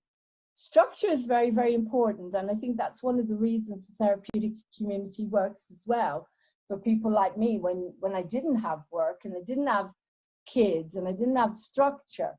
So you go there 3 days a week and you take care of the community. You have responsibilities. This is my work. So just my head is creative. So I just try to bring it back. So today was very interesting. I had an interview with someone called, I was going to have an interview with Jack Edward Kidd to talk about Nasara and Jasara and the new King of England and all this incredible stuff. And he couldn't do it. So I thought, okay, I've got to have a backup plan. So I got on Facebook and I found someone called Charlie Ward. And they had just been together doing, you know, I knew they were connected. And he did an interview with me. And I said, you know, you've got to have a backup plan. And if that hadn't happened, I've got so much stuff to edit anyway. So I'm trying to stay focused. So yeah, so after they cut me off Facebook, they cut me off for 50 days. I think I've got another 45 days to go. But then, as I say, things are changing. I'm not worried about it. I just thought, well, okay, what am I going to do? How am I going to get my message out? And then it was, you're going to take back Moving On TV. And that was it. I'm going to do a program called The Awakening every single day. And for 30 days, today is day 31, every single day, taking people from the dark into the light with the experiences that I've had in life. And I've done it every single day. I've put it on. I mean, sometimes I've sat up till 5 a.m. in the morning to make sure that I can get it on YouTube every single day. And that's what keeps me sane, I think. Yeah, I mean, I think there's definitely something to be said for, you know, when you actually step into your true self-expression, your authentic self-expression, that it does something. It gives you, it kind of, it puts you in your power in a way when you're doing that. And it, you know, it gives you strength, right? Completely. I mean, some of the things I've done since I got cut off Facebook, cut off from doing Facebook Lives, was I started to study tarot seriously. And I got my qualification in a couple of weeks. I did it really fast because I'm an intuitive psychic anyway. And I thought, okay, let's do the tarot show. And I was like, this is my playground. Moving On TV is my playground. And not only that, writing, I've started to write the whole score for my musical. And I don't know where this all comes from. It's like when you're so tuned in, you're the muses and just starts to come through you. I mean, I could never arrange piano for a musical. And but something's giving you this strength. It's like, you know, like nothing's really sort of like, you're not getting phased. Do you know what I mean? Like, you're just sort of like powering through. Like, you know, for me, like with the backlash that you had on social media, that would have knocked me out for a few weeks, you know. And but with you, you know, it's like, you're just like water off a duck's back. You just sort of, you don't care. Sorry, I just turned that off. It's not that I don't care. When it first happened, it pissed me off a lot because, as I say, I I have 4,000 friends on there nearly, and I thought, I'm getting someone here. I was getting about 40 people joining in the meditations, and because people were very frightened in the beginning. There's a lot of fear, and I felt my job was to do the meditations and to help people stay calm. But as I said, somehow I just thought, well, what am I going to do? I'm not going to sit here doing nothing. And then the idea came in, and I thought, well, I'll do a program daily called The Awakening, and I'll write the music for it. And that was it. It all fell into place. Something just helped me there. And I think it's my creativity is what keeps me going, because it won't let me sink. Even when I was in the wheelchair, I did some programs. I taught myself how to edit, because that's when it was a time to think, I don't want anybody to feel like I do when they're in a wheelchair. I don't want people to be lonely. I was very, very lonely. A lot of my friends disappeared, which was interesting.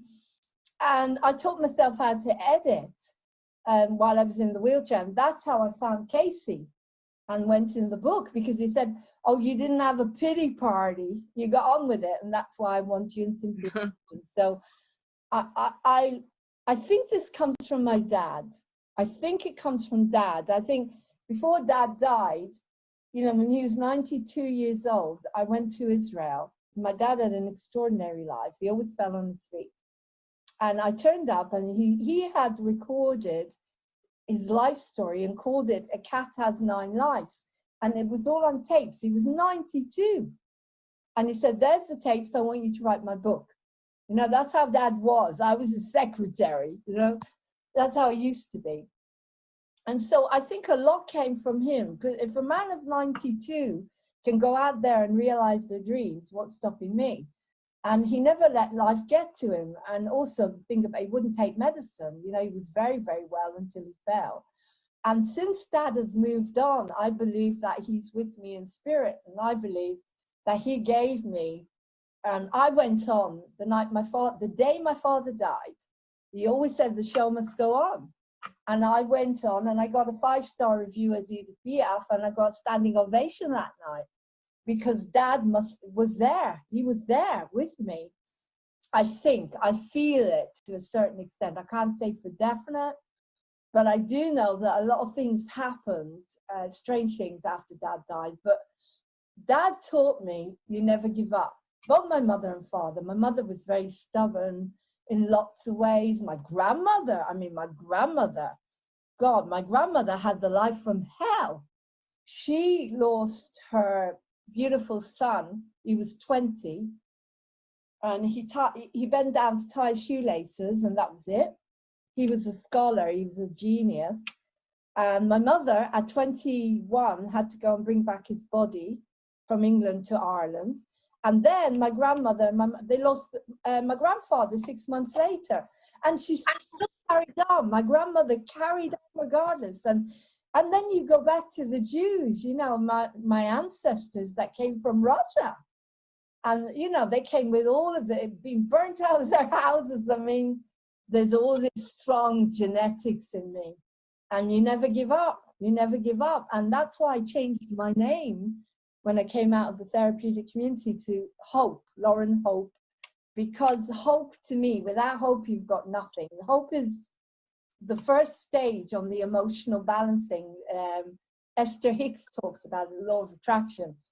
Depression, and then a tiny bit of hope, and then you can go into other things. And then I added on the name Glory, because Paul McDonald said to me one day, why does Lauren Glory? Because glory is getting everything. And I said, no, to me, without the hope, which is the stepping stone, you can't go into the glory. So then I became Lauren Hope Glory. So, because I believe this is my ancestry, this is my genetics, and this is the BPD in inverted commas.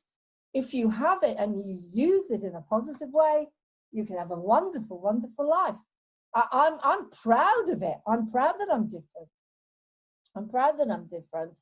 It makes me creative. It makes me an indigo.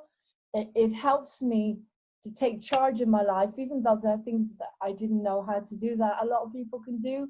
which I'm trying to learn, which is how to earn money. But, you know, that's more about balancing things and trying to learn these things. But to me, I celebrate to a certain extent, I celebrate the diagnosis, because if I didn't have that diagnosis, I would never have gone into the therapeutic community, because you only went in there when you had this condition. And I had to act my socks off, you know, I can say that now. In order to get into the community, I had to be a character, because they wouldn't take me, because I never shut up. So I acted this character, and it's so calm and gentle, and they put me in the community.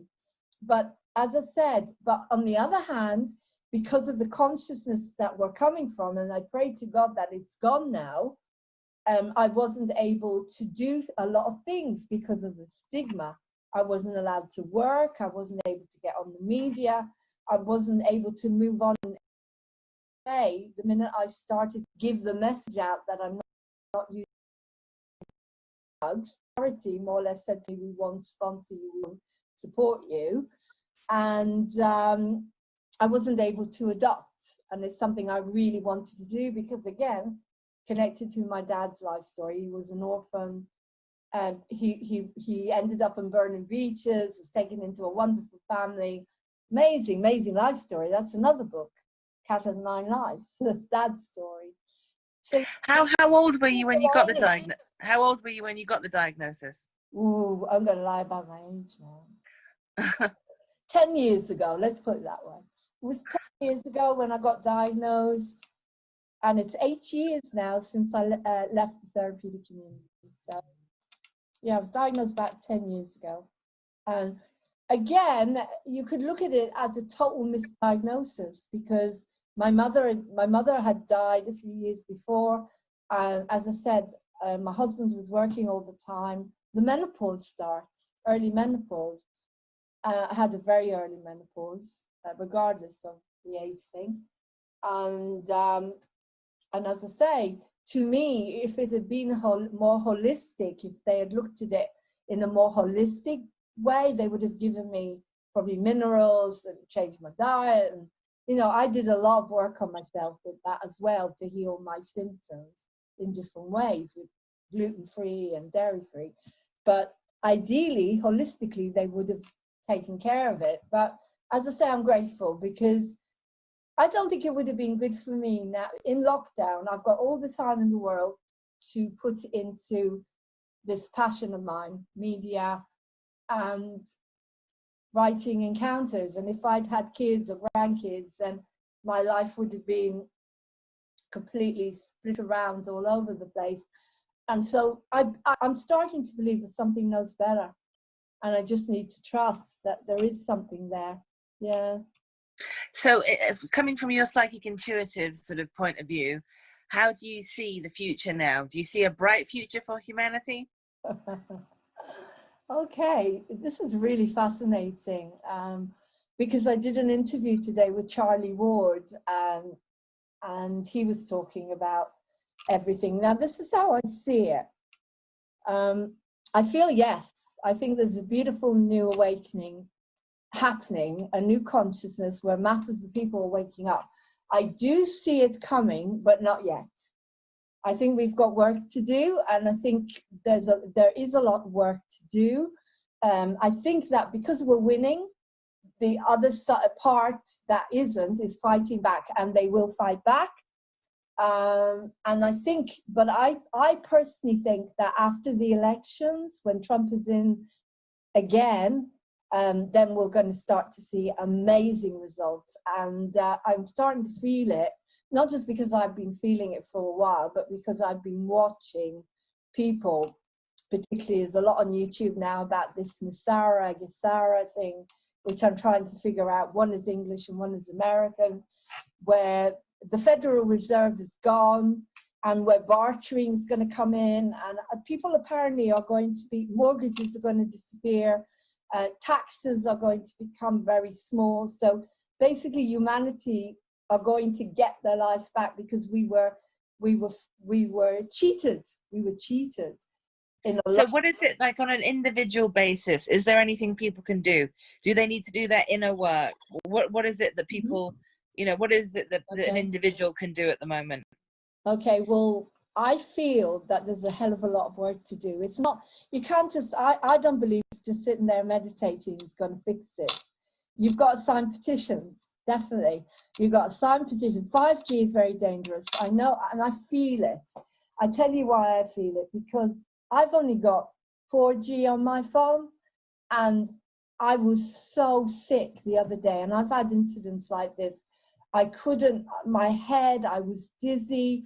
We had to turn everything off, because I held the phone for over an hour, and I was so sick, and that's 4G. Now, I believe that 5G is very, very dangerous, and it's going to really lower people's immune systems. There's a lot of controversy going on around 5G, and I can't say too much because I don't know enough myself, but I do believe 100% that we can stop it. That people power, we have to sign petitions, we have to stand up for ourselves and say no. Now, at some point, it's all going to go, because as I say, the new world, and I'm not talking about the new world order, I'm talking about a beautiful, equal new world without that lot is coming in, where 5G is not going to happen. But happening at the moment, because it's a good weapon to hurt us, to lower our immune systems even more, and to do things to us. It's just, you know, when you're fighting, I mean, of course, the miracle says, you know, the more you know, if you're defending yourself, you're going to be attacked, because the enemy, all they know how to do is to attack, to defend themselves. They don't know anything else. They don't have any. But do you believe, like, you know, with the Buddhist monks, you know, like mind over matter, you know, they could sort of like, you know, stay warm in minus temperatures, and, you know, do you think that, like, you know, if we believe that, and then we're kind of like buying into the fear of it, then it's kind of be a self-fulfilling manifestation, whereas, you know, if we don't, then it's kind of mind over matter. Do you know what I mean? I do believe in mind over matter, like the same way I believe that every single disease is curable. However, you have to get to that level, and I don't think I'm there. And I don't think a lot of us are there. I think most of us are not there. But yeah, I do believe you can get there, but it would take a huge amount of work to get to a level where you're going to feel that you're going to cope with this. I mean, I'm surprised at how ill I feel sometimes and how quickly it happens. It's not like I plan it. We got Wi-Fi put in years ago, and I didn't even have time to think about it, and I was rushing to the loo. I mean, take, for example, vaccines. You know, there are a lot of people that they get their kids vaccinated. I mean, I think my sister's vaccinated her children. They're fine. There's no issue with it. And then there are other people that it's devastating for. Yeah. You know, so again, you know, it's like, how do we explain these things? You know what I mean? Like, why do some people get destroyed by it and other people just sail through it? You know what I mean? Yes, I can understand that. Well, there's a couple of things, Angie, I'd say. First of all, I'd say that they're getting, stuff they're starting to put in them now are getting worse and worse. So the vaccines that are coming up are going to be more and more dangerous, and they're going to be lowering the immune system. I personally believe that those people that died of COVID there was a massive push for the flu vaccine last winter. However, we are all different. Yes, I totally agree, we're all different. Some people will sail through anything.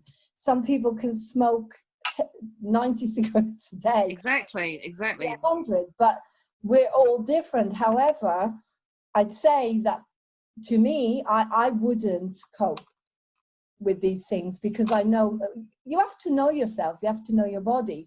And that's why I don't say to other people, you know, there's always been a choice. I'm pro-choice. Obviously, yeah, it's about free speech and pro-choice. If you want to have them, then it's up to you. But then I also watch my cat, Ellie. Ellie had loads of vaccinations. When she came to us, she was a mess.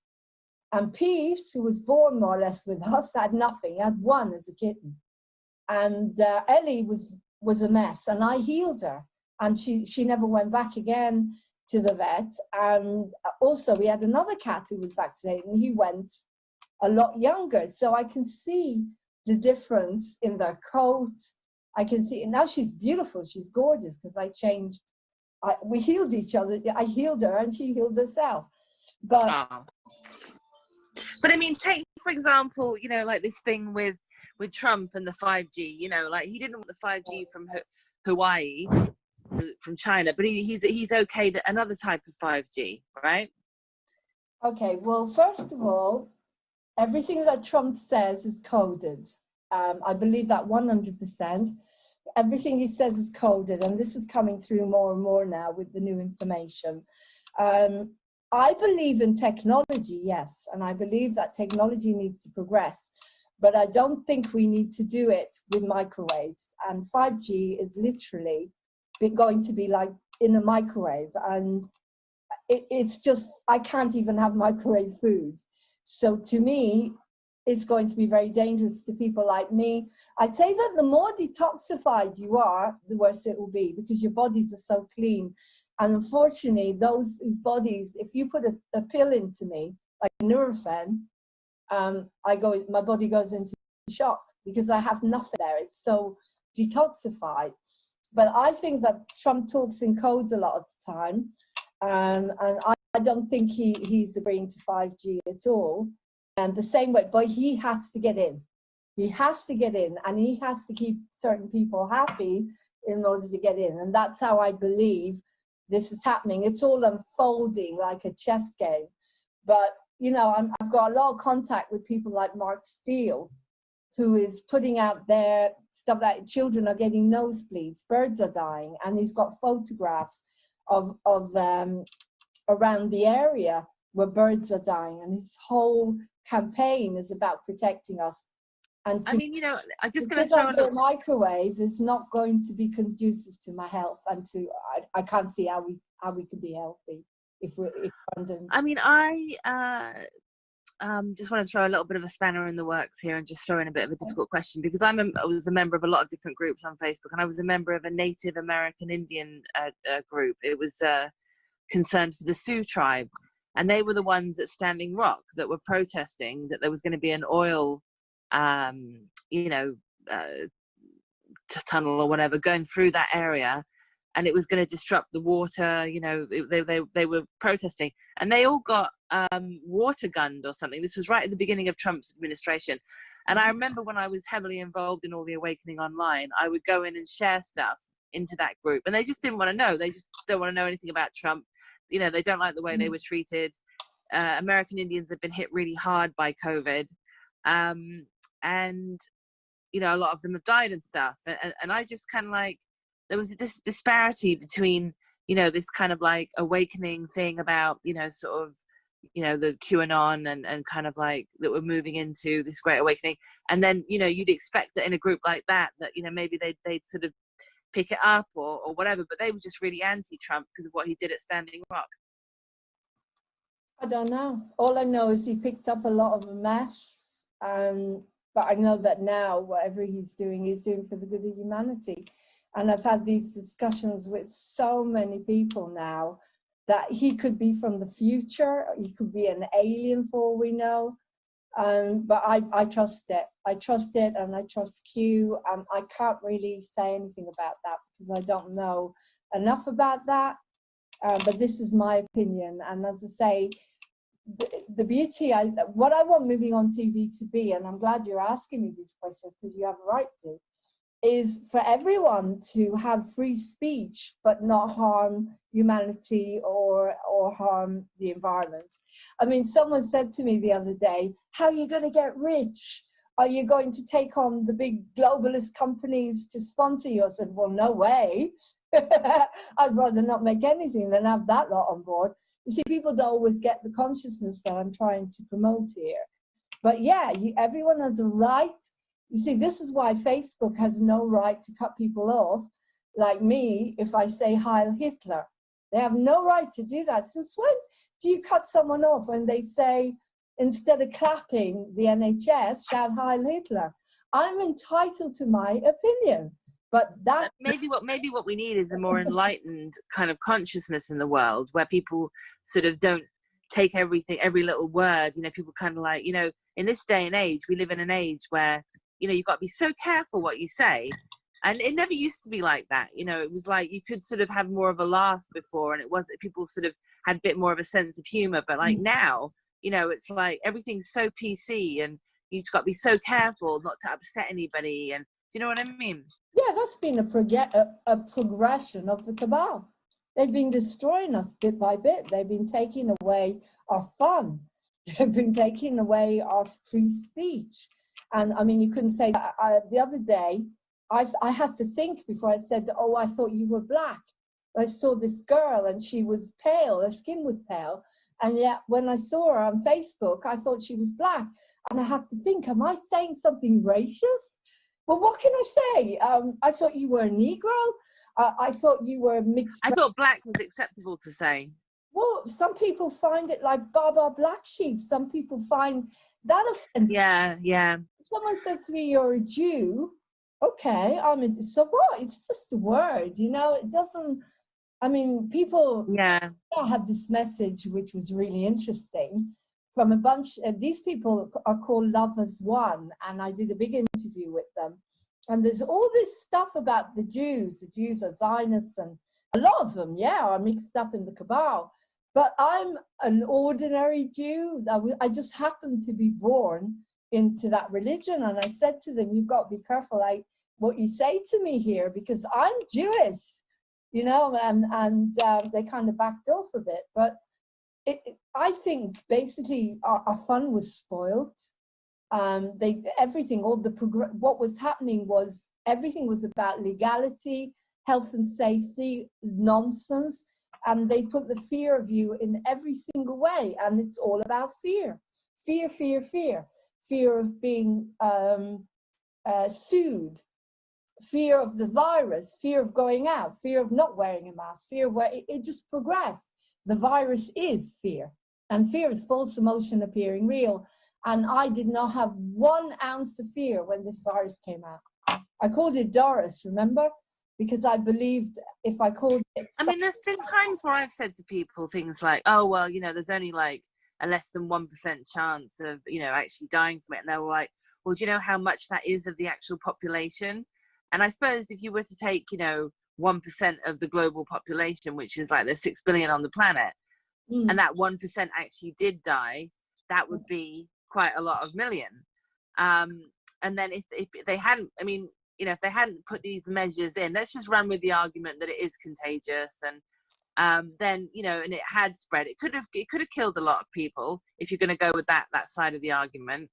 I mean, it does seem like a crazy thing to have, like, for 0.01% to have killed the entire economy. But you and I both know that, like, if we're going to move into something better, that old system had to die. And at the moment, you know, it feels as though we're just going to ease back into that old system again. Do you know what I mean?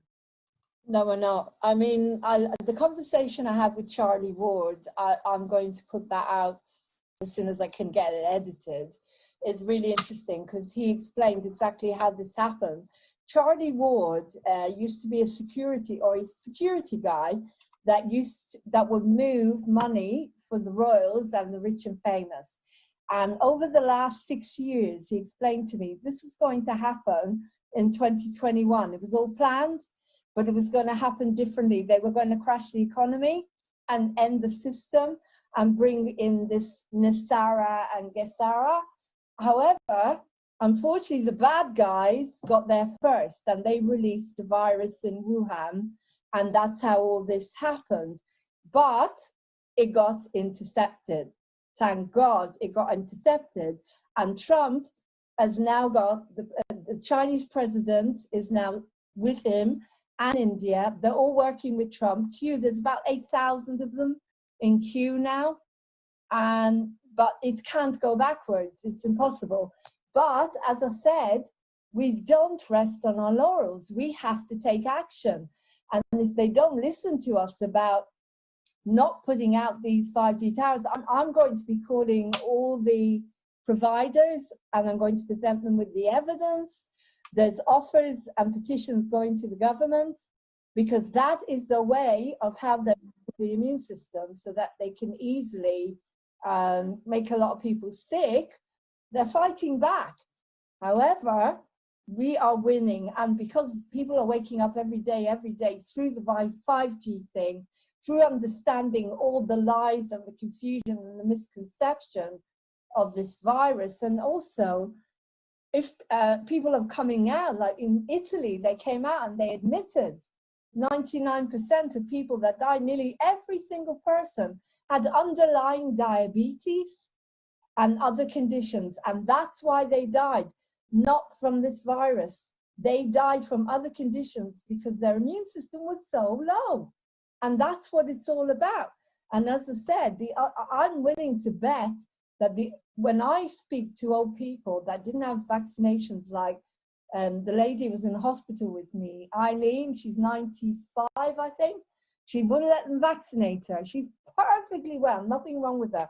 Martin's family, his parents, loads of people, they never had any vaccinations. They have really healthy diets with vitamins. They don't overwork. They don't have underlying conditions. So you have to look at the full picture here. This virus was a wake-up call, and I did say this. And because we're waking up, we don't need anything else. It cannot happen again. We now need to take back our governments. We need to take back our world, because that's it. We have no choice. We have to. And at some point, we were going to destroy the whole planet anyway. And so the planet has had time to breathe. And there's no way people can go back. There's been so many awakenings. I mean, citizen journalism has become huge now, like myself. And that's when, you know, interviewing Charlie Ward today, and I said to, you know, he's now a citizen, he's a citizen. Okay, but there still is a lot of contention over this 5G. I mean, I live with somebody who works with this kind of stuff, and basically he just says it's completely hyped, and that it's you know, as far as he's concerned, it's not dangerous. So, you know, it's very, very hard to really, you know, unless you're somebody that actually understands the full sort of process of how it works, to really, you know, come to some conclusion about that. But anyway, what I've learned about 5G over the years, it can't be good for us. We're not talking about one tower. It's a conglomerate. It's literally like little microwaves that are going to be beaming on top of us. And whoever this is, you're talking about your partner, they have to look at the scientific evidence, and they have to look at the 150 scientists and doctors that have proven how dangerous it is.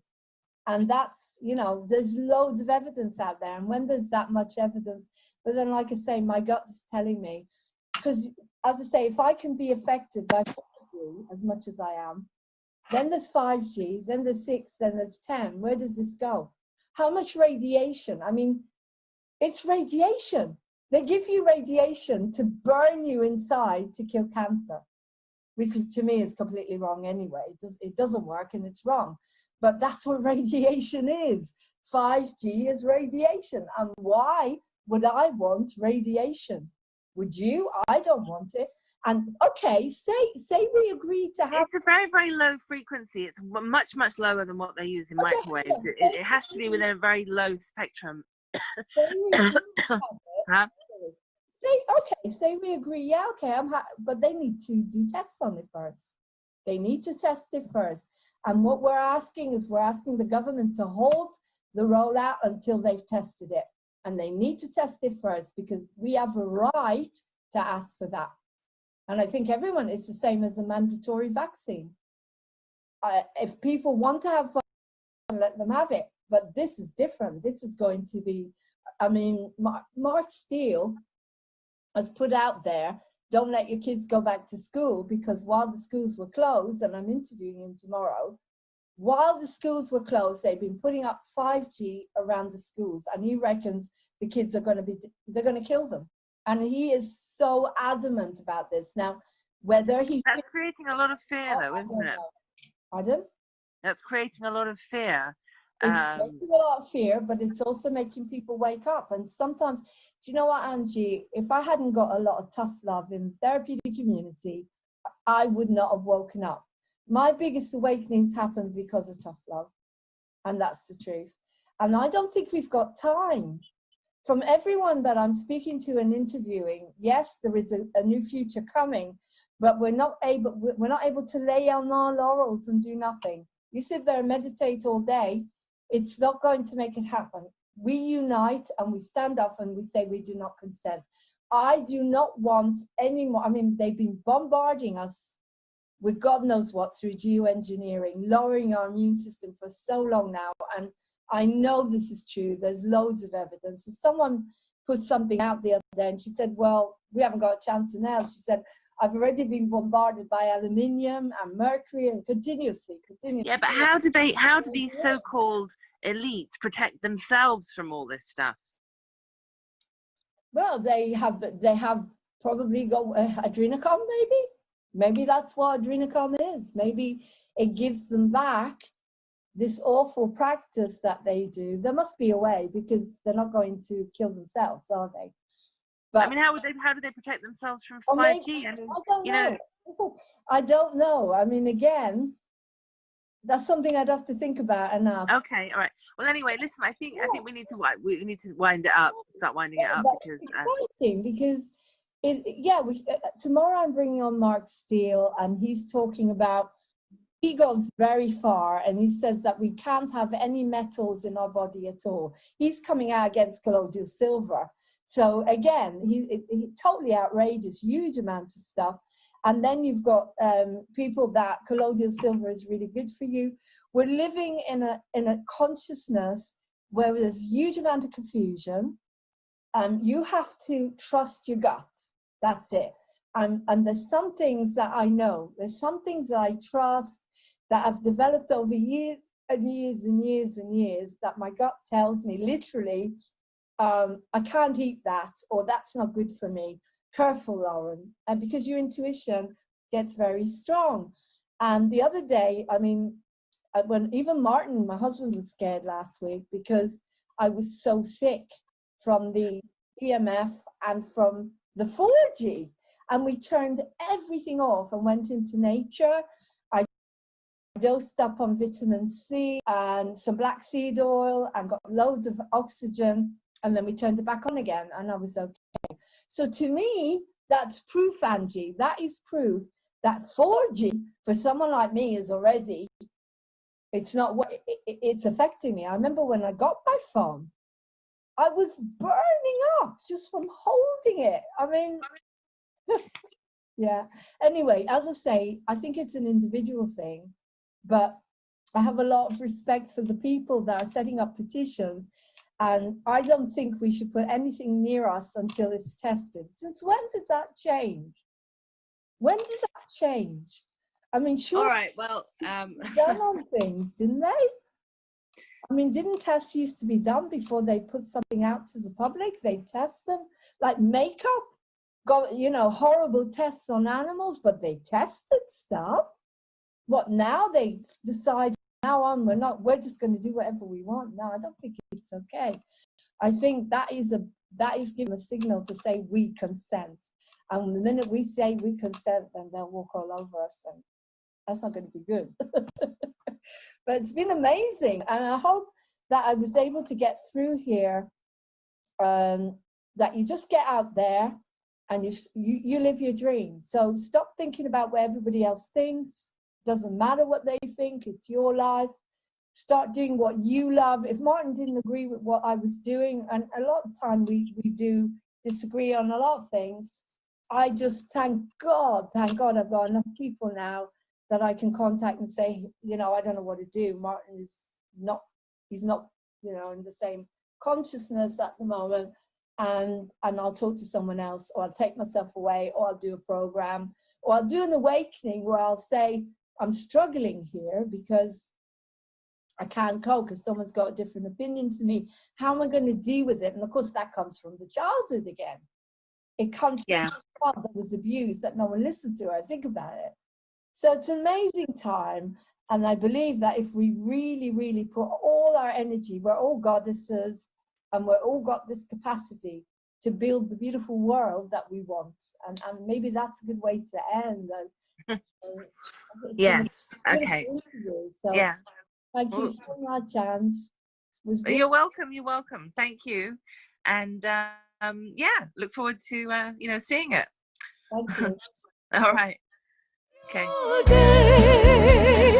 Be the star you are. Be the star you are. Woo! This is your day now. Your day to be free. Go out and claim your life. This is the time to be. Go out and make your dreams. Set the world on fire. Hold your treasures to your heart. Smile, my baby, smile. This is your day. Be the star you are. Be the star you are. Be the star you are.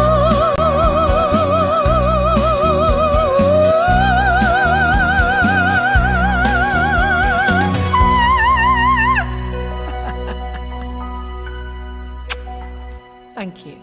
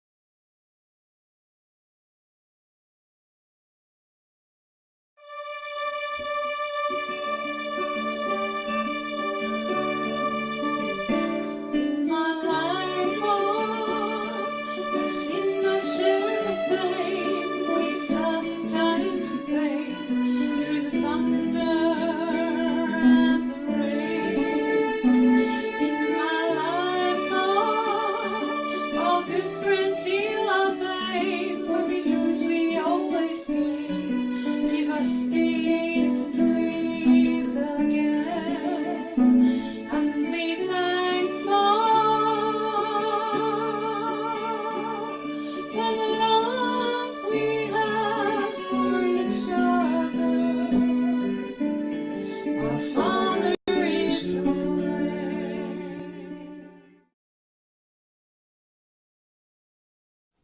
Christmas won't be Christmas without any presents. So dreadful to be poor.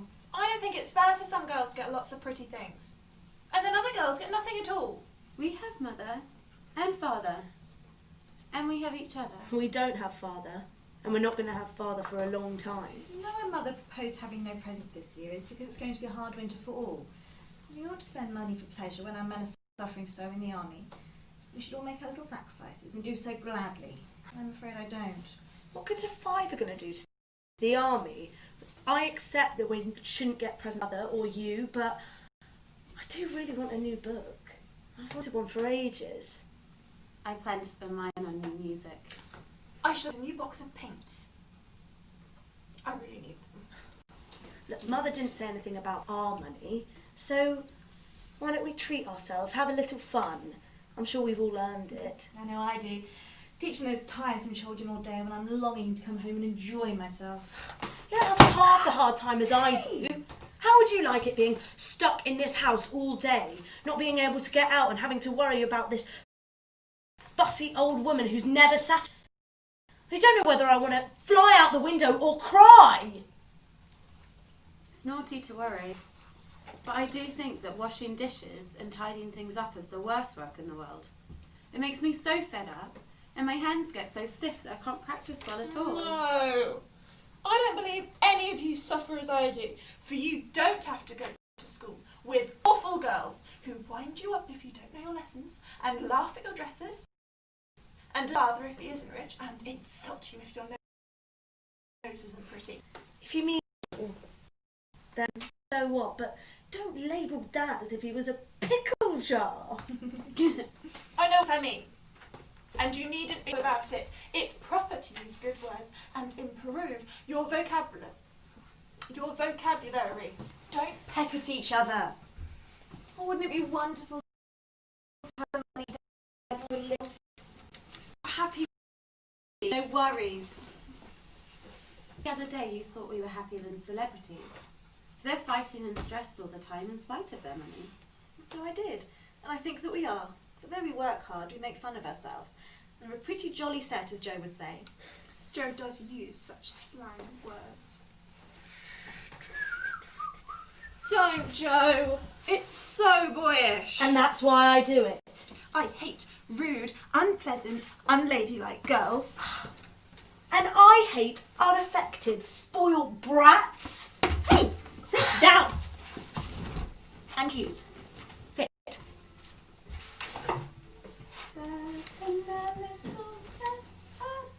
You're both to blame.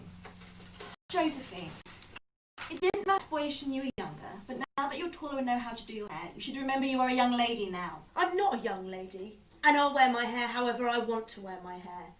I don't want to be like you, prim and proper.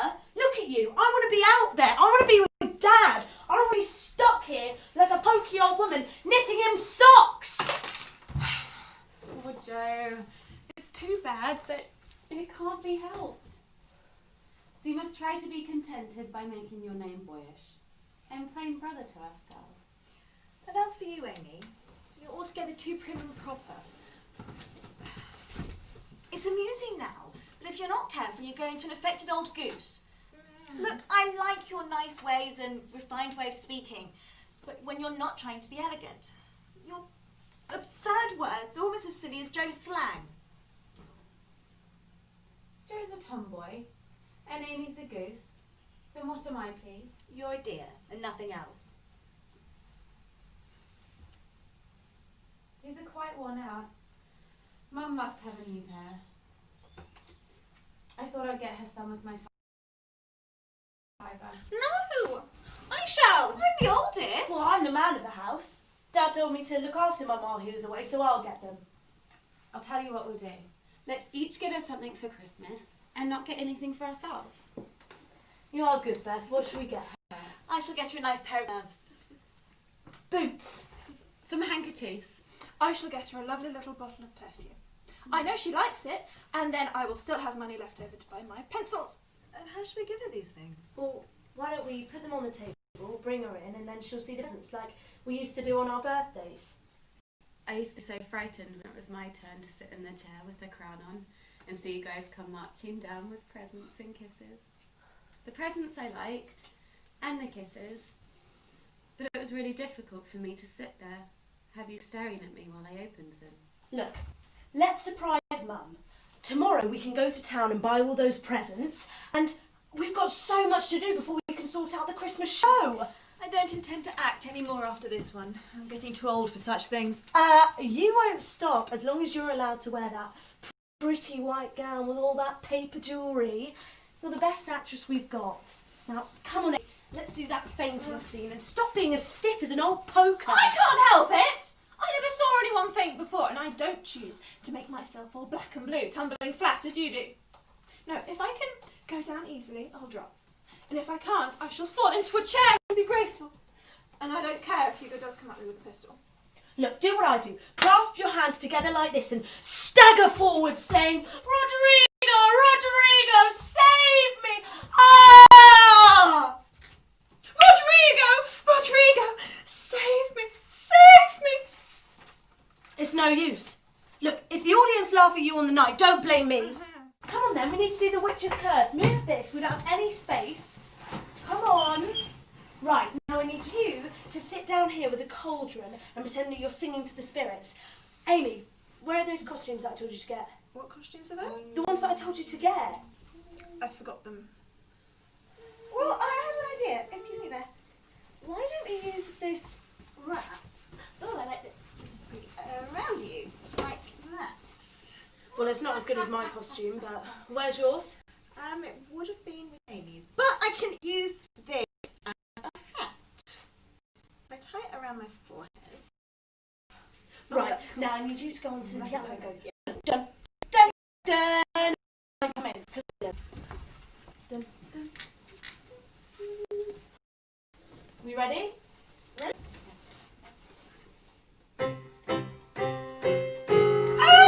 Rodrigo! Rodrigo, save me! Save me! Save me! I think I heard Mum. She'll be in soon. Everything back.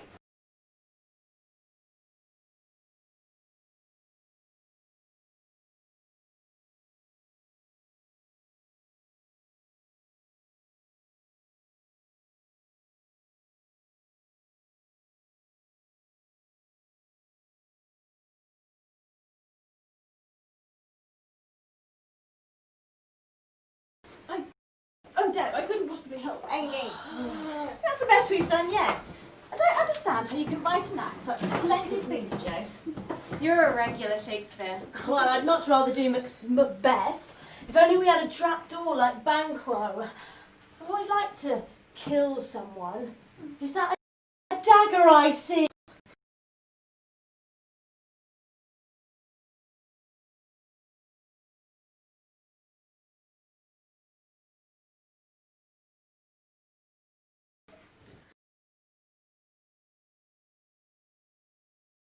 Nice to see you so merry, my girl. How are you today? Oh, Beth. Meg, how's your cold, sweetheart? Much better. Joe, you look tired to death. Come here, come and give your mum a big hug. Oh. Now, I've got a surprise for you girls.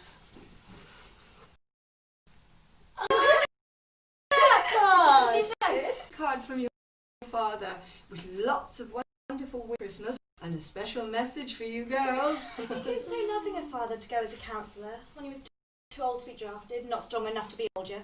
I wish I could go as a nurse or a journalist or anything, just so I could be near him. Oh, but it must be so agreeable to sleep in a tent, and to eat all sorts of nasty tasting foods, and to drink out of a tin mug.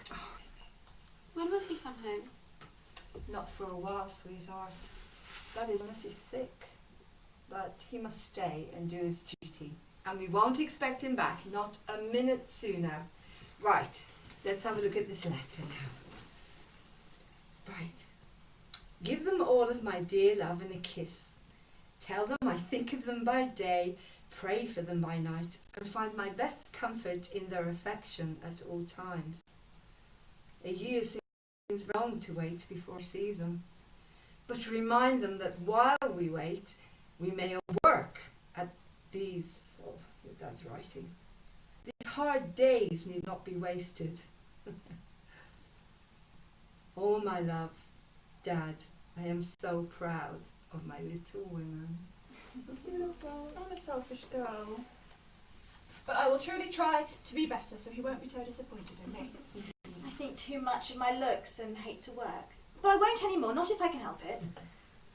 Well, I just want to be a boy, but I'm going to start trying to do what Dad says and be a little woman.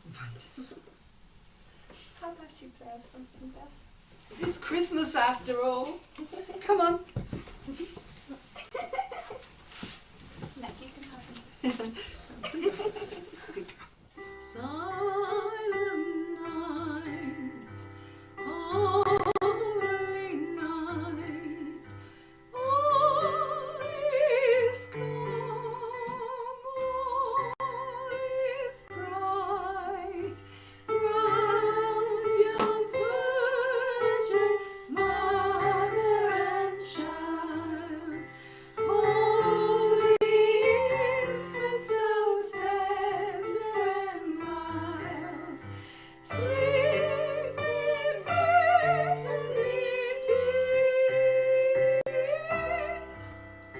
sleep in heavenly peace.